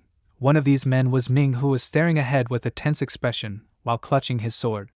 The nobleman, with an irritated expression, began to yell, calling the men idiots. After that, he reminded them that he had spent a huge amount of money to hire them. He asked them in a rage, "And all this for this?" Then he pointed his finger in front of him and started shouting hysterically that for a mercenary the main goal is to get money for which they must fight to the death. He pointed at the 3 male mercenaries, telling them to remember that he paid double the price for their lives. Ming thought that since he was a criminal he had no legal status and could only join the ranks of the rank and file as a mercenary, and among these desperate people there were those madmen who did not care about their lives. The protagonist looked gloomily in front of him, thinking that they had committed suicide, asking for double the reward for this. The nobleman, filled with rage, opening his eyes and mouth wide, shouted that 100,000 and they were killing the Demon King. Then he started shouting that they had already come this far and he would not give up the final treasure. After that, the nobleman responded negatively to his previous words and shouted that he would pay the killer of the Corpse King 200,000. Ming understood that money can solve any problem, and they keep asking for more, so much so that the numbers are simply staggering. The mercenaries besides Ming listened with sly smiles on their faces as the aristocrat shouted that he would pay 250,000 in cash. Ming thought that they were just a bargaining chip, and their lives. One of the mercenaries shouted that he would agree to 250,000. After that, 3 mercenaries including Ming stood in front of the Corpse King, clutching melee weapons in their hands. Ming cursed, realizing that he should not let them take his money. The Corpse King began to roar furiously, opening his brightly glowing eyes wide, straining his entire body, shouting menacingly. Looking ahead, the Corpse King's henchmen rushed to attack. A huge bald mercenary with a massive axe attacked these mummies, shouting that 250,000 was at stake. After that, he laughed loudly, ordering him to die. Then the 2 mercenaries besides Ming rushed to attack synchronously, preparing to hit the Corpse King. However, the Corpse King opened his mouth wide and then with a sharp blow chopped the bodies of these 2 mercenaries into several pieces. Ming, with a tense expression on his face, stood in front of the Corpse King, clutching a large sword in his hand. The Corpse King was preparing to strike and sharply punched Ming right in the face, which caused Ming to be thrown several meters away. After that, the Corpse King glowed with bright golden magical energy and looked ahead. The aristocrat irritably ordered to protect him. After that, he reminded that they would only be able to get the money if he remained alive. Then, in a rage, he reminded that he had paid for their lives. Ming angrily looked ahead and touched his damaged face with his hand and then ran to attack, going around the Corpse King from behind. The Trope King screamed furiously as he opened his mouth wide. Ming also screamed as he prepared to strike. Soon after, Ming slammed his huge sword straight into the Corpse King's side, beginning to cut through his flesh. While cutting through the boss's flesh, he screamed that he had finally made it. After he was able to defeat the Corpse King, a wooden chest appeared in front of him. as well as a magical artifact that glowed a bright purple. The noble ran up to the chest and pushed Ming aside, ordering him to get out of the way and let him open the chest. Ming glared at the noble as blood flowed from his mouth and said, "The promised double payment," then he coughed painfully. The noble with a sly smile on his face looked at Ming and noticed that he was almost dead, then he asked him, why did he need money? He asked him, where was he going to spend the money? After that, the noble called him a fool. The aristocrat began to laugh and open the chest, shouting that he would get rich, and the information he bought about it even paid off. When he opened the chest, magical energy began to spread from this chest in different directions. The aristocrat with a confused expression on his face stretched out his hand towards the magical energy flying away from him. After that he looked in bewilderment in front of him, stuck his hand into the empty chest and irritably asked, "Is it empty?" Then he tried to feel something in the chest with his hand and asked, "Why is there nothing here?" On the verge of hysteria, the aristocrat said that he had invested so much in this, and the chest turned out to be empty. Suddenly his face distorted. His cheeks swelled and his eyes began to go beyond their sockets, his face swelled greatly and his tongue became unnaturally shaped. The aristocrat began to suffocate soon after which his body was torn into small pieces. This was due to the fact that he was infected with a sand curse and he was torn into many grains of sand. Ming looked in confusion in front of himself and asked, "Is this a curse?" Then he touched his eye which had several grains of sand in it. In confusion, feeling the sand on his eye, he asked himself, did he really get it too? He cursed mentally, suggesting that perhaps he should pick up this sphere that fell from the corpse king. He looked at the magical artifact that was levitating in the air in front of him. When Ming took this artifact in his hand, information appeared on the system window that this is an immortal artifact that turns the owner into undead, and the advice was information that holy and healing spells will inflict fatal damage on him, and normal damage does not work on undead. Ming took off the armor that was on his body before and also threw the sword to the ground, realizing that the price of transformation was the loss of the feeling of pain and emotions, and he became a man who cannot die. He looked sadly in front of him, and Xiaovo asked him, did his blood turn into sand? Then she asked him with wide open eyes, is he cursed? Ming looked at her sadly and then, without answering her, went forward. Xiaozo looked at Ming walking away from her in bewilderment and asked him why he was ignoring her. At this time, Qing, surrounded by bloody melee weapons that were lying on the ground, met a large army of enraged monsters who were also armed. These monsters screamed furiously, rushing to attack Qing. The protagonist also attacked these monsters using his blade and tearing their bodies apart. When Qing attacked them, he thought that since he was in a hurry and could not normally distribute the points, he could only continue to evenly pour in the previously accumulated ones, and now he has almost 200 points. However, the protagonist, opening his eyes wide and straining his jaw, put his blade in front of him and went on the attack. He thought that it was impossible to find out information about the monsters in the next room until he entered this room. The protagonist thrust the blade of his dagger into the neck of a large armored monster and thought that if he forgot about his health for at least a short time, then with a high probability it would end in his death. Qing understood that although the monsters in the abyss were strengthened, they were not able to withstand the physical stress of constant battles. One of the monsters with a large axe in his hands tried to strike him from above. Qing jumped up a few meters and ran along the backs and heads of the monsters in parallel with this dagger, tearing their necks with the dagger. Then Qing, being on a hill relative to the other monsters, stretched out his blade in front of him. He shouted a loud order, daggers flashing madly.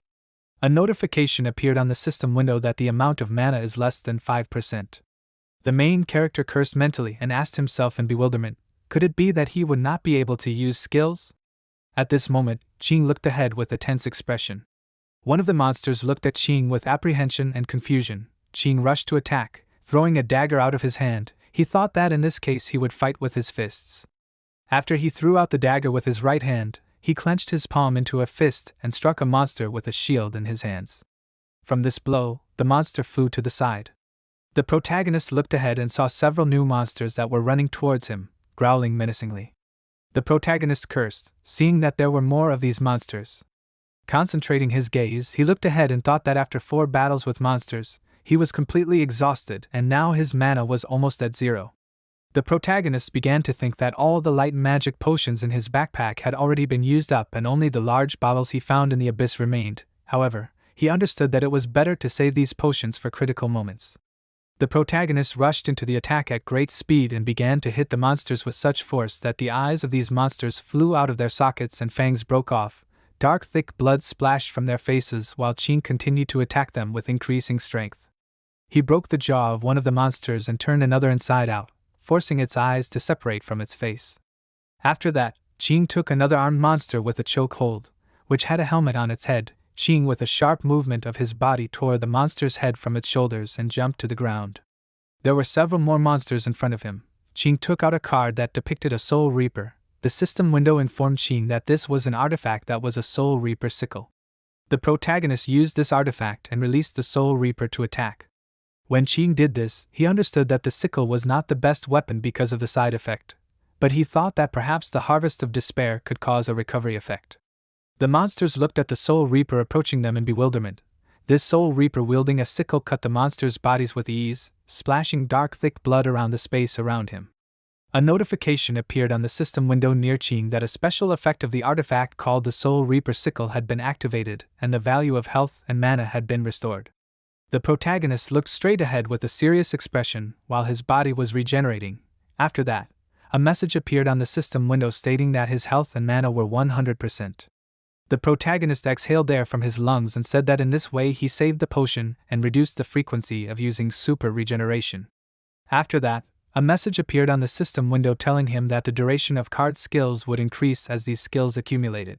Something on the floor made a cracking sound. Qing looked down and looked questioningly. He saw that there were glasses under his foot. Looking at this, Qing asked, "Glasses?"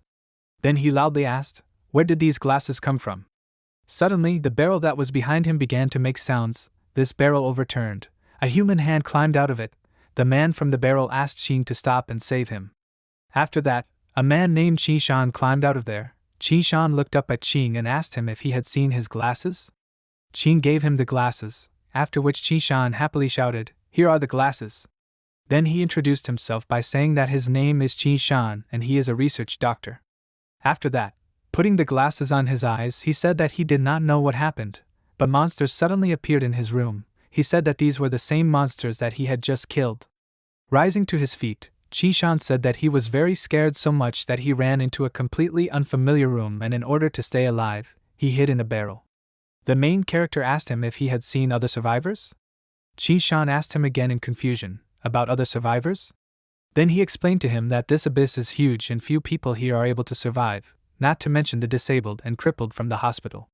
The main character grabbed Qi Shan by his shirt and menacingly looking him straight in the eyes asked him what he meant by the words disabled and crippled. He reminded him that he was a doctor who was supposed to save people. Then Qing asked him angrily, how dare he say such a thing?